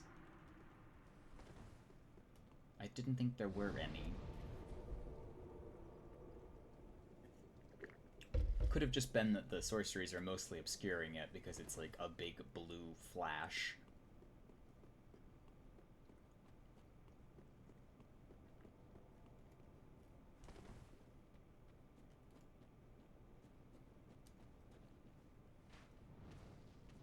Okay, where are these dogs?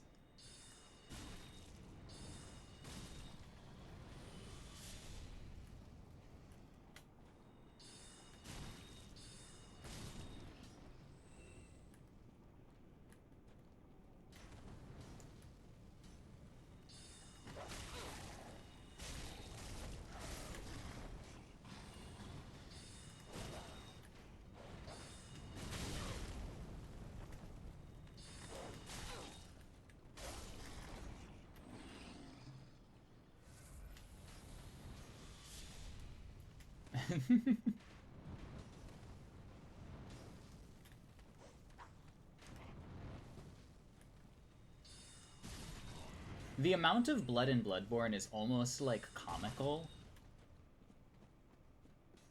The fact that there's a mechanic that, like, coats your character in carefully placed blood splatters, is hilarious.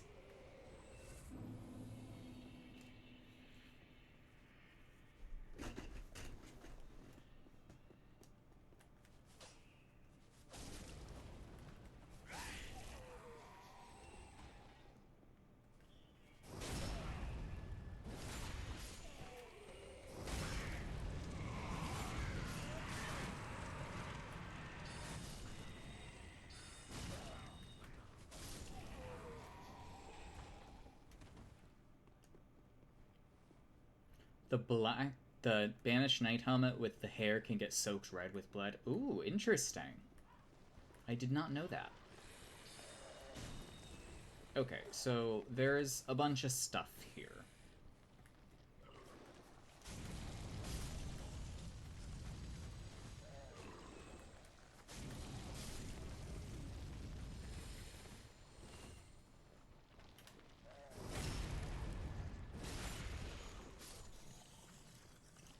I don't think I'm gonna use this.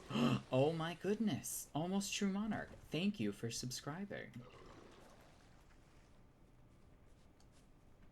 I appreciate it so much. You have now contributed towards the Bloodborne through. My favorite greatsword for mage is the Astora. Astora Pure Mage. To see the Bloodborne mage through? No, I appreciate it a lot. I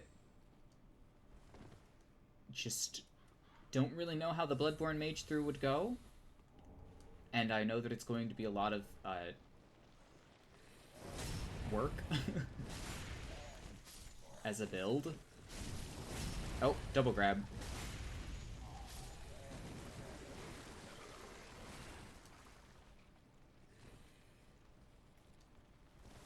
Oh, for the executioners? Yeah, the FP on kill is good. It's not very much, but it is good. Also, these guys are very weak to fire, which is handy, because we have a fire rapier.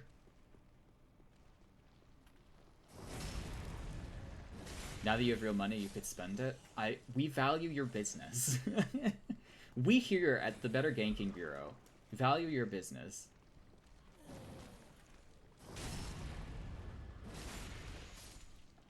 Is 90% Flame Sprayer, 9% tools, 1% R1s. I believe there would have to be a gratuity of R1s from Fire Saw Spear, or Fire Safe, or what have you.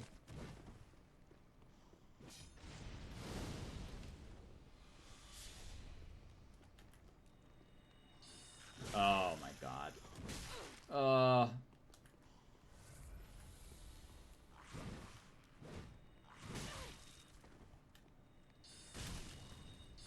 Sage's Ring. It's fast, but it's not fast enough. Oh, I thought they got stunned by fire, like the, shit. Can you not bleed me out, please? That would be lovely. Well, you can just stagger them regularly, kind of.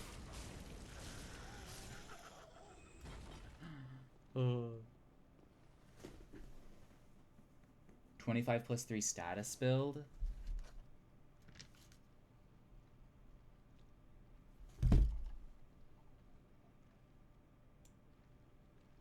I would say if you're doing poison, yeah, you might as well go double exaltation, because why not?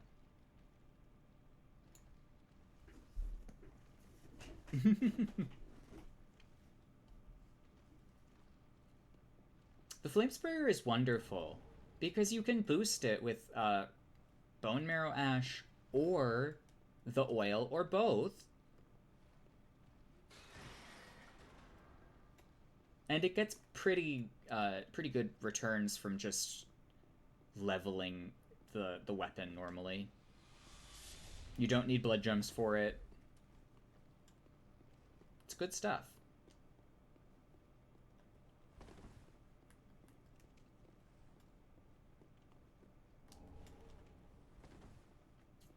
Now, the Rosmarinus is probably better in a PvP sense, like, all the time.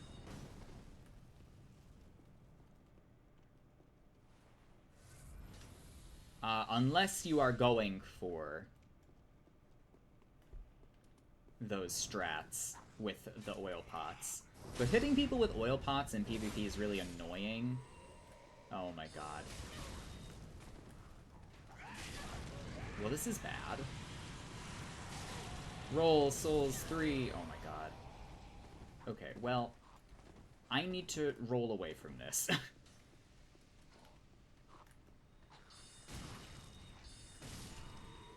Dark Rolls 3.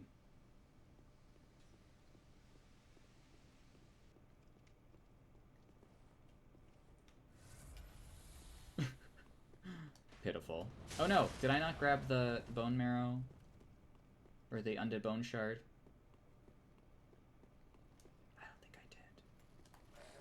Yeah, I didn't. Okay, well, we'll grab this, and then we'll go back to the shrine. So that I could upgrade that. Because that's all important.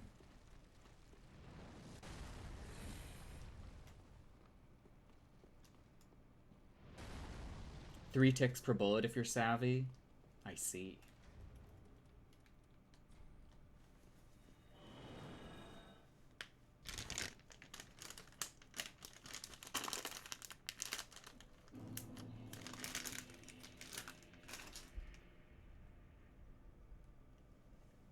I know there's a timing to it.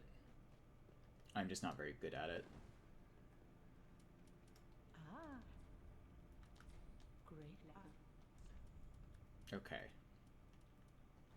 Ashen Wine. That's great.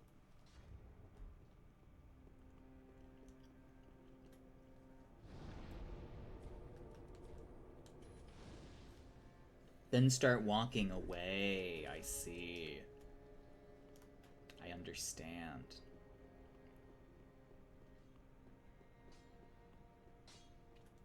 What?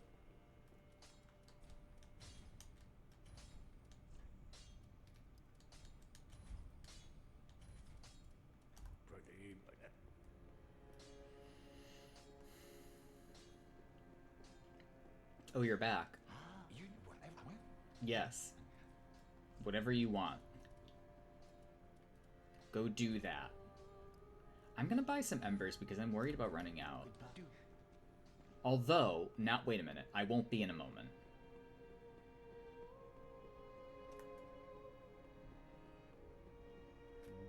And fast on the trail of the lords absconded, then these red eyes are for you. Use them to pillage embers and briefly heighten your strength for your duty. What else are unkindled ashes good for? Pillage embers for briefly heightened strength. What else are Love him. He's fantastic. The extra stuffed burrito. I'm gonna go get Arena, and I'm going to get the Mountain Ranger's Covenant. We're doing some grocery shopping.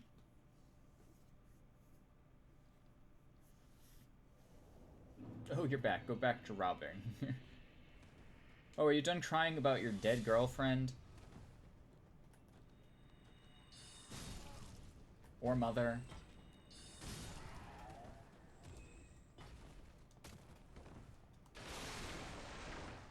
I need you to go rob some people for me, because I saved you.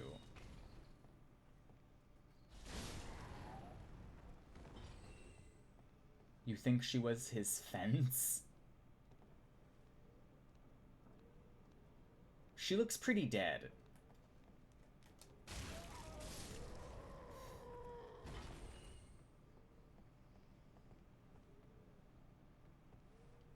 Okay, mound makers.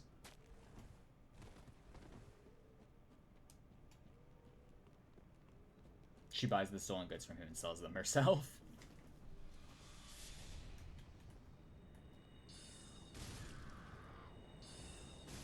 Spell damage is better, I think. It's hard to say.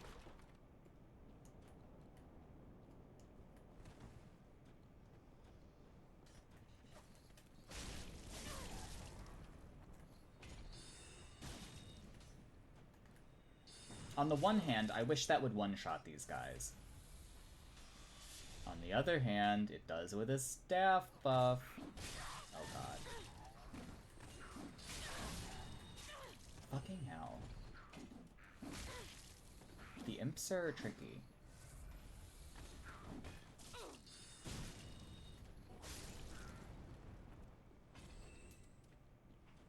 No, I just thought she was, I just thought she was like a girlfriend or something. I thought she was a significant person to Grey Rat.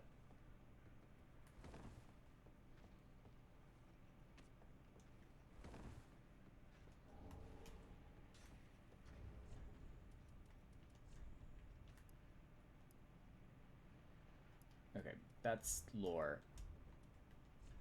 I think Loretta's bone goes away when we do the quest, so yeah.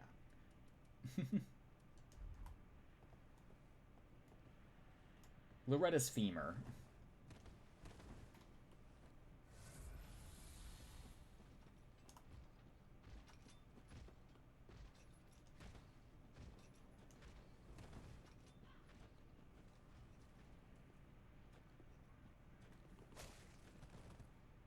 Well, I mean, he's debilitated there for a while.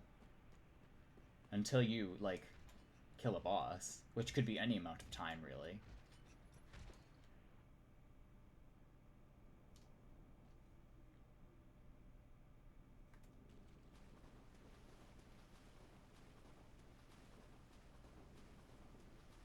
How do we feel about mound makers? Interesting idea, badly implemented. This pit is for hollows, not for the likes of you sane folk. Or perhaps you are a hollow, posing as otherwise? Indeed. Yes, yes, then we are just fine. It's important to know who you are, but we'll all be mad soon enough. And should you be undead, well, beware, you might need this. Great. Come here to pile up your victims, for that you'll see when you go mad. Then,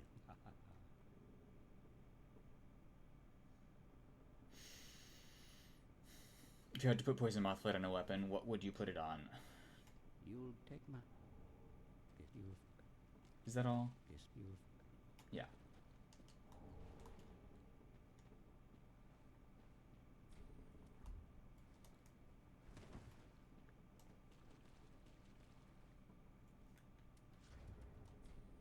Okay.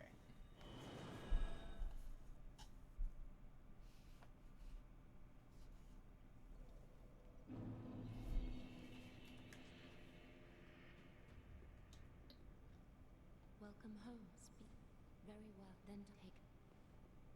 What are we looking at for leveling costs now? Farewell, Okay. Ashen One. May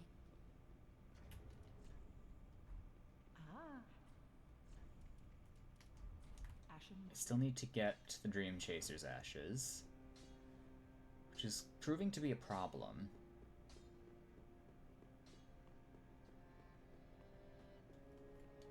Arena now.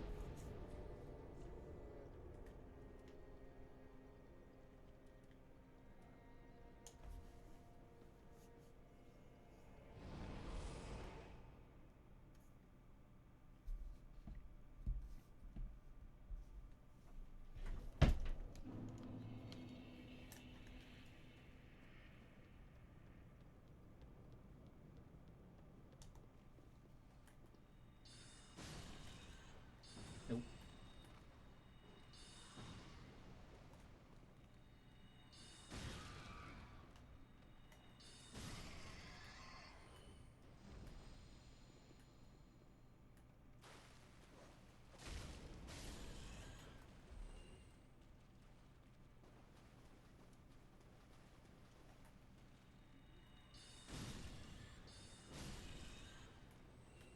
Okay, well, at least we're one-shotting rats now, and that's better. You've done Poison Mothlight Shottle?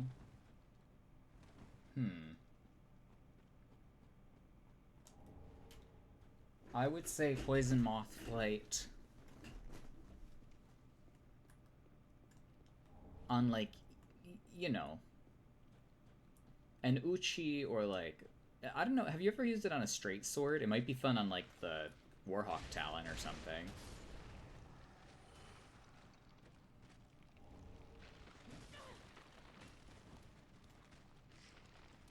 Can you put Poison Mothlight on greatswords? No, it's only like light weapons, I think, which is really irritating.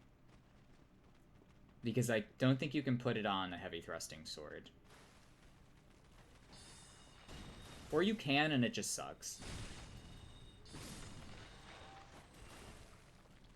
I think that's just a heavy gem anyway.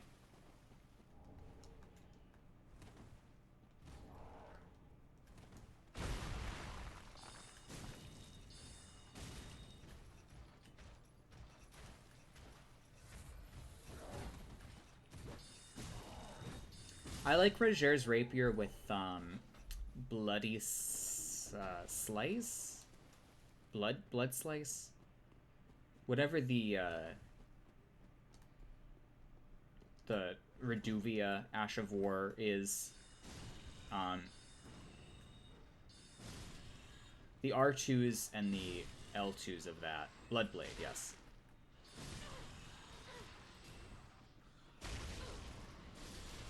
Would it be a Dark Souls run without getting stun-locked by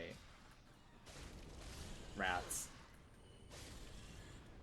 I think not.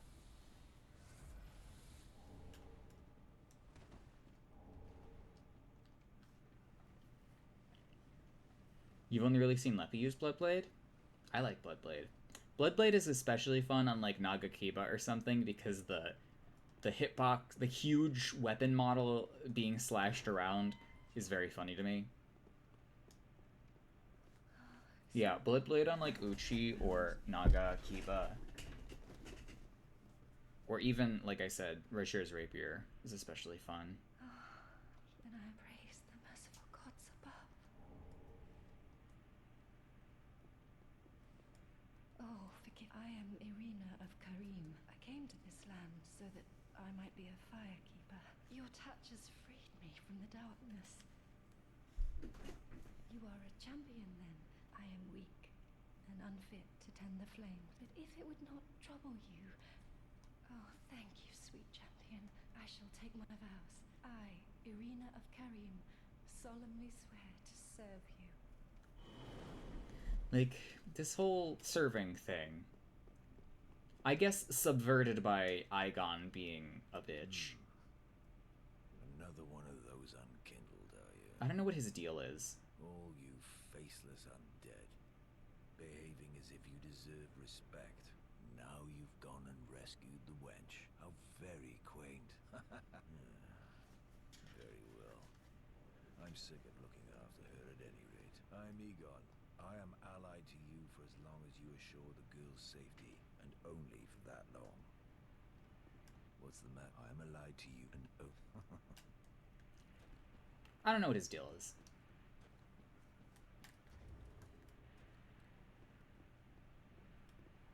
He's from Karim, and therefore he's a meanie. Yes, I would believe that.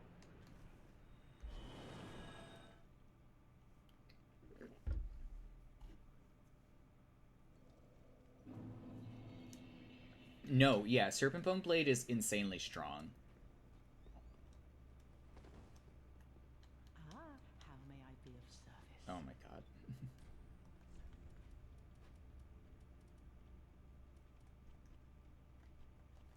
Okay, I'm gonna put a level in int.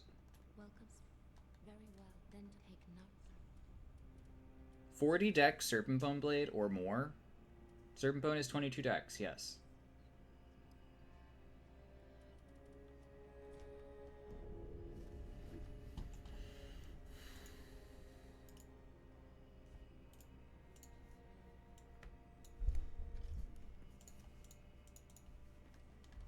Farewell, Ashen One.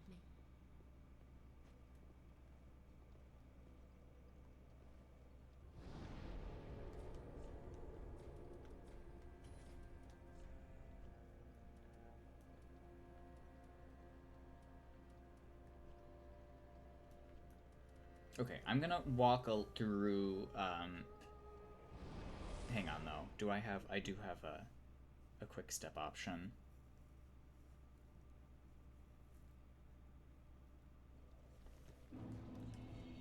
Because going through the swamp is very annoying.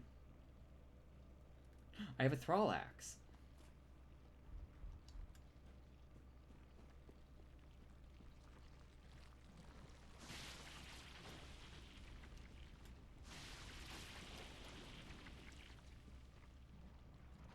I love how there are 3 talismans that give you +5 dex.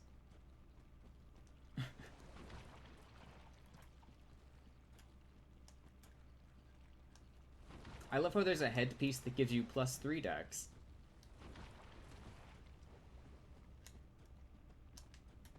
For reasons, I'm sure.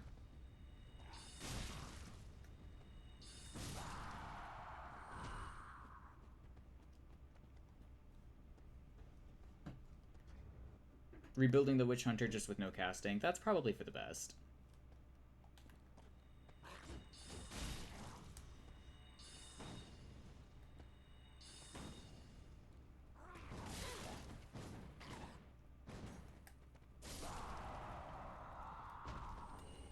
Wolf's Blood Swordgrass. Cool. Wasn't expecting that.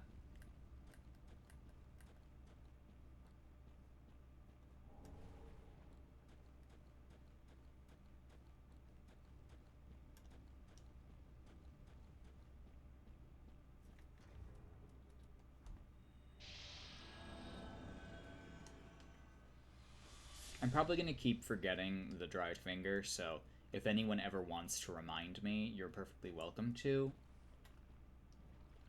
This is just a fair warning.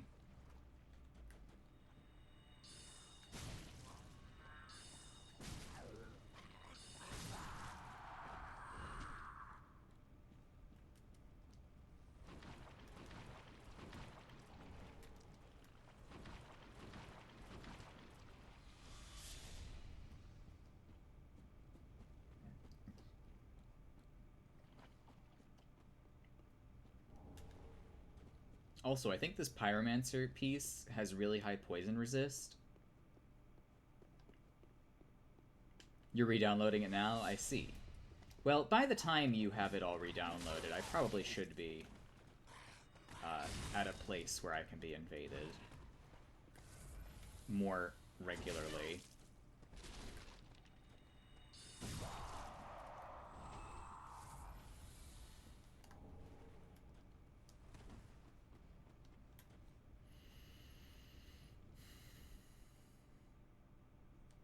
I really need...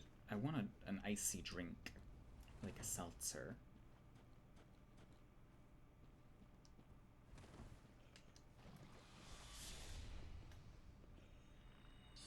I might have to go get something for that. I don't have any gin either, which is unfortunate. I never got gin at the liquor store because the liquor store was closed the other night.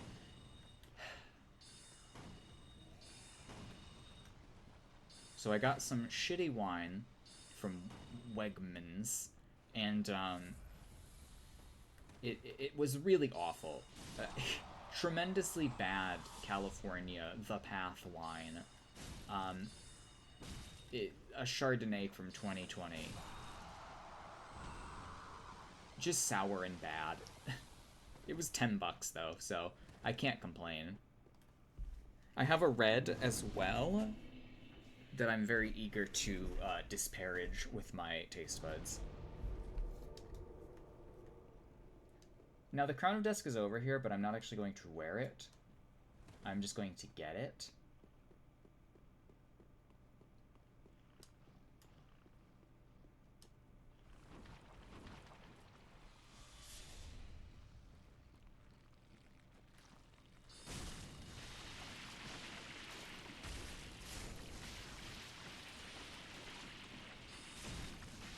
I much prefer gin to most forms of alcohol. Gin or like a single beer.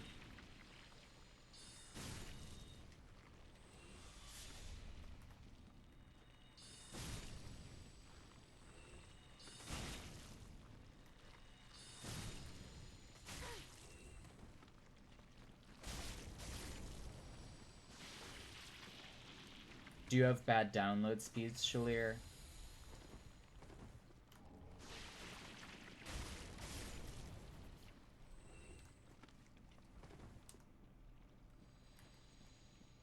Any poison gems for me? I would love a poison gem. Ye old heavy gem farming spot. I think fighting Millwood Knights is more consistent, but yeah, this was the place I used to go for heavy gems all the time. It's just easy. And there were a bunch of chances to drop. It's supposed to be good.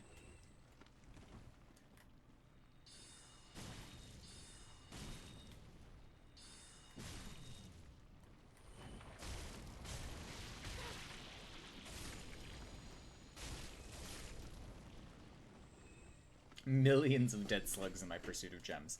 Understandable.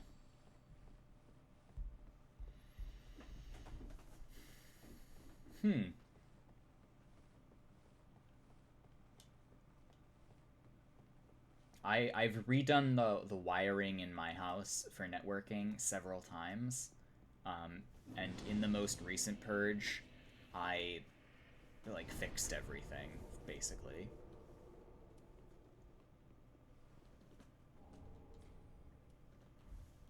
Oh, I should ask to join Covenant.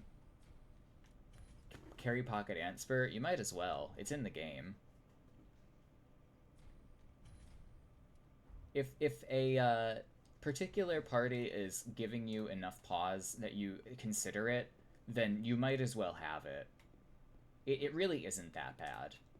Comparatively, it's more annoying for a host that is rune-arced with, you know, a billion stats, and they're light rolling, or they're bloodhound stepping, and they've got an Antspur. Very different experience than being like a single invader that has an Antspur as an option.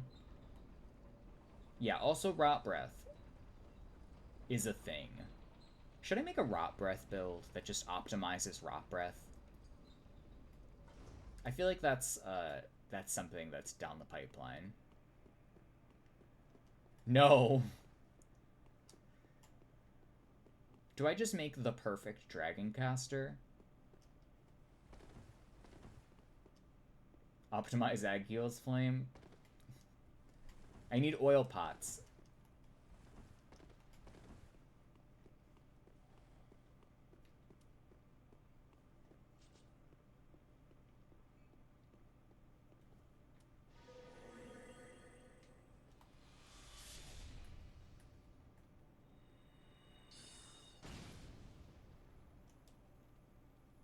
Okay, these are going to be important.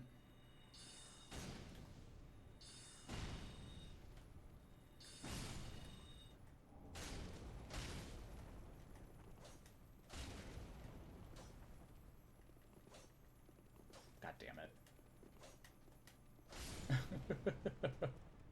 Getting rapiers to hit anything lower than an inch above the ground is like impossible. PvP invading here of all places. I actually didn't think this was an invadable location.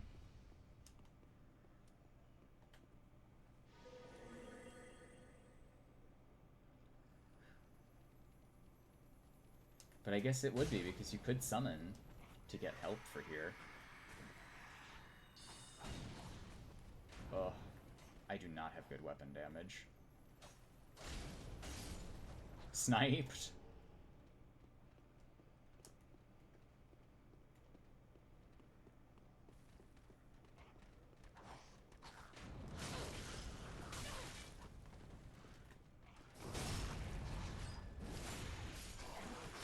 Oh, this is a problem. This is 6 dudes. Guys, look, it's DS2.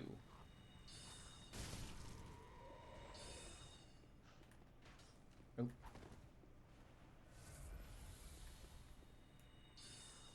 And this part is inspired by DS2.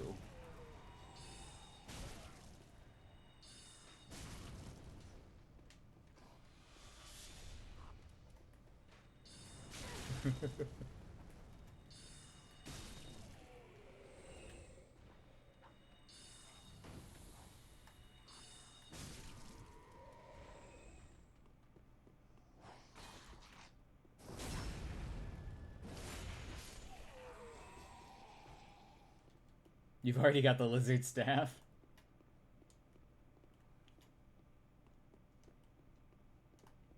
Oh god. You're beating up my blue.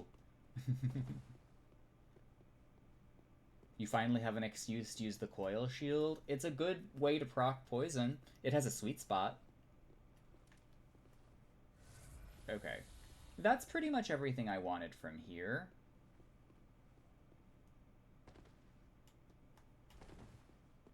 I'm not gonna bother with those embers. Oh, well, maybe I will. I can have this blue help me.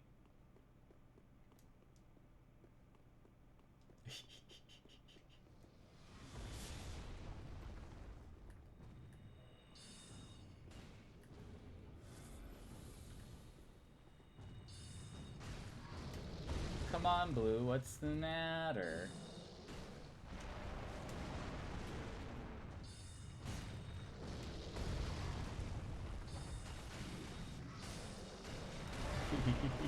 I am enlisting blues to help me with PvE.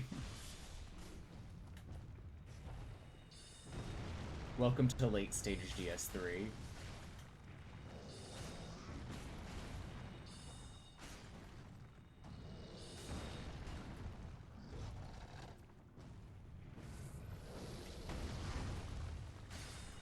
Cool.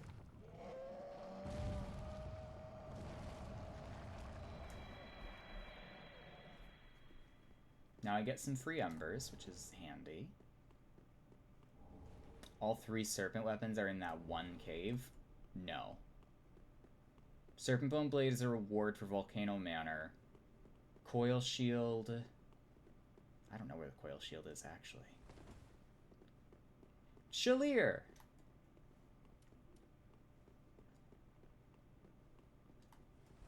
Okay, I'm on the way. I don't know where everyone is at, so...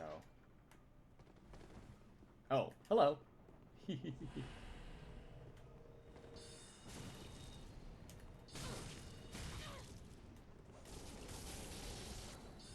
I'm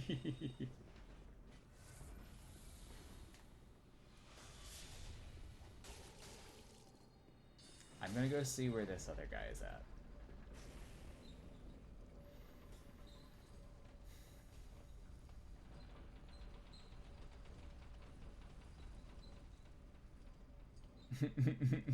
The medals are especially funny. My god, there are 2 different fights happening in 2 completely separate locations here. What the hell? I'm not going all the way down there. Well, I do have to eventually.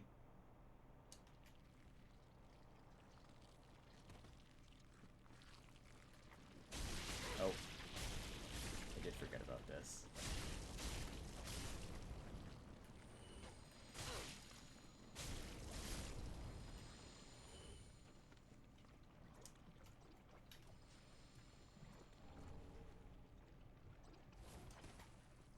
Is in Jar Cannon Cave, I see. Oh no, Shalir. Did that guy have a Gale's Greatsword? I wasn't even looking.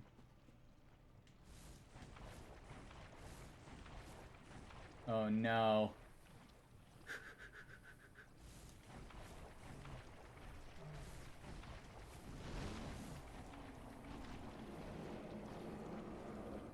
I do just have to get this flame.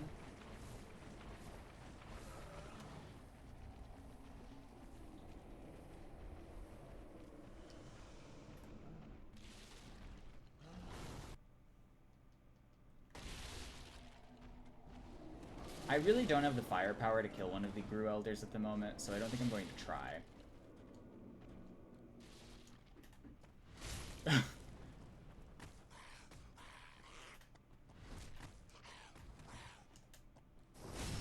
Tricky.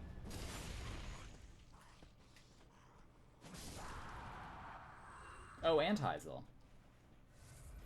Forgot about Heisel.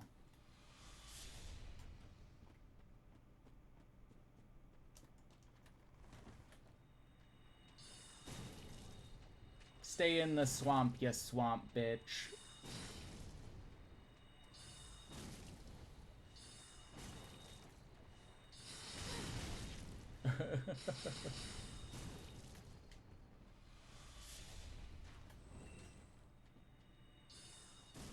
We don't want you here.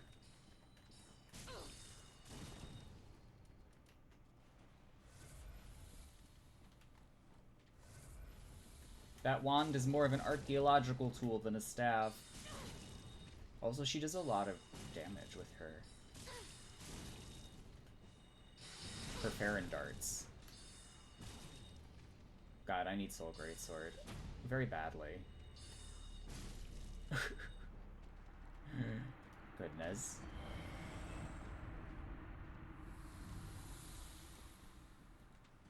Well, that does refill my Estus. So that's not so bad. Oh, I can get the scroll while I'm here.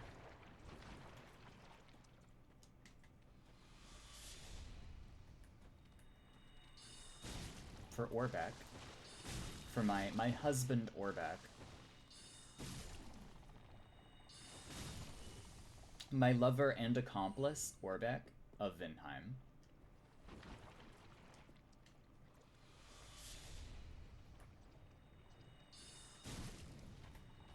Thank you for reminding me about the scrolls. I know. The scrolls are the most one of the more irritating parts of DS3, but it's the same grocery shopping problem that the whole game has.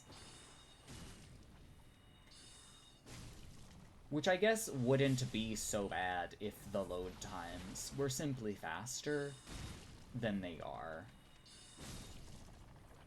And I'm playing on PS5. So the load times are about as good as they're gonna get.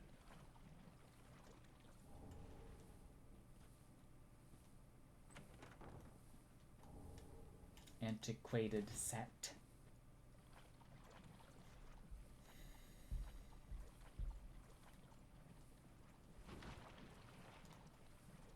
Okay.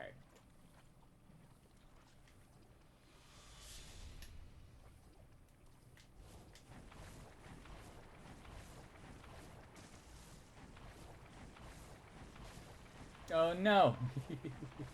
Hi.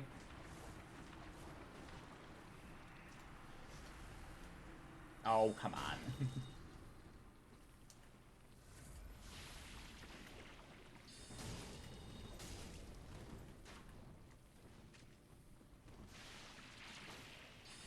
We're doing straight sword and combustion bolts.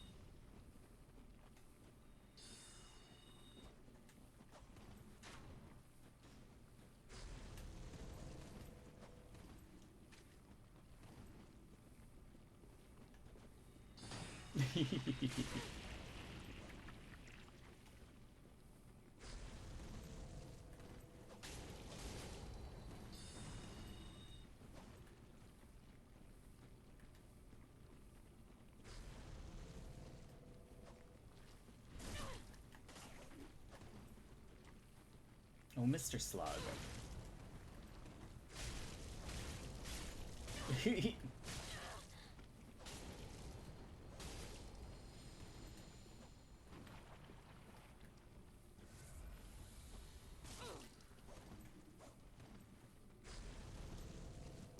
Oh, fuck.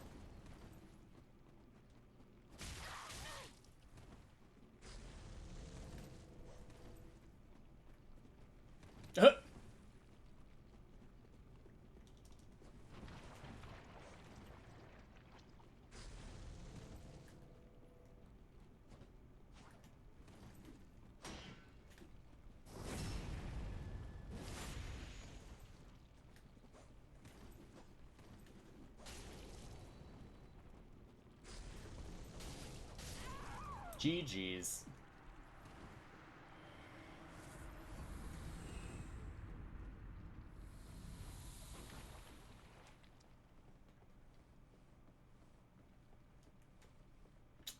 I need my spells.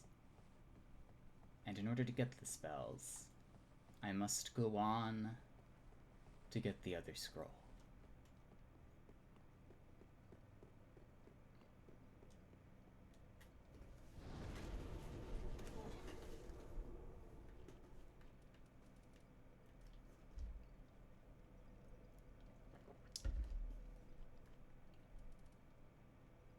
And that scroll you get from Keep Ruins. God, we're not even at Catacombs yet.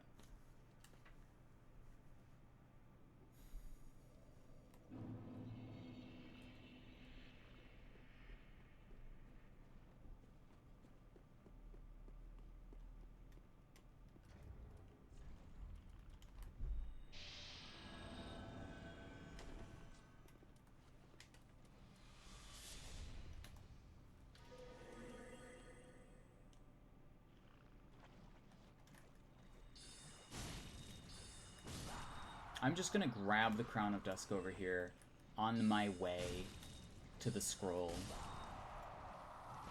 as one does.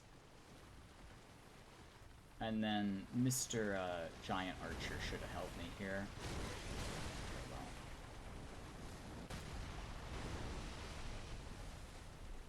Anywhere there's a birch.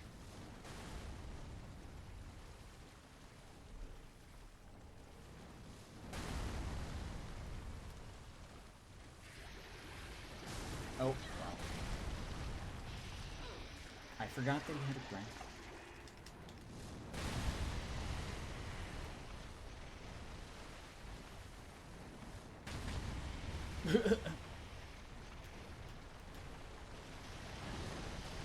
The fucking poise break sound is really funny.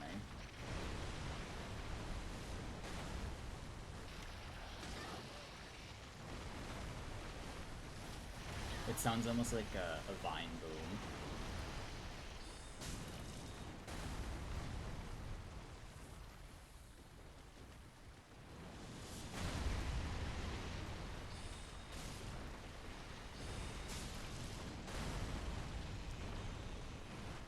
And that gives me the Lingering Dragon Crest, which is very useful.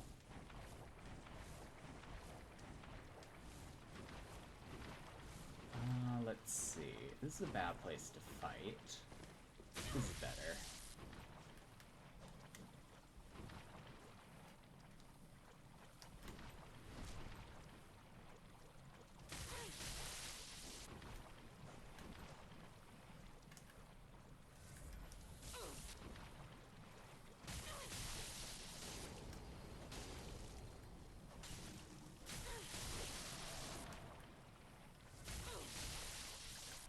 Yes, I get it. You have a lot of damage, and your R1s are great. GG's.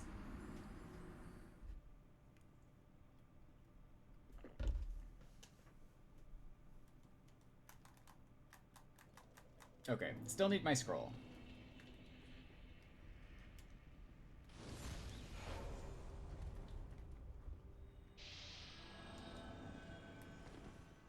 Was that a person in dragon form? No, no. Just standard Dark Souls 3 PvPer setup stuff.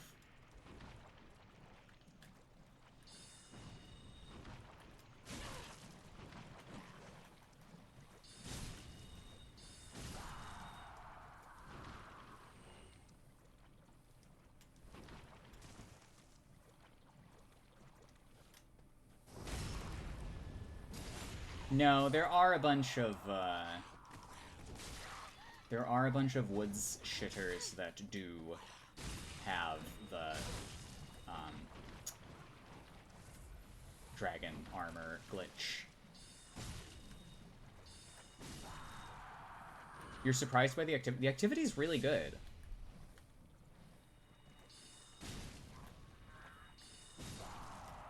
I think people play Elden Ring and then they're like, well, what about Dark Souls 3? Because that's the most recent Dark Souls, and that's like that, so I should try that game. And then I think there's just a constant stream of people coming over from Elden Ring that really liked Elden Ring, trying Dark Souls 3. And that's great. I think Dark Souls 3 is a great game.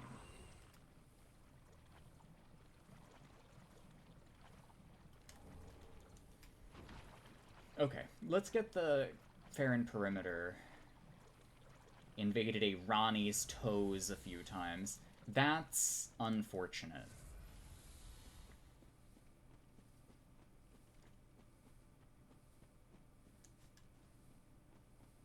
That's what we call unfortunate.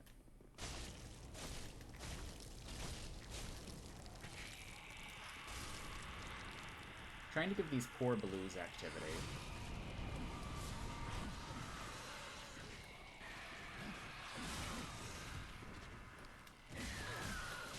Yeah, yeah.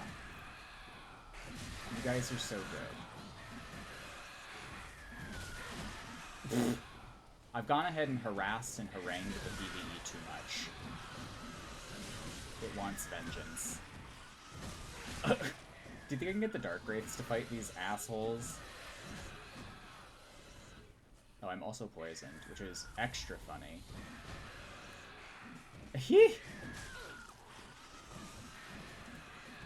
I don't even know why I bothered. Oh my god. Huh! Okay, we're not touching that. I am utterly out of Estus.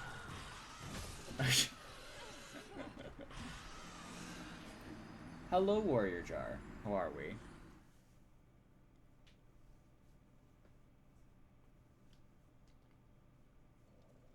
We're really not getting the blues like we were earlier, which is unfortunate, because I am but a wee sorcerer. And I cannot fight PvE and a bad red man at the same time. mean, I also could have just ignored the Corvians there. You can just ignore the Corvians.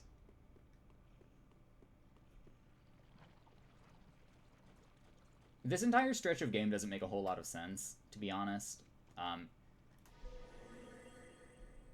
The PvE in the Farron Woods area is like Liurnia level useless or not present. So like, if you're an invader, you're mostly relying on the poison, I guess.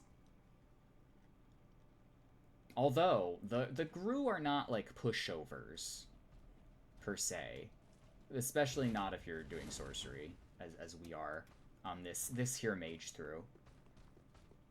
Oh my god, go away, Dark Wraith. Why are you so motivated to kill me? I don't have any humanity. I'm unkindled.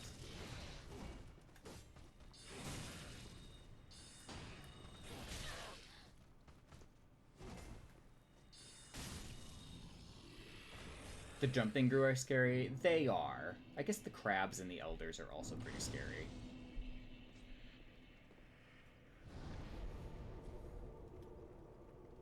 Okay, now we can get the tower key. If we really wanted to. The tower key isn't, like, super necessary. It just helps you get patches earlier.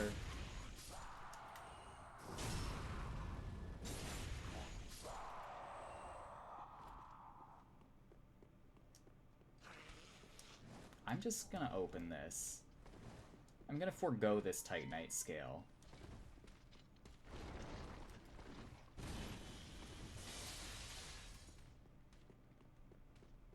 Aha! Hello, Bemused. Welcome. How are we today? Hello? Oh, my bad.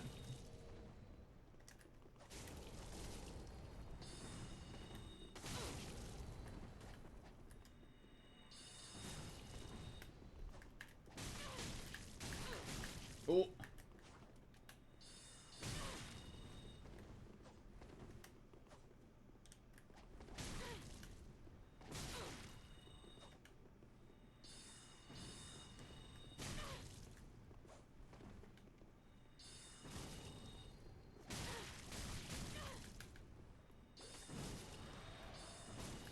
He...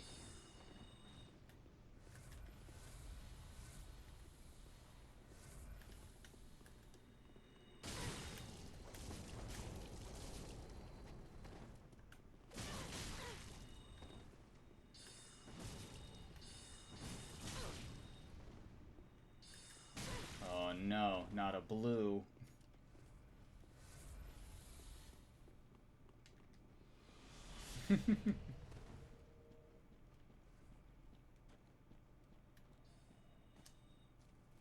Oh, I need to go buy more spells from Orbeck after this.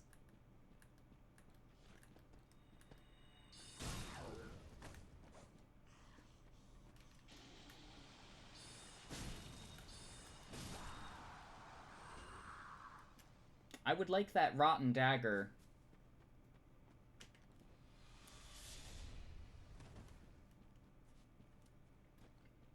Just making excuses to see Orbeck. I really have to give him the things before I kill the next boss.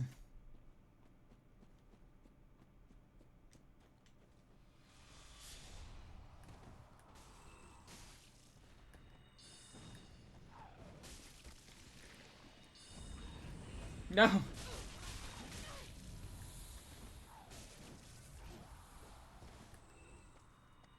Shalir, you're just handing this blue Dark Moon Blade.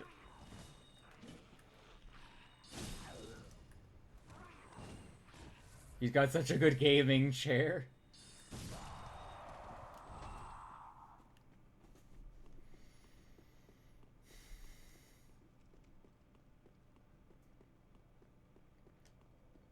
Okay. Orbeck time. Orbeck time. And I need more int. Badly. Do we get soul masses yet? If I get soul masses, it's over. Outlaw Star L. There simply are no more invaders here. You haven't been past the swamp yet? I would get there. I would get to there. I would be ahead of me.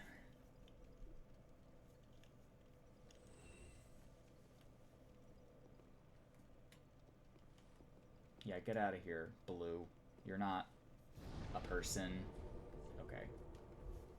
Horbeck. Profaned capital for soul mass is so sad. We're gonna be like done with the base game by that point, so that's unfortunate. Unlucky.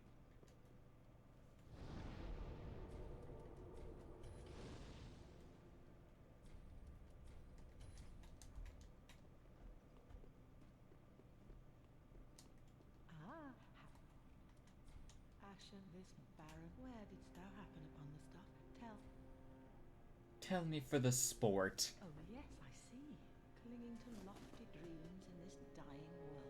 It must come from one most foolish indeed. Wouldst thou not agree? Wouldst thou not agree? She's so smarmy. Oh, I can get... Okay. We get +3 weapons now. This is good news.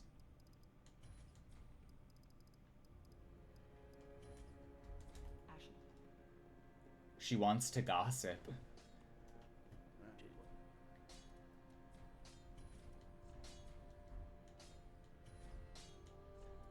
Okay.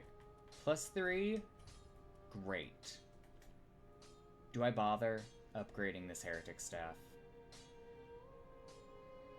That I'm probably going to put away by the end of the game. It is, after all, just regular Titanite. It's pretty cheap. It's not that valuable. I can afford it.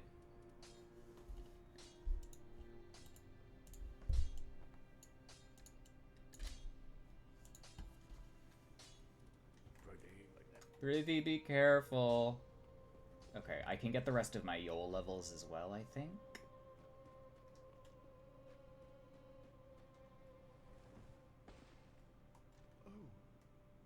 Champion of Ash, I would do then Bearer of the dark sign. I want int now, Yol. Be safe. Okay, I think I just need to die once more.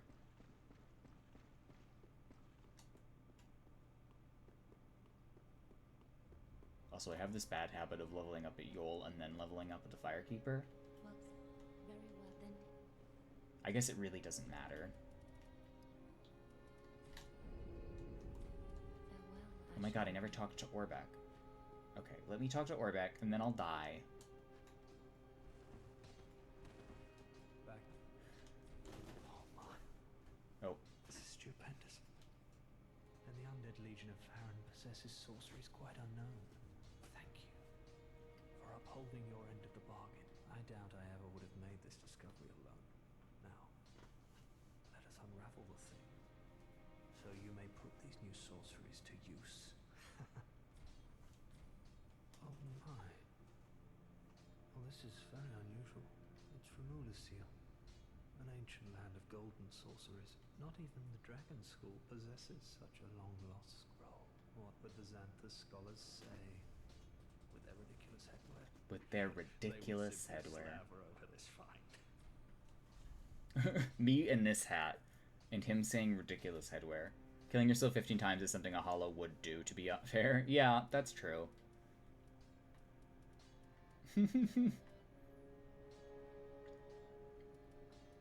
Oh, we get hidden body. We can bypass PvE. Also Farron Hail.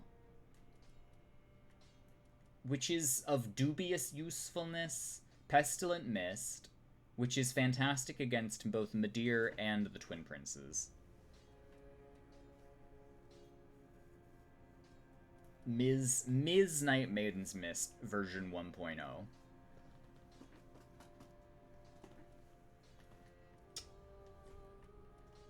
Okay, I need to buy all the gimmick spells.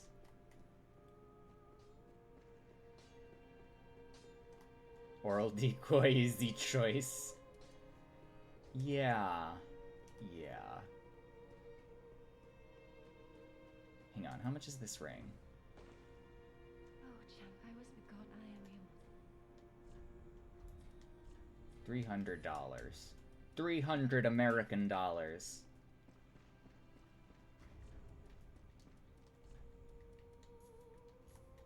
Now I have a 4th spell slot.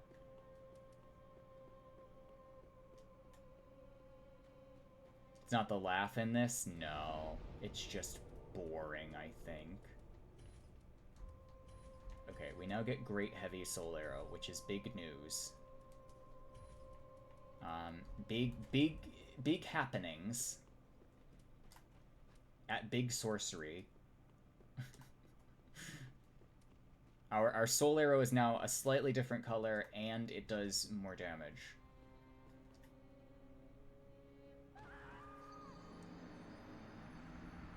Soul Spear if it was real.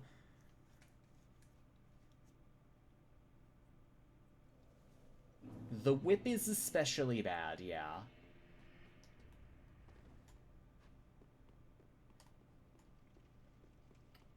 Okay, now I'm taking my last Yule level. I didn't really need to collect this. Before I kill the Abyss Watchers, which I may or may not do yet. Oh, I would do anything. I kind of want to just kill the Abyss Watchers. Bearer of the dark sight.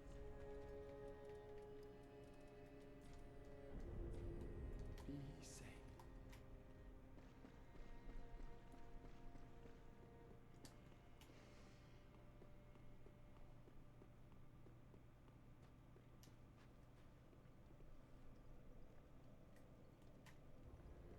I'll kill the Abyss Watchers and the woods will be just done. Because Karthus is better anyway. As like a level.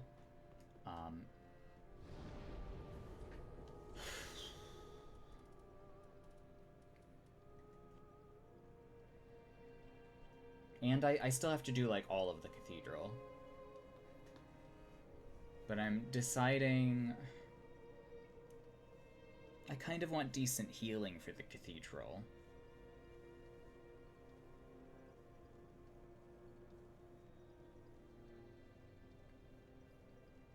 Seeing a co-invader cast Great Heavy is really assuring they know what they're doing. Yes. Great Heavy is a great invading spell.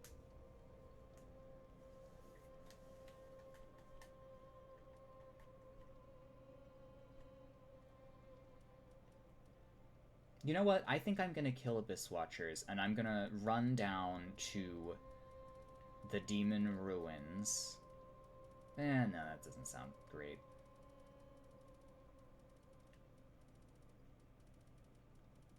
I'll just kill the Abyss Watchers now.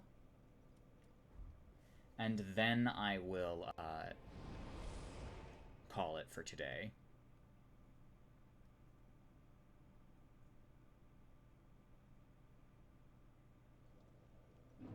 Because then next time I could just do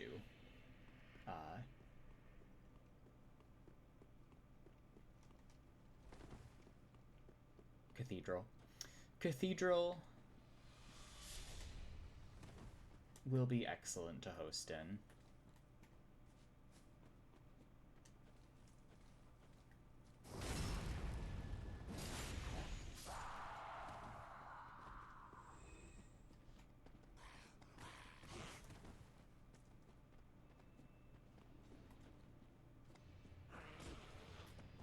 Oh.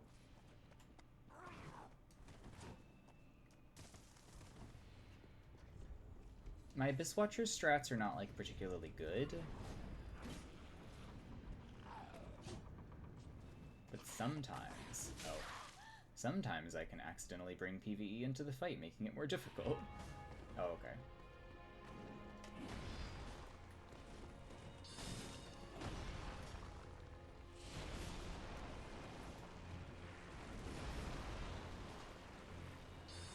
Also, I can backstab them. Which is very funny.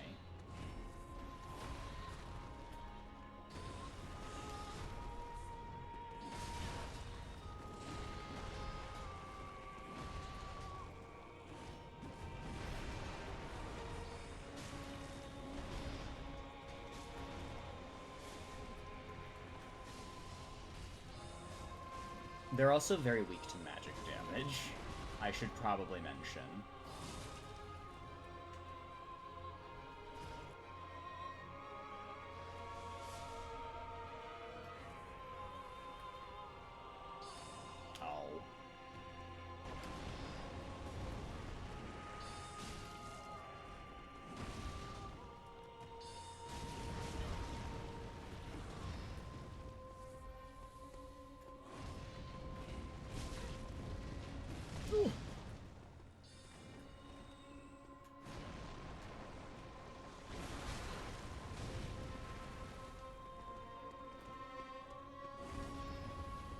I hate that not only do I have to do the punishable action of drinking Estus to refill my FP, but I'm also now invited to do the punishable action of buffing my staff for reasonable amounts of damage. I could also just not buff the staff and stop complaining about it, but I don't think that's going to happen. Oh god.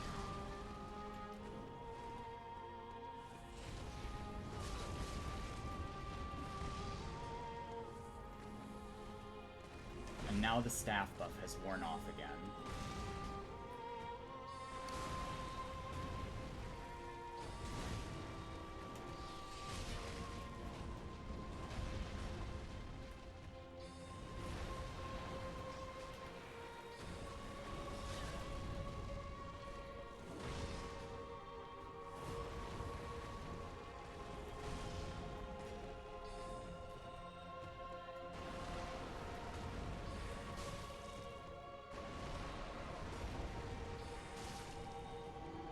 Very weak to magic damage.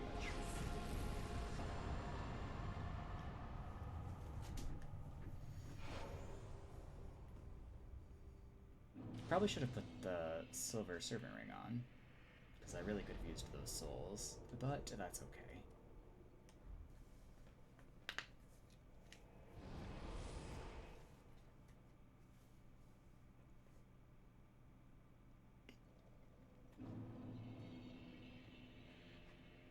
Hello again. I have since heard a great deal about you. Now that you're famous. I, too, am bound by duty. I hear that cordial intrusion lays the path to Ember. If I can be of help, blessing of the moon upon your journey. Now that I know that you can do something by killing the Abyss Watchers, Yol now dies. Oh, prithee. Art thou good Yol's master? I am Uriah of Londor, a close friend of his. Thanks to thee, Yol's soul is redeemed. Allow me to express I love how it's just very obvious that she showed up and killed him. Another matter. Thou a lord art thou not, bearer of the dark sigil, and our Lord of Hollows. For the time thou remainst our Lord, we of Londor shall serve thee, and I, of course, am also thine. I don't like the implications of that, or anything there. Fashion ring. Not super necessary. At the moment. Soul Greatsword. I'll just get from Orbeck. He's just hibernating. Oh, good Hall Orbeck of Vinheim, he proclaimeth hence, if left alone, fall decisiveness. Okay, no. I'm not killing my boyfriend, thank you.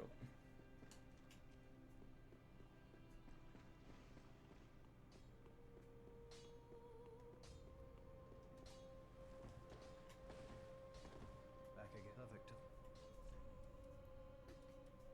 Uh-huh. Okay, well I don't want to spend all of my souls on spells, but I would like Soul Greatsword.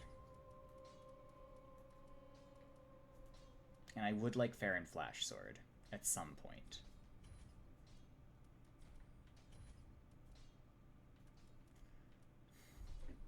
It is folly to claim life, no matter even. Come again. Oh. I don't remember what spells I need to buy, but we're just gonna worry about it later. I now have a bunch of spells. This always happens. I spend all of my souls on spells, and I don't have enough int to cast them. on. Oh wait, hang on. I have souls of things that I'm not going to use. Like the blood of the wolf. I'm not going to use either of those swords. Actually, I don't think I'm going to use most of this.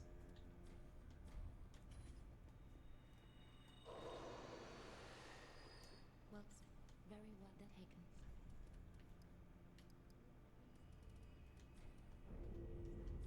Farewell, Ashen Wami. The Abyss Watcher's greatsword is obviously meant for mages. I'm not sure about that. I don't think that's correct.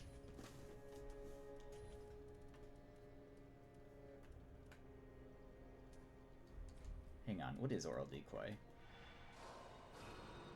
Yeah. It's just footsteps.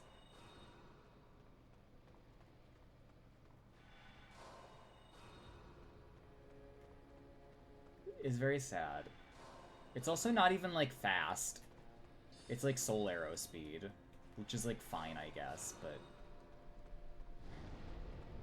If you want to make a sound sorcerer, you could. With these 2 spells.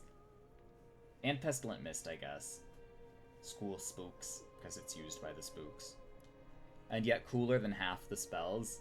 I don't know if cooler is the word I would use. Shittier, probably. Worse in every way.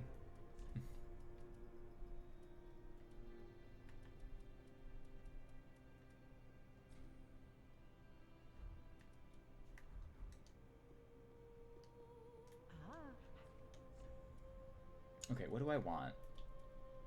Titanite? Titanite?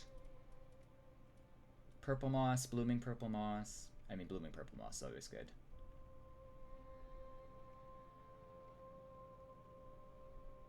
That's fair.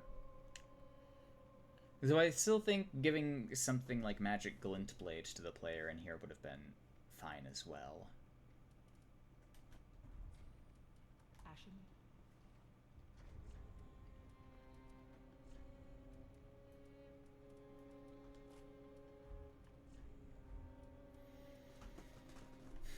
I think we're gonna make this a Crystal Thrall-axe. Do we think Crystal Thrall-axe is in this season?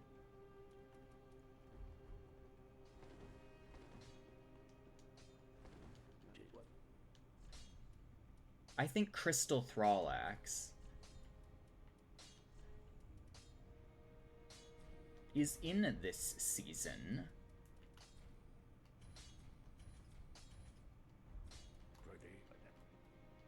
And she will be our accompanying sidearm. Or Simple. Well, we're reserving Simple for the rapier eventually. It's just Fire for now because we can't have a Simple rapier until much, much later.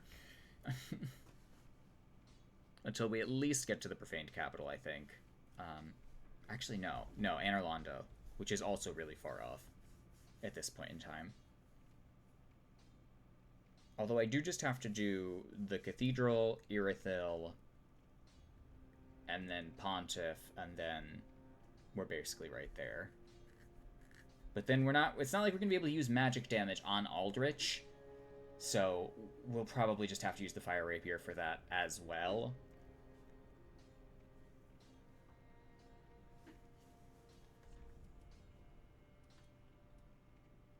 Do I want a Hidden Blessing? I'm just going to take the Blooming Purple Moss, because that's ultimately definitely going to be useful. At, like, one point in the game. At least one point. Okay. I'm getting kind of tired, so I think we're gonna raid someone. If you should blessing. Or can I do any grocery shopping before I finish for the evening? That's a good question. Are there any, like, loose ends of quests I'm forgetting in the first half of the game?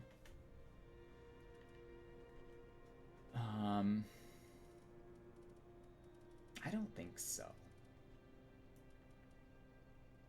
think Cathedral introduces some complications. Walmart. Lothric runs. 32 plus 3. And now we get Soul Greatsword, which is, like, very good. It's a good spell.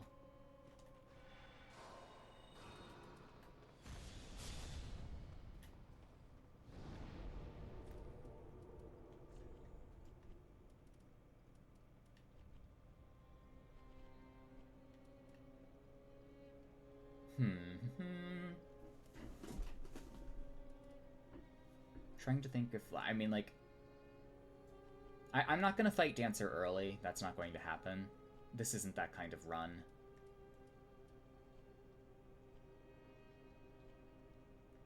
I am going to go to the Cleansing Chapel, though, because that's apparently a bonfire I didn't get. Apparently I didn't think that was important.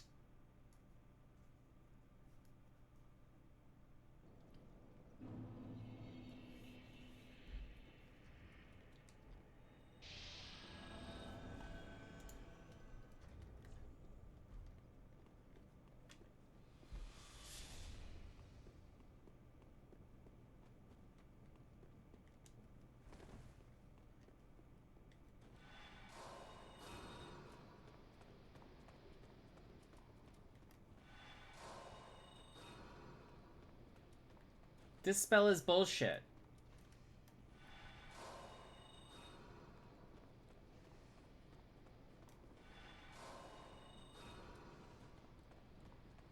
This is fucking snake oil. It's one of the best bonfires? Yeah.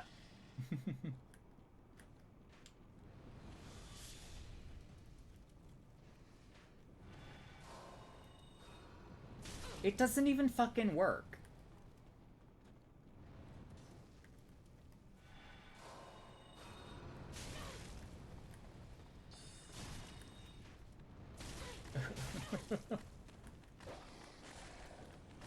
Cathedral is wonderful. Maybe you aren't believing hard enough. It's just not like... Here, let me staff buff for Oral Decoy. It has to be really close. Look! Oh my god.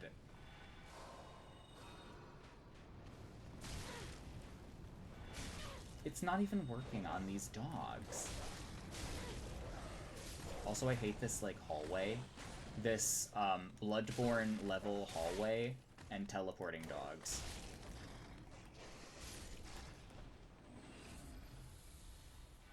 I need great Oral Decoy. Okay, so not only is this spell bad at doing what it does in PvE, it is also useless in PvP.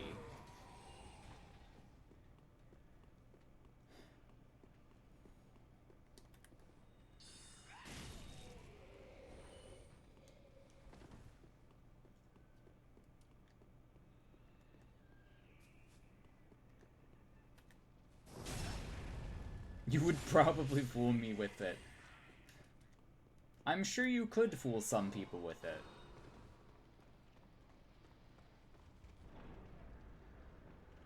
Okay, so now that we've indicted that spell successfully... God damn it. I wanted to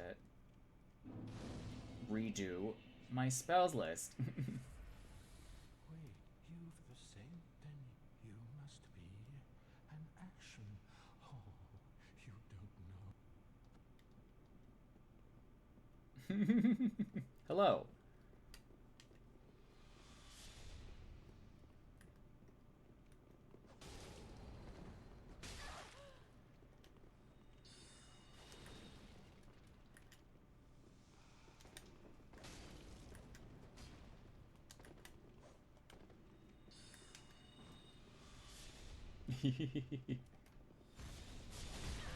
I'm a little upset that didn't break your poise.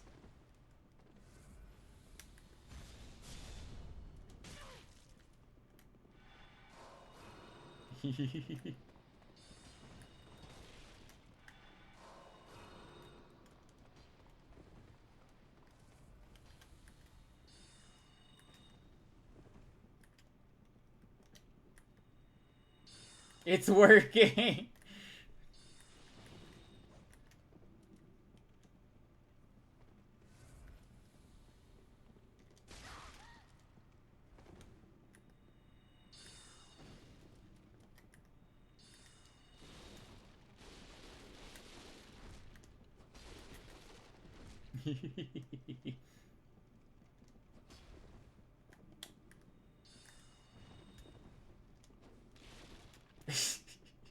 Dark Souls 3.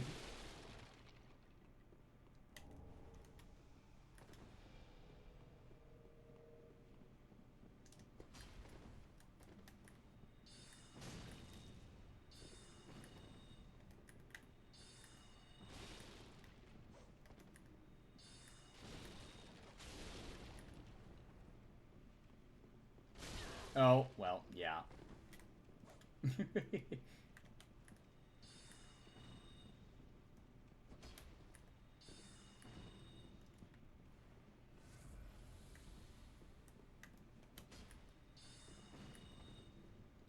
Dark Souls 3.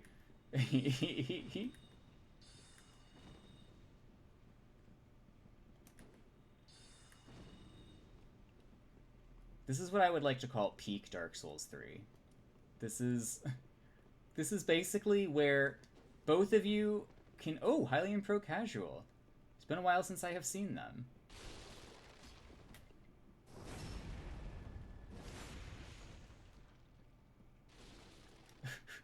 Basically, because the rolls are so good, and because the connection is so bad, you can just reaction roll each other infinitely forever.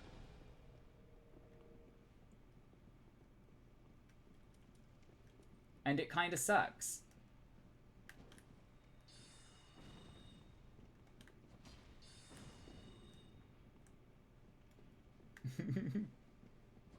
Not if someone decides to use Murky.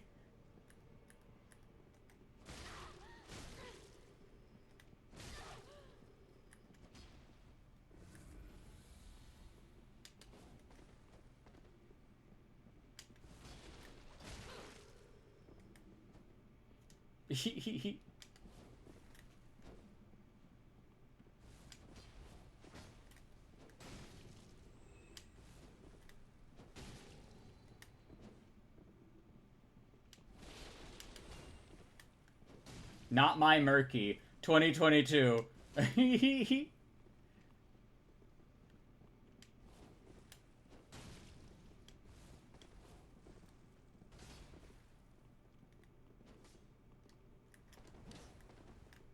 Ah, good. Ah. They saw your ghost running around with you.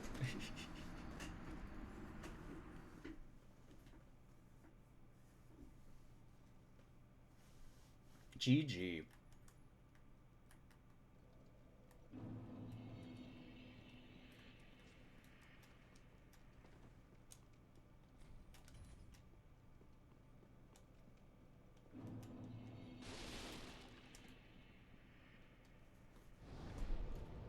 Let us see. And with that, I'm gonna call it for today. I hope you all have an excellent evening. Let's see who's on.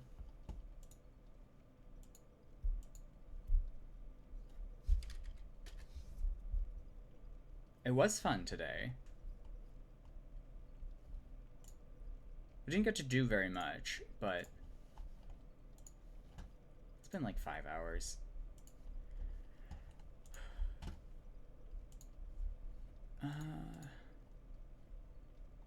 Gopher is doing Elden Ring.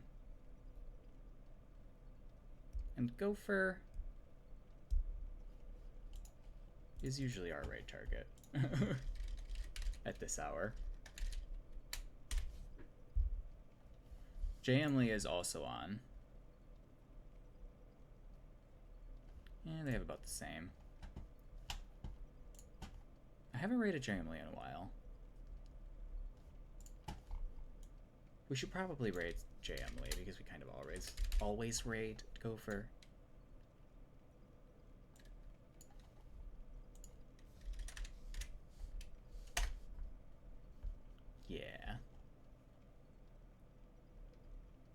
hope you all have a great night. Be back tomorrow. We'll do Cathedral and Karthus, Irithyll, and hopefully an Orlando. That would be ideal.